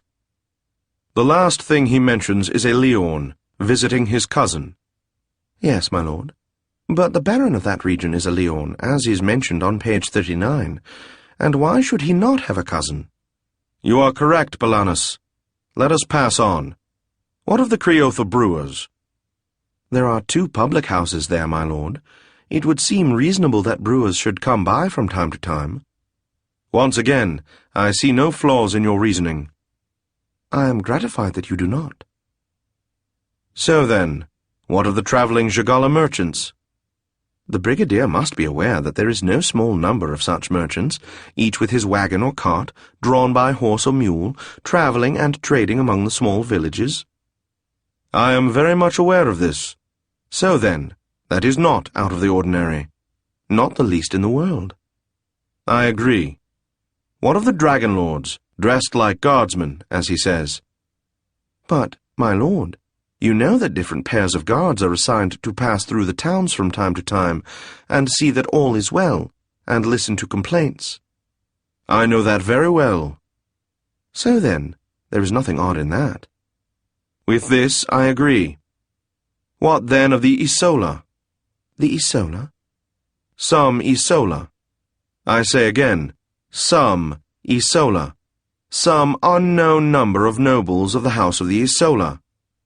Are there any Isola holdings in the region? None, Lord Kavrin. Well, and then? He looked around the room. No one spoke except Timur, who said, Well, I agree. It is unusual. Does anyone disagree? There was the shaking of heads all around the table. The older dragon lord said, I admit it is unusual, but is it significant? Ah, as to that. Well? What is your opinion, Cialdi? I'm uncertain, Brigadier. Anyone else? The young dragon lord said, I, too, fail to see anything in the report you have done us the honor to read to us that may have bearing on the attack on the Easterner. Perhaps there is no bearing, Polanus, but it is something unusual that has happened in the area we are investigating. Therefore, I wish to know more about it. Also, another matter has been brought to my attention. Kavrin summarized what Pell had observed about the wine, and the discovery the Yendi had made. As the reader already knows of this, nothing can be gained by merely repeating it, and so the historian has therefore chosen to omit it save by reference. When this summary was finished, and his listeners were considering the significance of what they had heard, Kavrin said, Also, I have been reliably informed that another matter has a direct bearing on this case, and may prove important to unlocking it. And what matter is that? Said the others. It concerns, said Kavrin, the theft of a small sculpture of a Tiassa, all in silver, from the collection of Lord Fiori. The theft was carried out as part of a Jareg scheme aimed against the same Lord Circe, whose attack we have been discussing. That is the connection between them, and so we will be investigating both matters.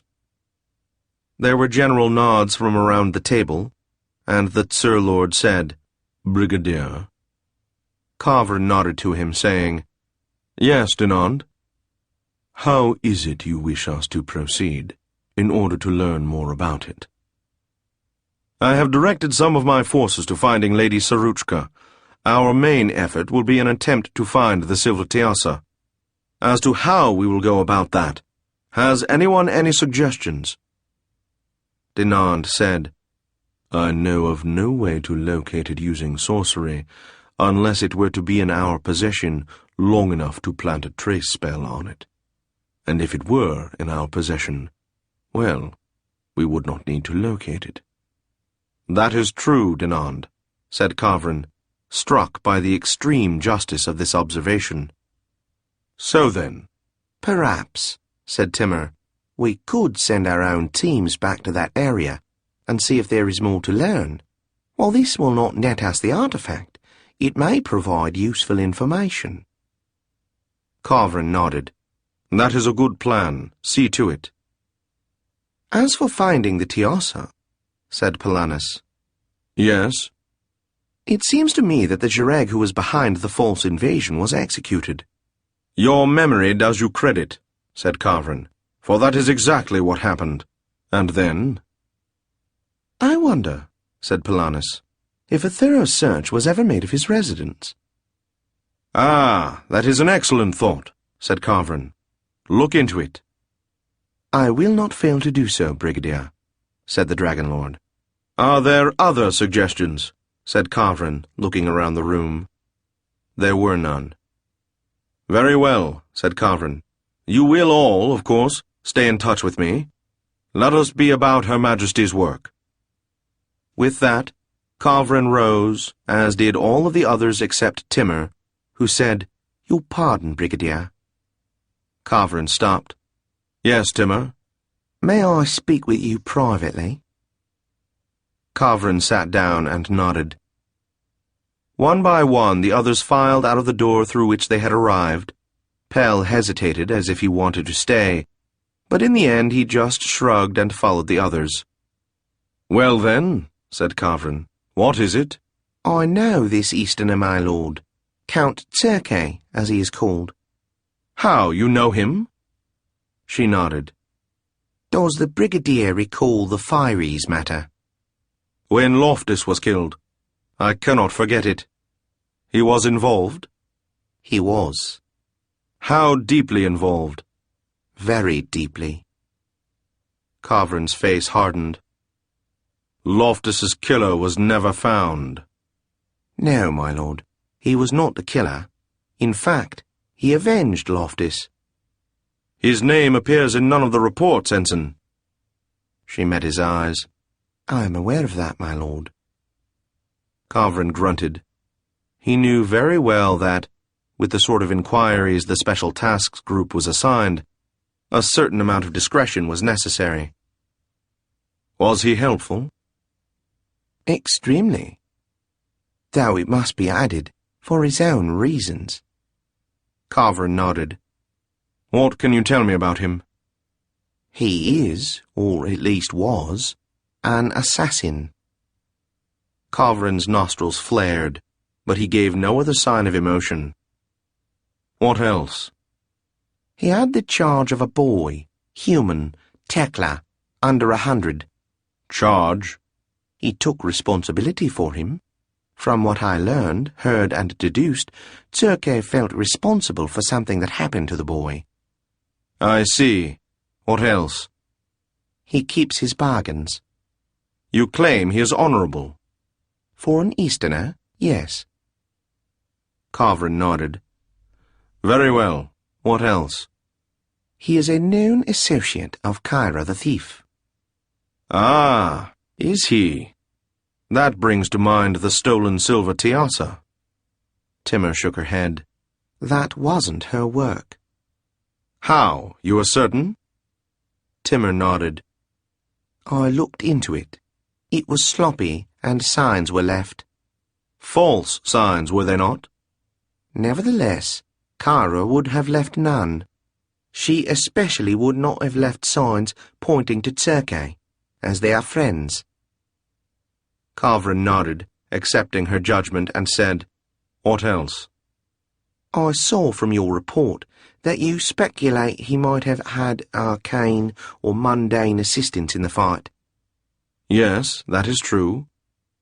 I can tell you the nature of that assistance. Ah, can you? I hope then that you will do so. He practices the Eastern magical arts, by which means he has 2 Jareg, that is, if the Brigadier will forgive me, 2 of the animals, who watch over him and assist him in various ways. What ways? When I saw him, they were often perched on his shoulders, or else flying about watching, and, I have no doubt, magically reporting to him what they saw. That is most remarkable, Ensign. Are you certain? I am. Carver nodded. This Easterner is formidable for one of his race. With this I agree, my Lord Brigadier. Is there more? That is all, my lord. If you think of anything else pertaining to this Easterner or this mission, tell me at once. I will not fail to do so. Timur rose, bowed, and took her leave. Carverin returned to his office. He sat behind his desk. Bortolif, who was engaged in placing folders in a file cabinet, looked at him. "Well," said Carverin, "we seem to have landed ourselves a thorny problem." Bortolif, who would not even permit himself a grunt of agreement, bobbed his head slightly. Carverin nodded back and returned to other matters. A few hours later, he was still at his desk, the remains of a bowl of soup and a few crusts of bread in front of him, when he was informed that Palanus wished to see him. He directed the Dragon Lord be admitted at once. Brigadier, she said. "Palanus, you have something to tell me?" I have indeed. "Well, if you have found the silver Tiassa, do not delay, for I wish to know at once." Alas, we did not find the artifact. "So much the worse." However... You found something then? It would be strange if I did not, for it was a small place, and I made certain to miss nothing. Was it then unoccupied? Oh no, a Creotha family had moved in. I had them wait in the street until I was finished. Ah, very good. So then, what did you find? In the floor of the master bedroom was a concealed hole, as one might use to hide valuables. I see. And what was in it? Nothing. Nothing? Nothing except... Well? Except a piece of velvet, as if to provide a resting place for something delicate. That is very significant. And did you inspect the velvet? With the greatest care. And what did you learn? That something had indeed been laid on it, and it looked very much as if it could be a small sculpted Tiassa. So then, it was there. That is my conclusion, Brigadier. That was well done, Palanus. You are kind to say so, Brigadier. Now the question is, what became of it? He could have removed it. Unlikely. He was arrested, you recall, before the operation was completed. That is true. Could the Creotha family have taken it? No, Brigadier. They had installed a safe, and their valuables were in there. If they knew of the concealed hole, they would have used it, as it was better protection than the safe. You looked in the safe? Of course. Carverin nodded. So then, it was taken after the Jareg, Darthani, was arrested. By whom? That is the question. And can you answer it? Perhaps I can, by asking another question. If you have a question, well, I am listening. This is it, then. Who else besides Darthani knew Darthani had the silver Tiassa? The thief he hired to steal it for him? Yes, that is true. Who else? No one. No one? Oh, yes. Was there some talk of the Countess being aided by a pair of Jareg? Was there not? There was.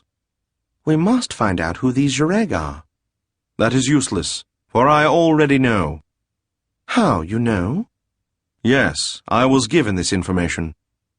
And does the Brigadier wish to share this information? One of them I will not say. There are certain matters of high politics involved. Very well, I accept that. And the other? A certain Easterner who, it happens, is or was married to the Count of Circe. Ah. You perceive, Palanus, that it all fits together. Indeed it does, Brigadier. So either this Easterner woman, Cauty, has it, or she has disposed of it, very likely to her husband, who is, from your report, on the run from the Jureg. Exactly. Palanus frowned. I do not yet see how the Jureg fits in. Nor do I. We will discover this. Yes, Brigadier. What are my orders? Are you able to gain the confidence of an Easterner? The Dragon Lord hesitated. I do not know. It is not something I have ever attempted. Attempt it now. See if you can confirm that she took the artifact, and learn what she did with it. Remember that she is an Easterner. Flatter her by treating her with courtesy, as if she were human. They cannot resist that. As you say, Brigadier.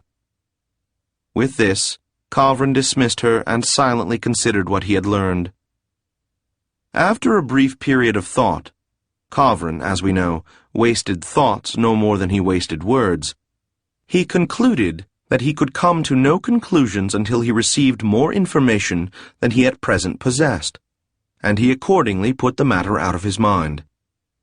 Some time later, he received a report from Timur, but it was only that they had begun their investigation. This news, while welcome, did nothing to give Kavrin additional material with which to construct theories or test conjectures. He worked well into the night, supervising the investigators, which he could do thanks to the remarkable powers of the orb, without actually being present, and when he was finally overcome by sleep, lay down on a cot in his office. Bortolif woke him early the next morning with clava, a warm, moist towel, and the summary, prepared by his staff during the night, of any incidents of which the captain ought to be aware. He sipped the one, used the other, then quickly perused the third. As there was nothing in this latter that required immediate attention, some hints of trouble among longshoremen, the particularly gruesome murder of a wealthy orca, he turned his attention once more to the strange matter of Count Circe and the silver Tiassa. Within the hour, messengers began to deliver reports of investigations. These Kavrin read them as they appeared, making notations in the margins whenever anything caught his interest, such as symbols indicating more inquiry required, or pay particular attention, or see if this alibi can be sustained. He searched for patterns and for unusual activity of any sort, particularly following the efforts to learn who the mysterious Isola nobles were. In the middle of the afternoon, Palanus returned, begging permission to report. Kavrin had her admitted at once, being anxious to hear what she had learned. Well, well, Palanus, he said. To judge by the expression on your countenance, you have not met with complete success. I am sorry to say, Brigadier, that you are entirely correct. Ah, so much the worse. If you wish, I will tell you about it. That is exactly what I wish. Come, sit down. That is better. Were you able to find the Easterner? Oh, yes, I found her. There was no difficulty in that. And was she willing to speak with you? Yes, she was willing, although... Yes? She seemed cold, even unfriendly. That is odd. Yes, it seems strange, and even, upon reflection, ungrateful. Very true, Palanus. Did you endeavor to follow my advice? I did, Brigadier, and, I'm sorry to say, she was intransigent. Intransigent? Exactly. Yet you flattered her. I treated her with all deference. It is unusual. More than unusual. It is strange. I couldn't agree more, Brigadier. So then, she refused to tell you anything? She pretended she had never heard of the artifact. Impossible. I agree. Did you get any hint of deception? Ah, as to that, it is possible. Possible? She held her face immobile and kept her eyes on mine, as humans will often do when they do not wish to give away their feelings. It often means deception. I do not know what this means among Easterners. Nor do I. It is dangerous to make assumptions. That is true, Brigadier. You have often said that when you assume, you are thinking like a fish. In the Northwestern language, the word assume consists of syllables that, when broken apart, are not dissimilar to the sound for fish, followed by the symbols that form the word thought. It is true that I have said that, and I am glad you remember. Nevertheless, we may, in this case, use as a working hypothesis that she knows more than she is saying on the matter. I am entirely in agreement, said Polanus. So then, what is the next step? Let us reflect. Oh, I am entirely in favor of reflecting. Good, then. But... Yes? Upon what should we reflect? Ah, you ask that. I do, and, if necessary, I even ask it again. Well, I wish to reflect upon this. If our assumption is correct, and this Easterner did take the artifact from the home of Dathani... Yes, if she did. Then what might she have done with it? Ah, yes. I must say, Brigadier, that is a good subject upon which to reflect. I am gratified that you think so, Polanus. So then, I am now reflecting. As am I. After some few moments of silent reflection, Kavrin said, It is possible that she has it concealed in her home. Yes, that is possible. Or she may have given it to someone else. What of selling it? Kavrin frowned. If it is made of solid silver, it is not without value. And yet... Well? Something tells me that, whatever her reasons for acquiring it, it was not for its monetary value. I know you too well, Brigadier, to mistrust your instincts. So then, who might she have given it to? She has a son, Brigadier. Ah, has she? Well, that is certainly a possibility. And then, of course, we must not forget her estranged husband, Count Tsirke. In fact, Polanus, it was toward him that my thoughts were tending. You think she gave it to him? It is not impossible. The Dragon Lord nodded. It certainly seems to be a possibility, perhaps even a likelihood. But then, if it is true, you perceive our situation. I am not certain I understand what the Brigadier does me the honor to tell me. Why, we are searching for the silver Tiassa, are we not? That is true. Well, if it is in the possession of Count Tsirke, that gains us nothing, as we have no way of finding him. Ah, that is true. So, in fact, this intelligence does us little good. That is my judgment, Polanus. Nevertheless, I may be beginning to see the start of a pattern here. A pattern? Can you describe it? Not yet, said Kavrin, frowning. I must reflect. I will point out, in case you have forgotten, that the Jareg are after Count Tsirke. Kavrin shook his head. This is not the Jareg. There is no direction, no goal. These are events that are occurring without a mind guiding them. There are many elements, many goals, many tracks.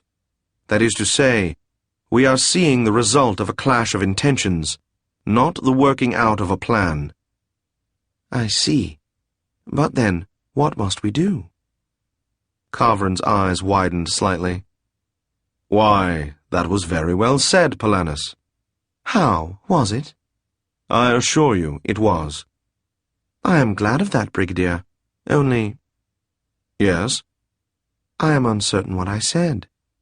Why, you asked what we must do. That is true. Yes, it is the answer. I confess myself puzzled, Brigadier. How are you? I give you my word I am. That is all right. I have been puzzled at times. I am relieved to hear it. Shall I explain? I would be pleased if you did. This is it, then. There are, as we have said, Too many tracks and elements and directions to see how they fit together. And so we will not see how they fit together. Rather, we will bring them together. I believe that the best way to learn about the relationships among these people is simply to put them in the same place and see what they do. That is to say, we are done with reflecting. It is time to act.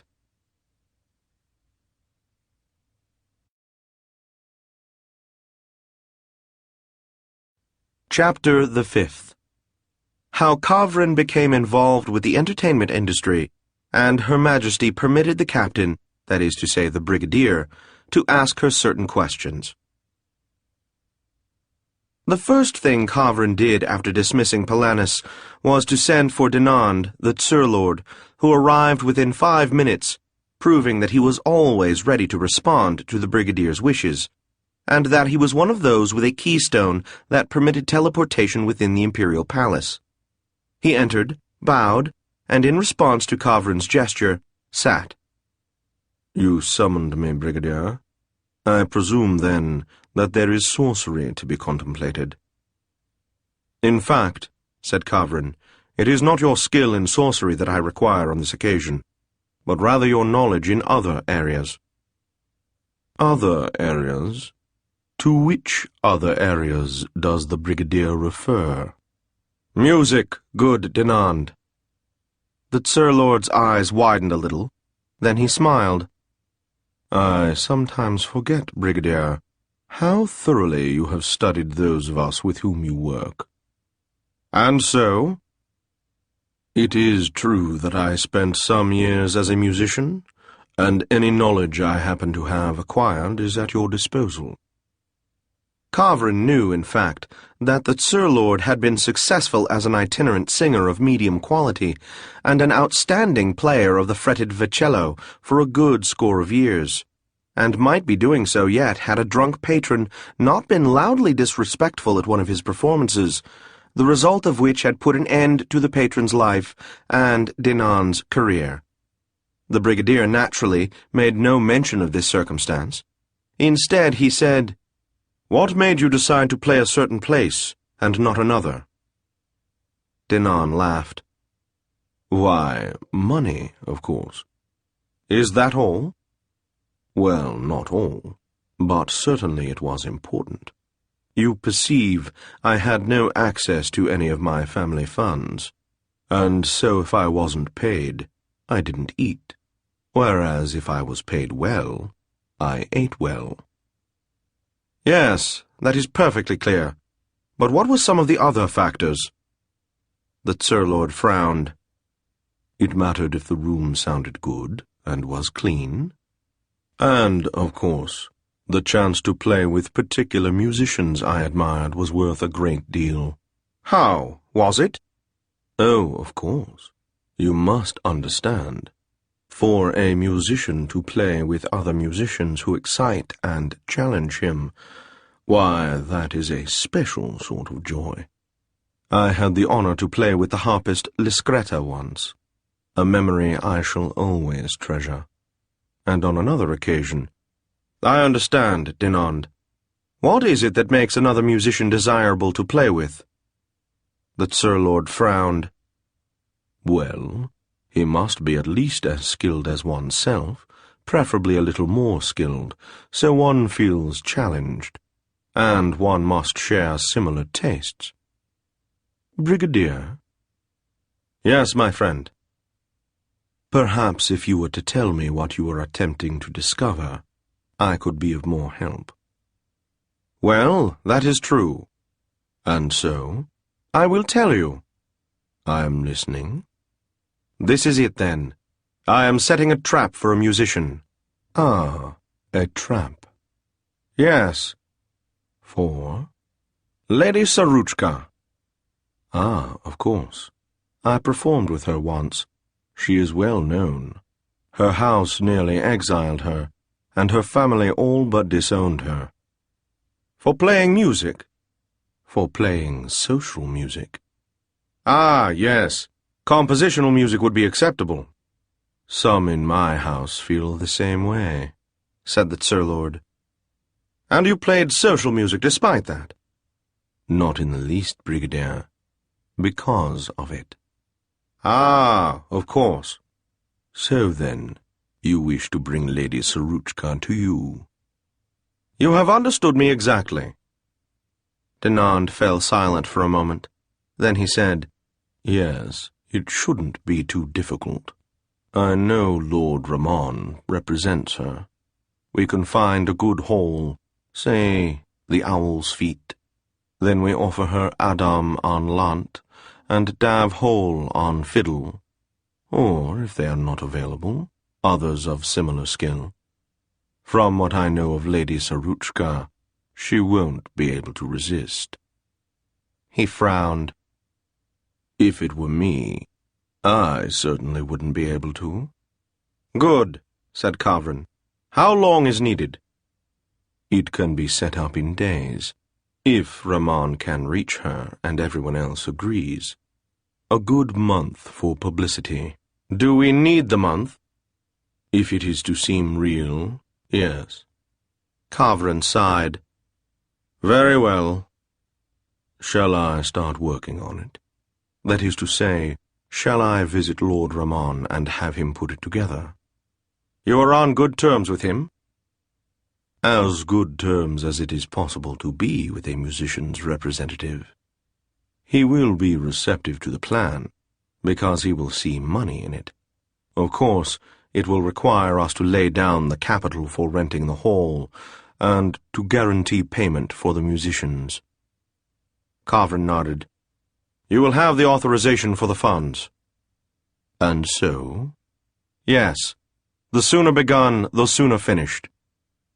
Very well, Brigadier.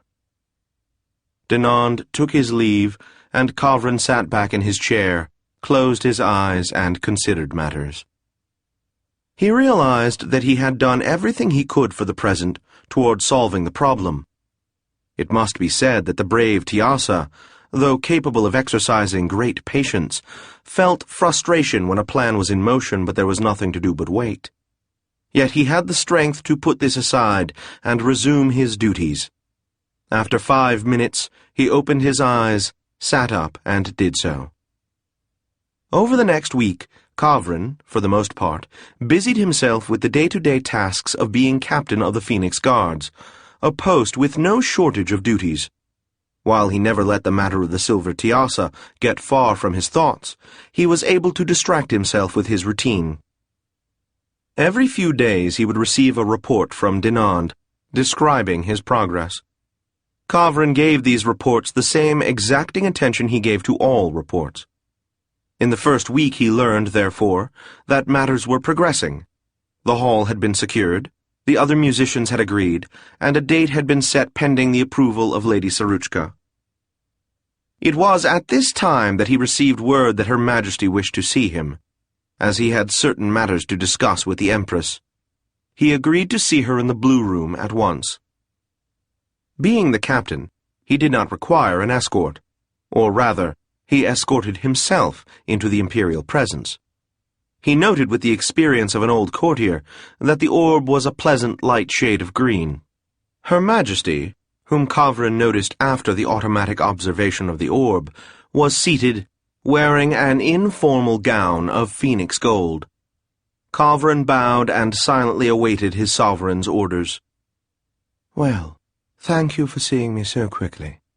Your Majesty knows I am entirely devoted to her service. That is true, for you have proved it often enough. Your Majesty is kind to notice. I more than notice. I wished to especially commend your loyalty, Captain. Kavrin bowed.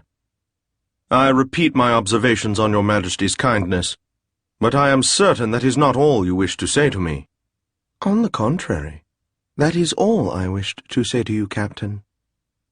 How? That is all? Entirely, Captain. And yet... However... Ah, there is a however. Indeed there is. While I have no more to say to my captain, there are certain matters to discuss with my brigadier of the Special Tasks Group. Well, I understand. Your Majesty must understand that between the two posts, I am sometimes confused about whose service is requested.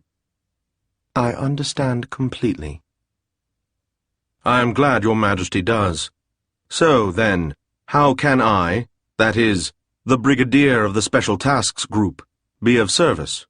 It concerns this investigation into the attack on Count Circe.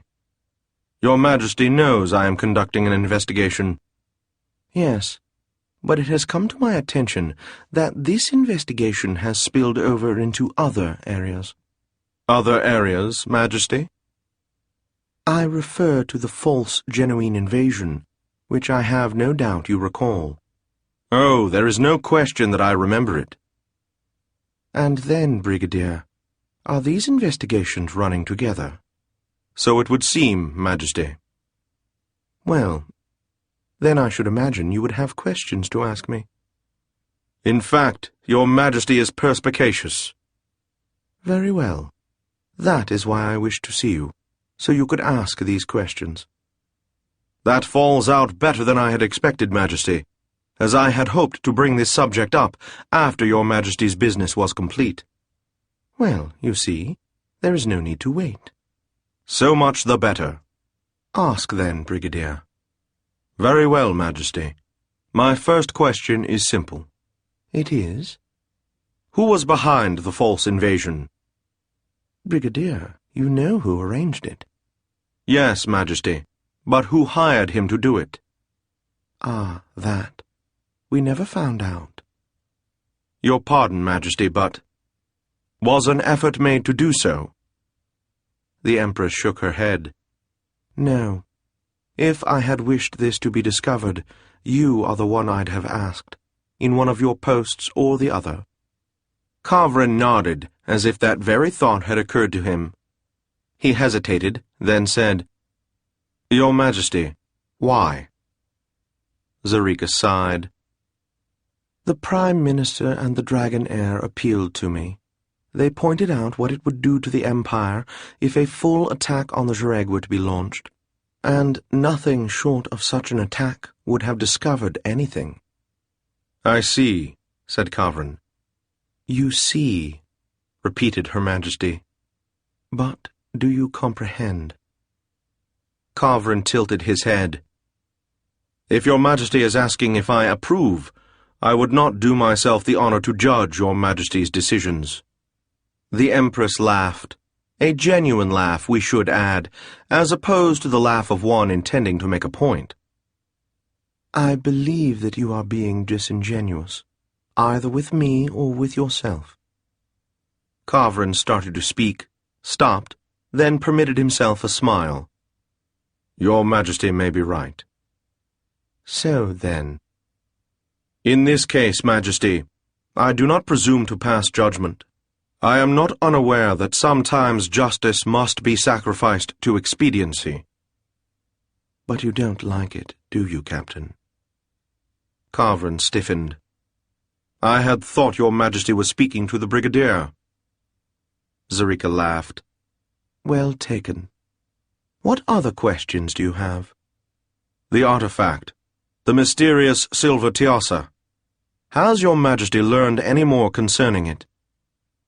Nothing but the rumors we heard at the time, rumors I am personally convinced were fabricated. Kavrin nodded. I do myself the honor to share this opinion with your Majesty. That is good. What is your next question? Kavrin cleared his throat. Is your Majesty prepared for the risk that, by discovering what happened to Circe and tracing the silver Tiassa, information will come to light that could have consequences and require action? I answered that when I gave you leave to have special tasks pursue the matter, Brigadier. What I wish to avoid is indiscriminate violence among the houses. Should we learn of an individual, or several individuals, who are responsible for a crime, well, that is a different matter, is it not? I do myself the honor to be in complete accord with your Majesty. So much the better. What is your next question? That is all, Majesty. How, all? I can think of no others. You startle me. Do I? That is not my intention. Nevertheless, I expected more questions. Would your Majesty condescend to tell me what questions you expected? I had expected, Brigadier, that you would ask why you were never told of these things. Your Majesty expected that? I did. Such a question might hint of reproach. It might. Kavrin shrugged. Majesty, it may be that the captain can be offended when it appears his sovereign does not trust him. But the brigadier knows very well that some matters must be kept between Empress and Orb, an expression I use literally in this case. I am answered. But do you not also wish to know if I expressed a wish to Madame the Countess that she not speak of this matter, even to you? Kavrin made no effort to conceal how startled he was by this question. Your Majesty, I have no need to ask that. The Countess already told me of it. Ah, well, I understand. So, there is no more you wish to ask? Nothing else, Majesty. And permit me to say that I am grateful for your kindness in permitting me to put these questions. My Lord Kavrin. Majesty?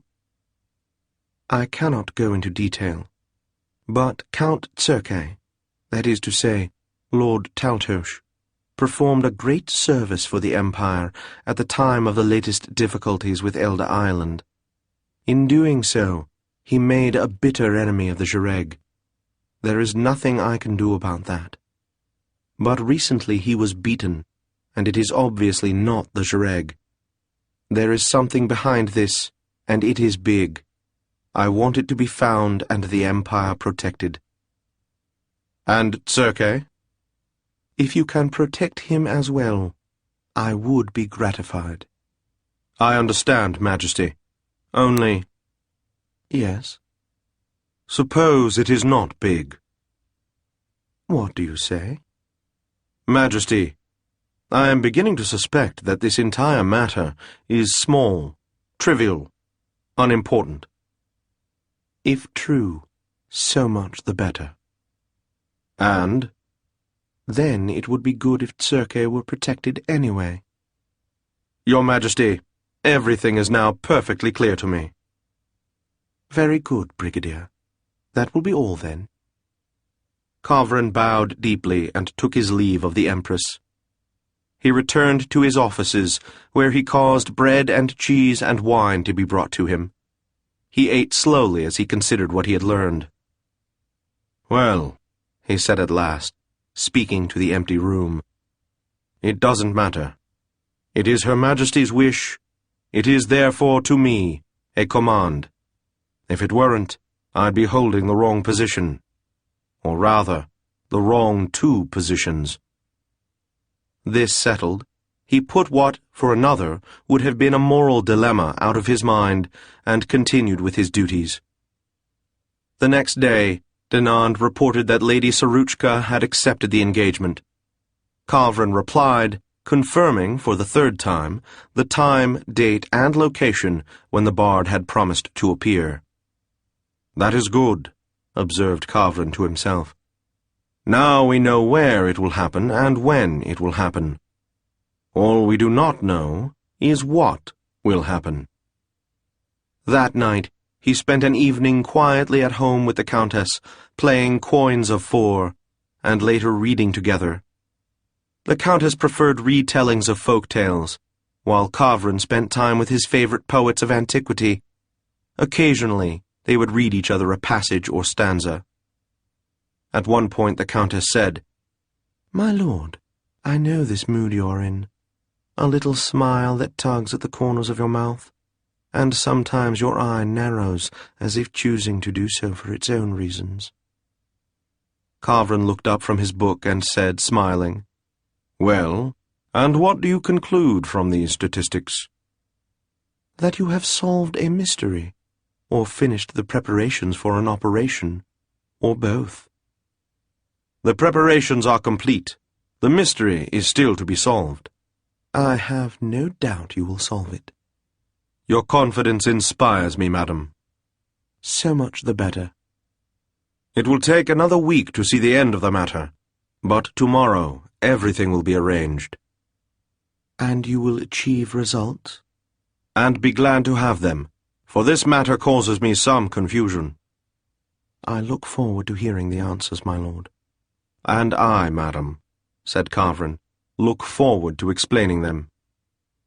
With that, by mutual consent, they returned to their books. By 2 minutes after the 9th hour of the next morning, Pell arrived at Carverin's office and was admitted at once. Carverin motioned him to sit, which he did. Pell said, Would you be kind enough to tell me your plan for next market day? If you wish to know, I will gladly tell you. Good. I am listening. This is it, then. I will arrive 3 hours before the time the musicians are expected to start, and take up a position at a wheelwright's across the street from the Owl's Feet. There I will be able to watch whoever arrives. And then? And then, once everyone is gathered, I will go in. Once you are inside, what will you do? I will confront those from whom I wish to get answers. Just you? Who else is needed?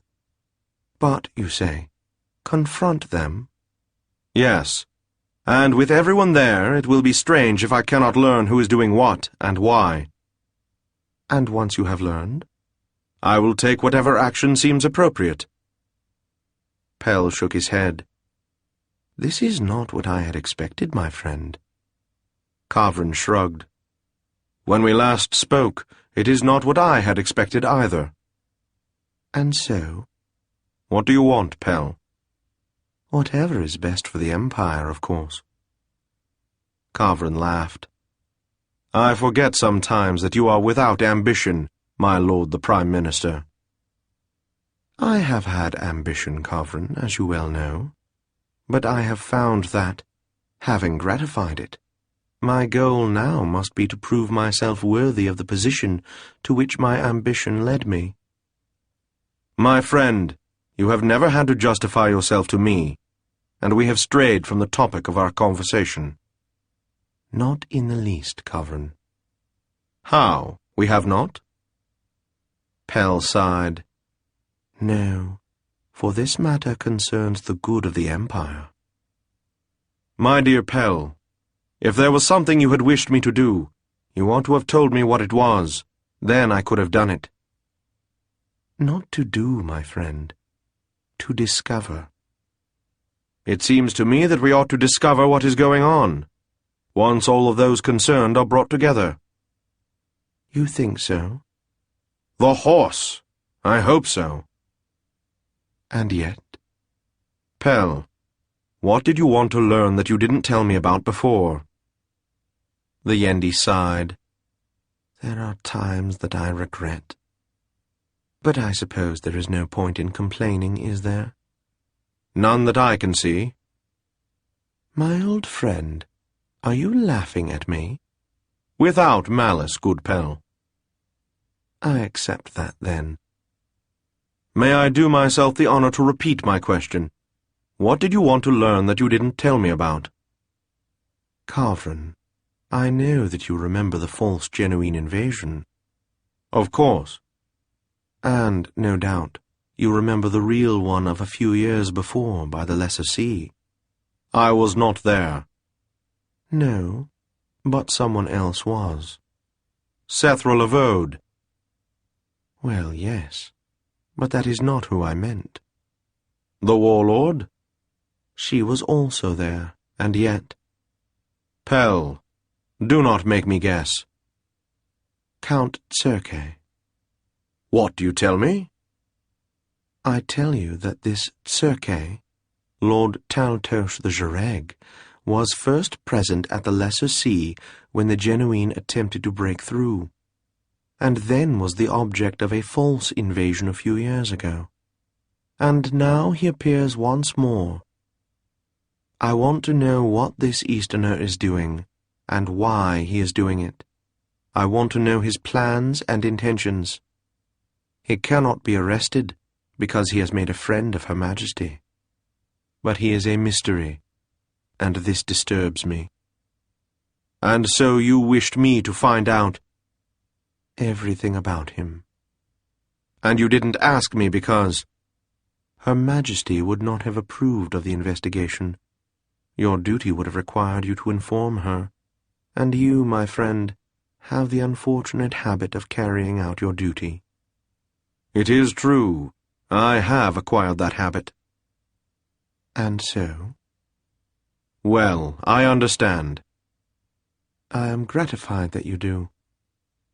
Moreover, Yes? I give you my word that if I learn anything of interest to you, I will not hesitate to inform you, and that I will even make what effort I can to discover as much as possible about this Easterner and his intentions. Thank you, Kavrin. The Empire thanks you. Oh, the Empire is not in the habit of thanking anyone, save now and again through one who represents it. But I will accept your gratitude with pleasure. You have it as a gift. And one I will treasure, I assure you. Pell rose, bowed, and took his leave. Kavrin remained where he was for a moment, lost in old recollections. Then, with a shake of his head and a smile, he returned to his duties.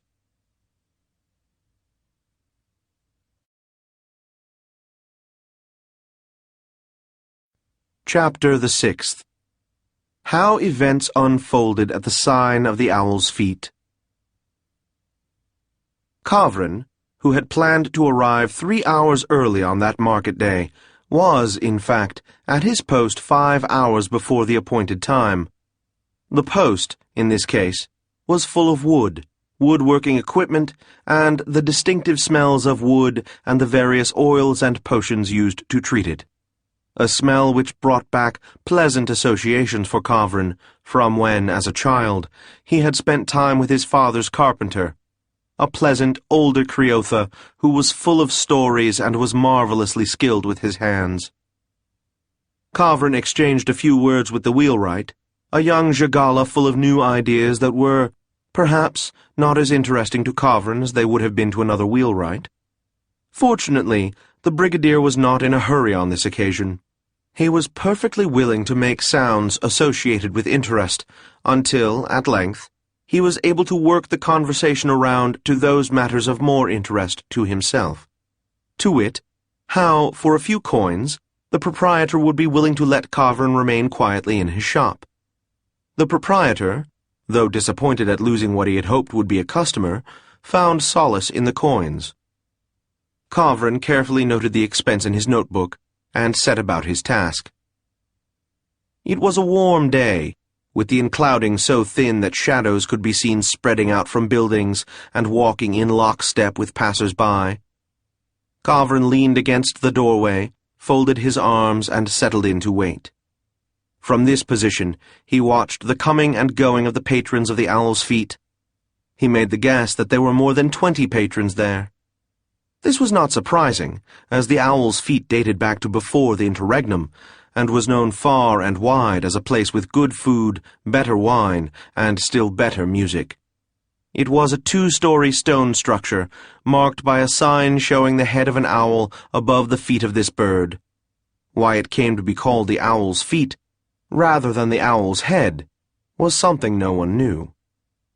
As Kavrin continued to watch, a group of 8 arrived together, all of them in the green and white of the house of the Isola. "Ah," said Kavrin, and permitted himself a small smile. "Her Majesty will be disappointed, and, most likely, so will Pell." This observation made, he checked to make certain his sword was loose in its scabbard, folded his arms, and resumed his vigil. He recognized Lady Saruchka with no trouble when she arrived, some 3/4 of an hour before she was scheduled to play, which Kavrin had expected, Dinand having told him that musicians customarily arrived early in order to prepare themselves and their instruments. At nearly the same time, 2 others arrived whom Kavrin guessed to be musicians, as they both carried cases that might contain instruments. Kavran looked at them closely, because he was not unaware that these could be Jareg, and the cases could conceal weapons. As he watched them, however, he decided that they were no more than they appeared to be. In point of fact, an unexpected appearance by the Jareg was his greatest worry. But Kavran had been a Phoenix Guard too long to be easily deceived by a disguised Jareg, and so he watched and studied. Kavran's other worry was that he would miss the arrival of Count Circe, should the Easterner choose to disguise himself, or to arrive by some unexpected route. In the event, he need not have worried. Kavran recognized him at once, in the same nondescript leather garments he had affected earlier, with a light brown cloak that revealed the hilt of a sword. Circe walked up to the door as if he had no reason in the world not to, paused, turned, nodded to Kavran, then opened the door and entered. How did he know I was here? Was Kavran's first thought. Why did he want me to know he knew? Was his second. He remembered, then, what Timur had told him about the Easterner using a pair of Jareg to spy for him, which, he concluded, might answer the first question. There was no point in waiting further, both because everyone had arrived and because the musicians were scheduled to begin performing in only a very few minutes, and Kavran knew that, however unlikely, it was possible the musicians could begin near to the time when they said they would. Kavran waited patiently while a mule-drawn cart filled with firewood passed by, then quickly crossed the street and entered the Owl's Feet. Kavran waited by the door while his eyes adjusted to the dimness of the inn after the brightness of the street. The bar ran along the far end of the room. Across from it, to Kavran's left, was a small stage area raised about half a foot higher than the floor, no doubt where the performers would place themselves so they could be seen over a press of bodies and heard over a rumble of conversation.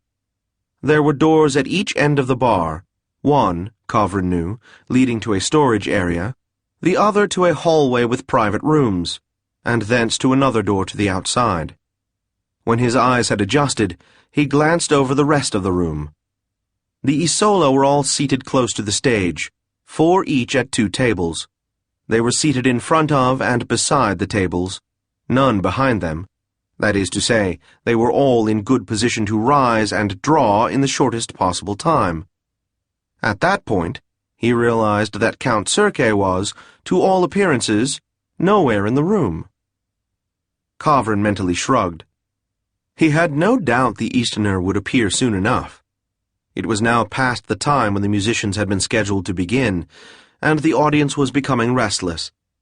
It was simply a matter of waiting. He leaned against the wall near the door and waited. Adam and Davhol were the first up.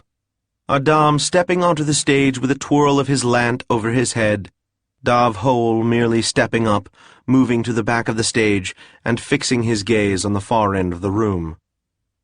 Then, holding a reed pipe, Lady Saruchka emerged, dressed in narrow pants of green and a tight-fitting white blouse. She smiled warmly at the audience as she stepped onto the stage. And it was at this moment that the 8 Isola all stood, as one, reaching for their weapons. Kavran wasn't certain where he came from, but, somehow, the Easterner, Count Circe, was standing in front of the stage. A lightweight sword was in his hand, and 2 Jareg were on his shoulders.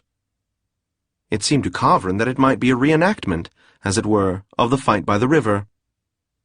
The Isola charged. The pair of Jareg leapt from Circe's shoulders, flying into the face of 2 of them. There was a flash as something left the Easterner's left hand, and one of the Isola stopped, staring down at a knife that had somehow appeared in his chest.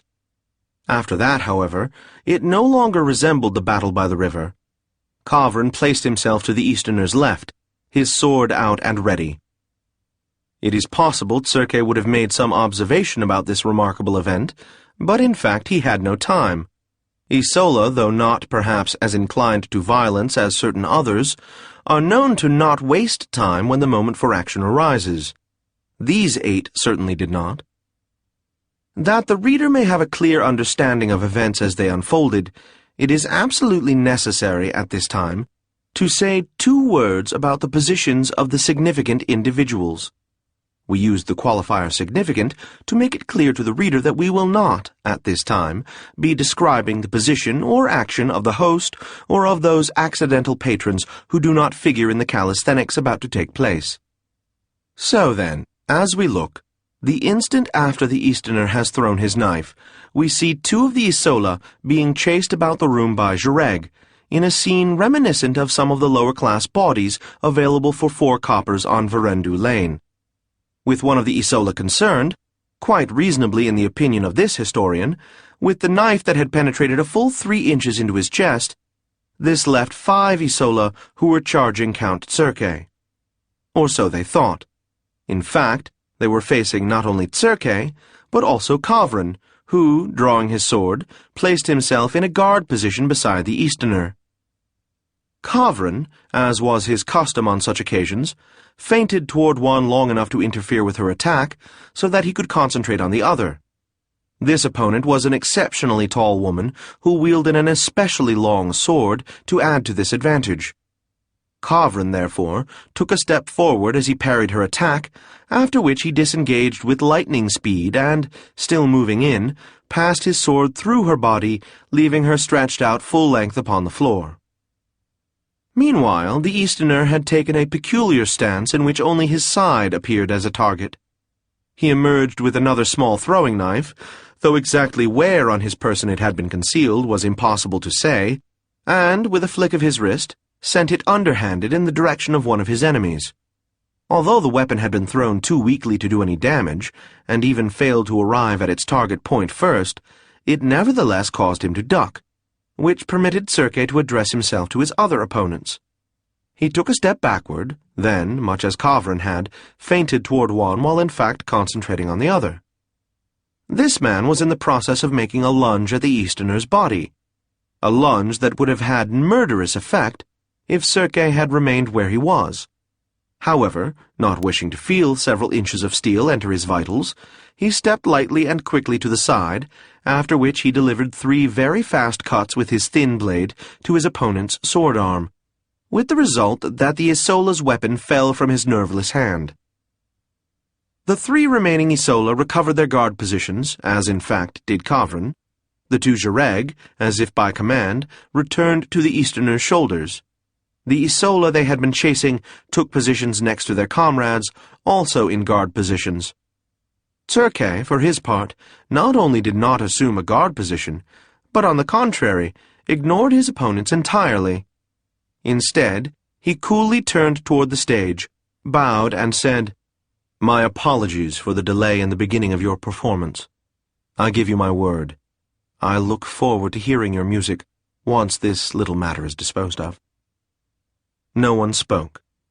In fact, there was no sound at all, save soft, constant cursing from the Isola whose arm and hand the Easterner had cut, and the moans from the one Kavran had wounded.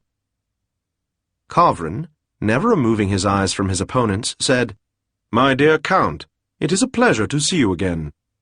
"Well," said the Easterner, "you left so quickly before that I feared the hospitality displeased you." "In fact," said the other, "the clava left something to be desired." "Indeed. I am concerned to hear it." "It tasted as if it had been made with hot coffee, when of course the coffee must be made cold, then heated, then run through the filter." "I had not been aware of this circumstance," said Kavran, "and I thank you for bringing it to my attention." "You are welcome," said Circe laconically. "My Lord Captain. Or should I say Brigadier?" "Captain," said Kavran. "Very good, then. My Lord Captain, what should we do with these, miscreants?" "Miscreants?" said Kavran. "Brawlers in public places?" Kavran chuckled. "I admit, the notion of arresting them on this charge appeals to my humor.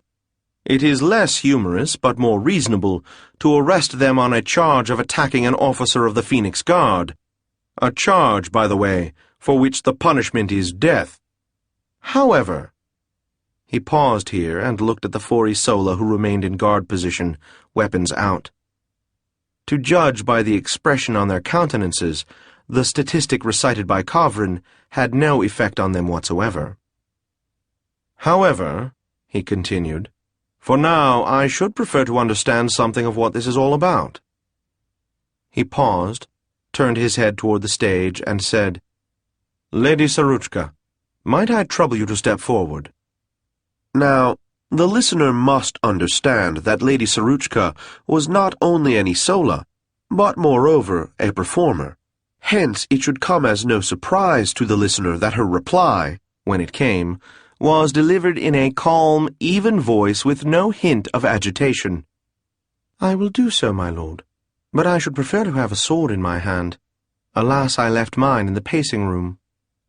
"But, my lady, if you had the sword, upon whom would you turn it?" "Why, upon them, my lord.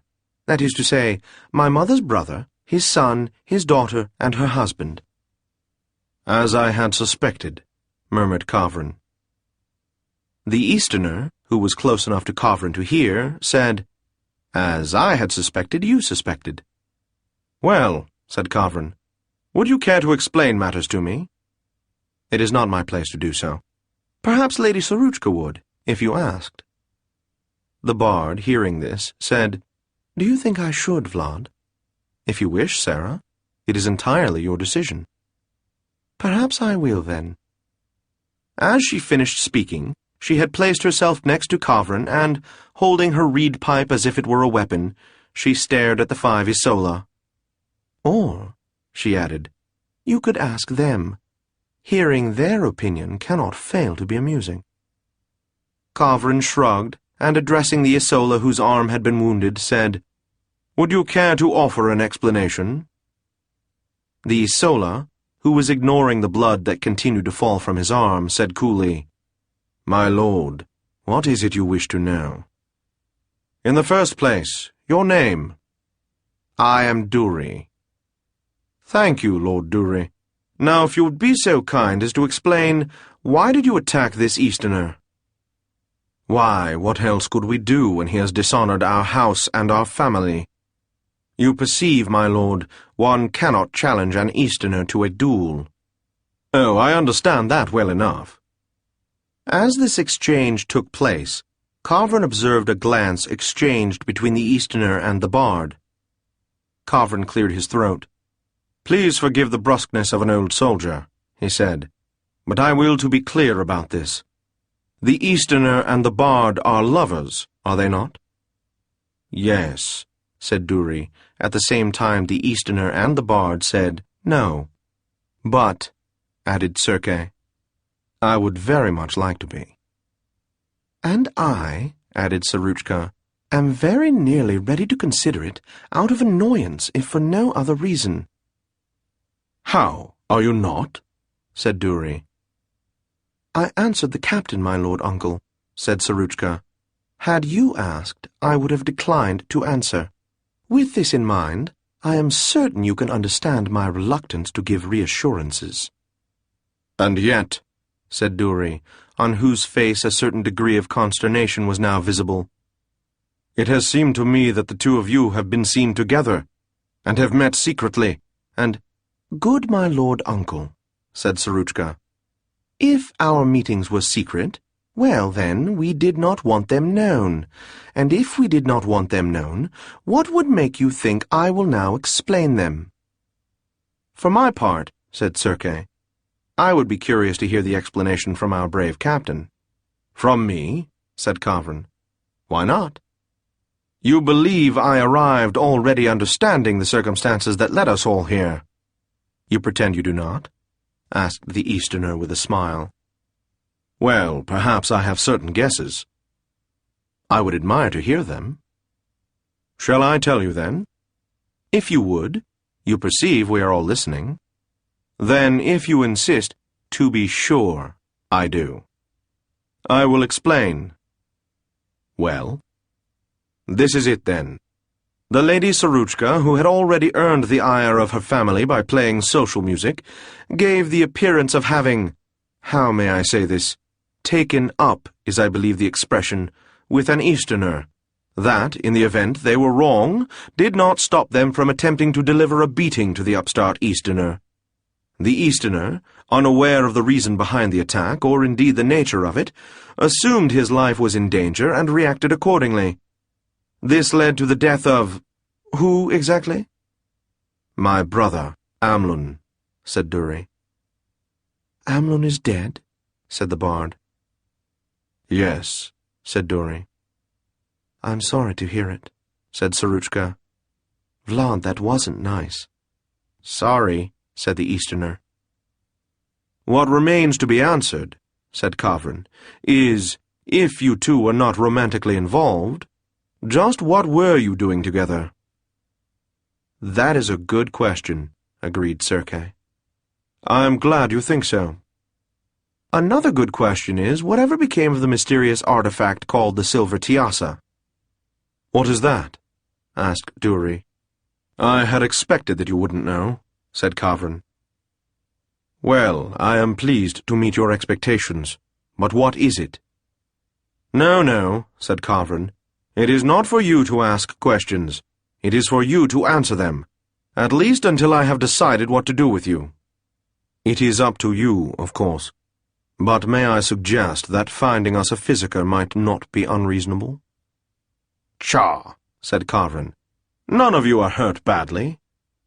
As you say, said Dury. Kavrin, then, turned to Lady Saruchka and said, What is your opinion, my lady? Should I arrest them? She laughed. Aside from the amusement value, no. I imagine they are sufficiently chastised by having been defeated, twice, by an Easterner. Dury kept his eyes facing straight ahead and made no response, but it is undeniable that his face reddened somewhat. Very well, my lady. I will do as you say. Naturally, the Empire has no interest in matters within your family or between you and your house. I am pleased to hear it, my Lord Captain. Kavrin then turned to Dury, bowed, and said, You may go. For an instant, the Isola looked as if he might say something. Then it looked as if he wished to do something. But in the end he simply made a deep courtesy and, enlisting the help of the others, assisted the wounded out the door. When they had left, Kavrin turned toward Saruchka and said, Now then, will you tell me of the Silver Tiassa? I confess myself astonished, Captain, that you know so much of what has transpired, and yet have no guess about this artifact for which you have been looking for so long. But how do you know we've been looking for it? Vlad told me. Kavrin turned his eyes to the Easterner, who said, I could not imagine the Empire being so concerned about the health of one poor Easterner, imperial title or none, as to devote this much effort to the search. And you reached this conclusion when, my lord? When the concert was announced. It was obvious that it was only scheduled in order to bring us all together. And yet you came anyway. You perceive, Captain, that I am hardly going to pass up an opportunity to see Sarah. Indeed. Then the Lord Dury was not entirely wrong. Oh, he was perfectly right, if my wishes were the only consideration. But perfectly wrong when Lady Saruchka's wishes are taken into account. That is not necessarily true, Lord Taltos, said Sarah with a smirk. The Easterner coughed and appeared to be uncertain about where he was looking. One of the jureg on his shoulders began to bob its head up and down furiously, almost as if it were laughing. Kavrin, other than a certain disgust at what was being implied, had little interest in the matter. He said, In any case, it was not dalliance that brought the two of you together 2 months ago, nor that caused the lady to retrieve your sword, which sword, I perceive, she has returned to you. She was kind enough to do so, said the Easterner, who appeared to have recovered somewhat, although his face was now as red as Dury's had been. So then, said Kavrin, the questions remain. What is the nature of the association between you, and where is the Silver Tiassa? As to the last, said Saruchka, I can tell you that it is where it is needed. The answer, said Kavrin, is not satisfactory. I am concerned to hear it, said Saruchka. As am I, said Sergei. You must understand, said Kavrin, in whom a certain heat was beginning to rise, that the Empire has invested no small amount of time and effort in this matter. Why? Said the Easterner. What do you ask me? Why? What is the importance or significance of this object to the Empire? As to that, well, it is not my place to say. That is right, said Sergei. Only... Yes? Then it is not my place to answer your questions. I understand, my lord. But if you do not... Yes, if I do not? I shall be forced to continue my inquiries. Well, and it is not impossible that these inquiries will involve finding you in order to ask you more questions. Well, and if I must hunt you, I make no guarantee that others who might be looking for you will not also discover where you are. Ah, I see. A smile tugged at the corners of the Easterner's mouth. You make a strong argument, Captain.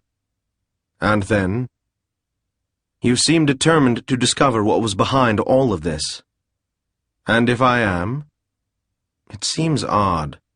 And why would it seem odd? Because you already know. You think so? I am convinced of it. What makes you think so? Because you are Brigadier of the Special Tasks Group. And if I am, you could not have become involved in this without investigating me. I make no doubt that you know nearly as much about me as the Zhireg. I do not deny what you say. Ensign Timmer works for you.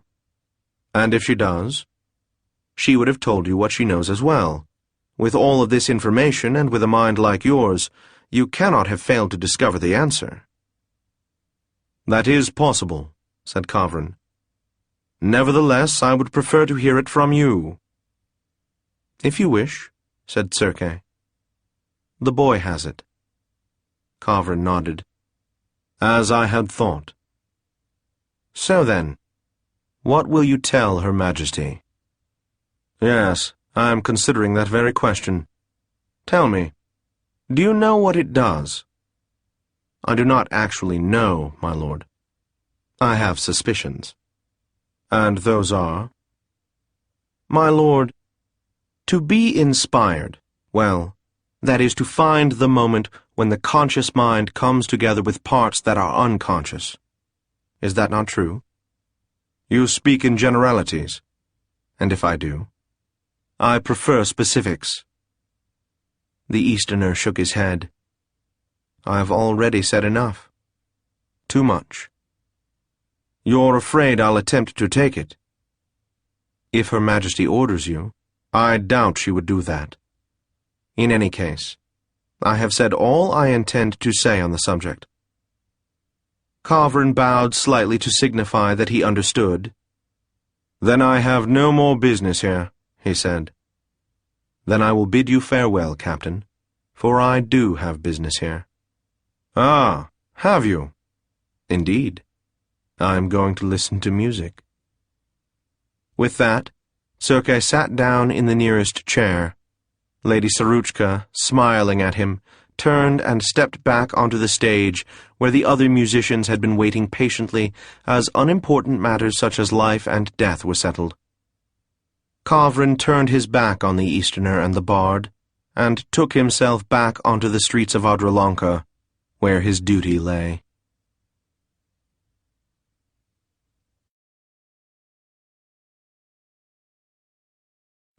Epilogue.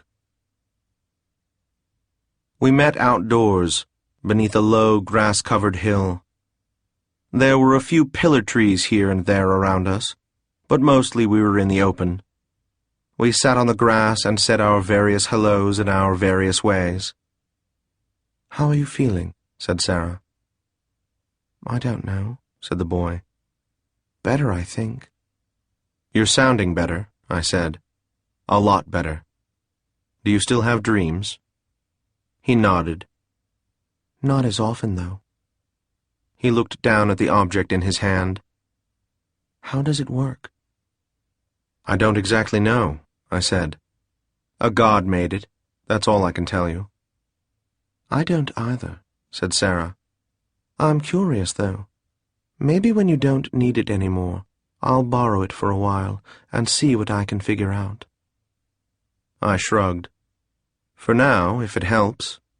Someone's coming, boss. A rider, just behind the hill. I stood up. My hand went to Lady Teldra's hilt, but I didn't draw. What is it, Vlad? Sarah was standing too, her hand on her weapon. I don't know.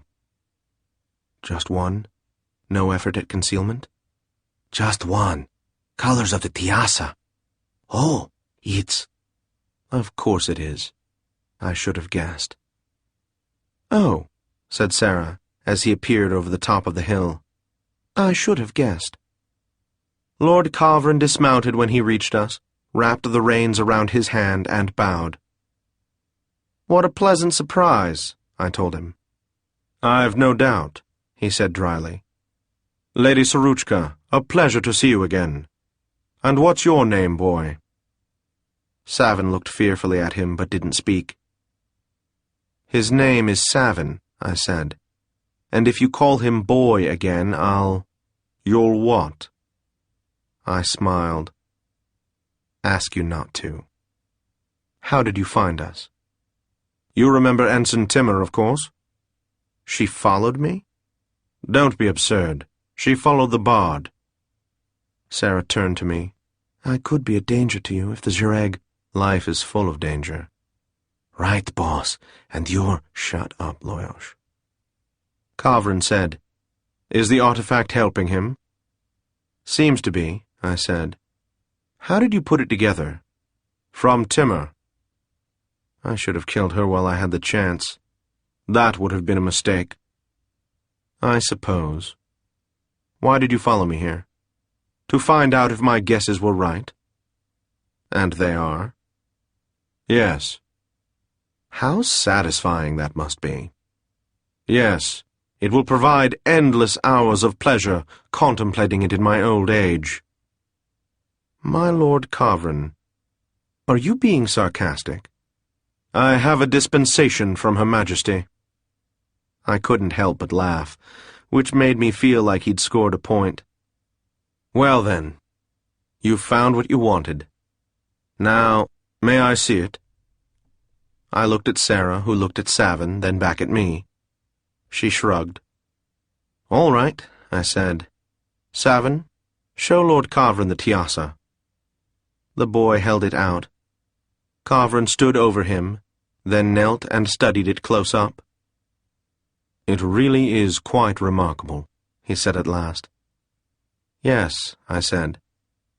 What exactly does it do? We don't exactly know, but I'm starting to suspect that it has its own plans. It went through everything just because it wanted to get to this Tekla boy. I shrugged. Any point in a process looks like the process was leading up to it, if that's as far as you've gotten. Pardon? I said any point... Never mind. No, I don't think that was its goal. I don't know its goal. I'm just starting to suspect it has one. But what does it do? You're asking me? Yes. All right, I considered. As far as I can tell, just guessing, it unites the conscious mind with the unconscious, sometimes and in some ways and under some conditions. He frowned, studied the Tiassa some more, then stood. This is beyond the knowledge of a simple soldier. I'll be sure not to talk about it to a simple soldier should I meet one. My Lord Serkay, are you trying to antagonize me? I'm not sure. Probably. I am not unaware of what you did for my son. Are you unaware of what my wife did for you? That stopped me. After what seemed like a long time, I said, What are you talking about? He shrugged. Ask your wife. Then he said, Well, you've had that all along. He drew and stepped back. Use it, then, if you're going to. I stared at Lady Teldra, not entirely sure how she had come into my hand. Vlad, said Sarah. I shook my head, took a deep breath, let it out, and resheathed Lady Teldra. I don't know what. Think nothing of it, said Kavrin, returning his sword to his sheath. I shouldn't have been so abrupt. My apologies. What do you mean about asking my wife? What I said. I'm sorry, Lord Circe. It wouldn't be right for me to say any more than that. I felt a hand on my arm, and Sarah was standing next to me. I looked at Savin. He was pale and his eyes were wide. Let's all sit down, I said, and set the example. Sarah sat on the grass next to me, with that breathtaking grace. Savin was still sitting. The Tiassa said, Not me. I've found out what I needed. I'll leave you in peace. What did you find out? I said. I'll have to get back to you on that, he said. Then he mounted his horse, turned, and rode away. I turned my attention back to Savin. I took Sarah's hand, and she didn't pull it away. This has been an Audible Frontiers production of Tiassa, written by Stephen Brust, narrated by Bernard Setaro Clark. Producer, Mike Charzik. Copyright 2011 by Stephen Brust. Production copyright 2012 by Audible, Inc.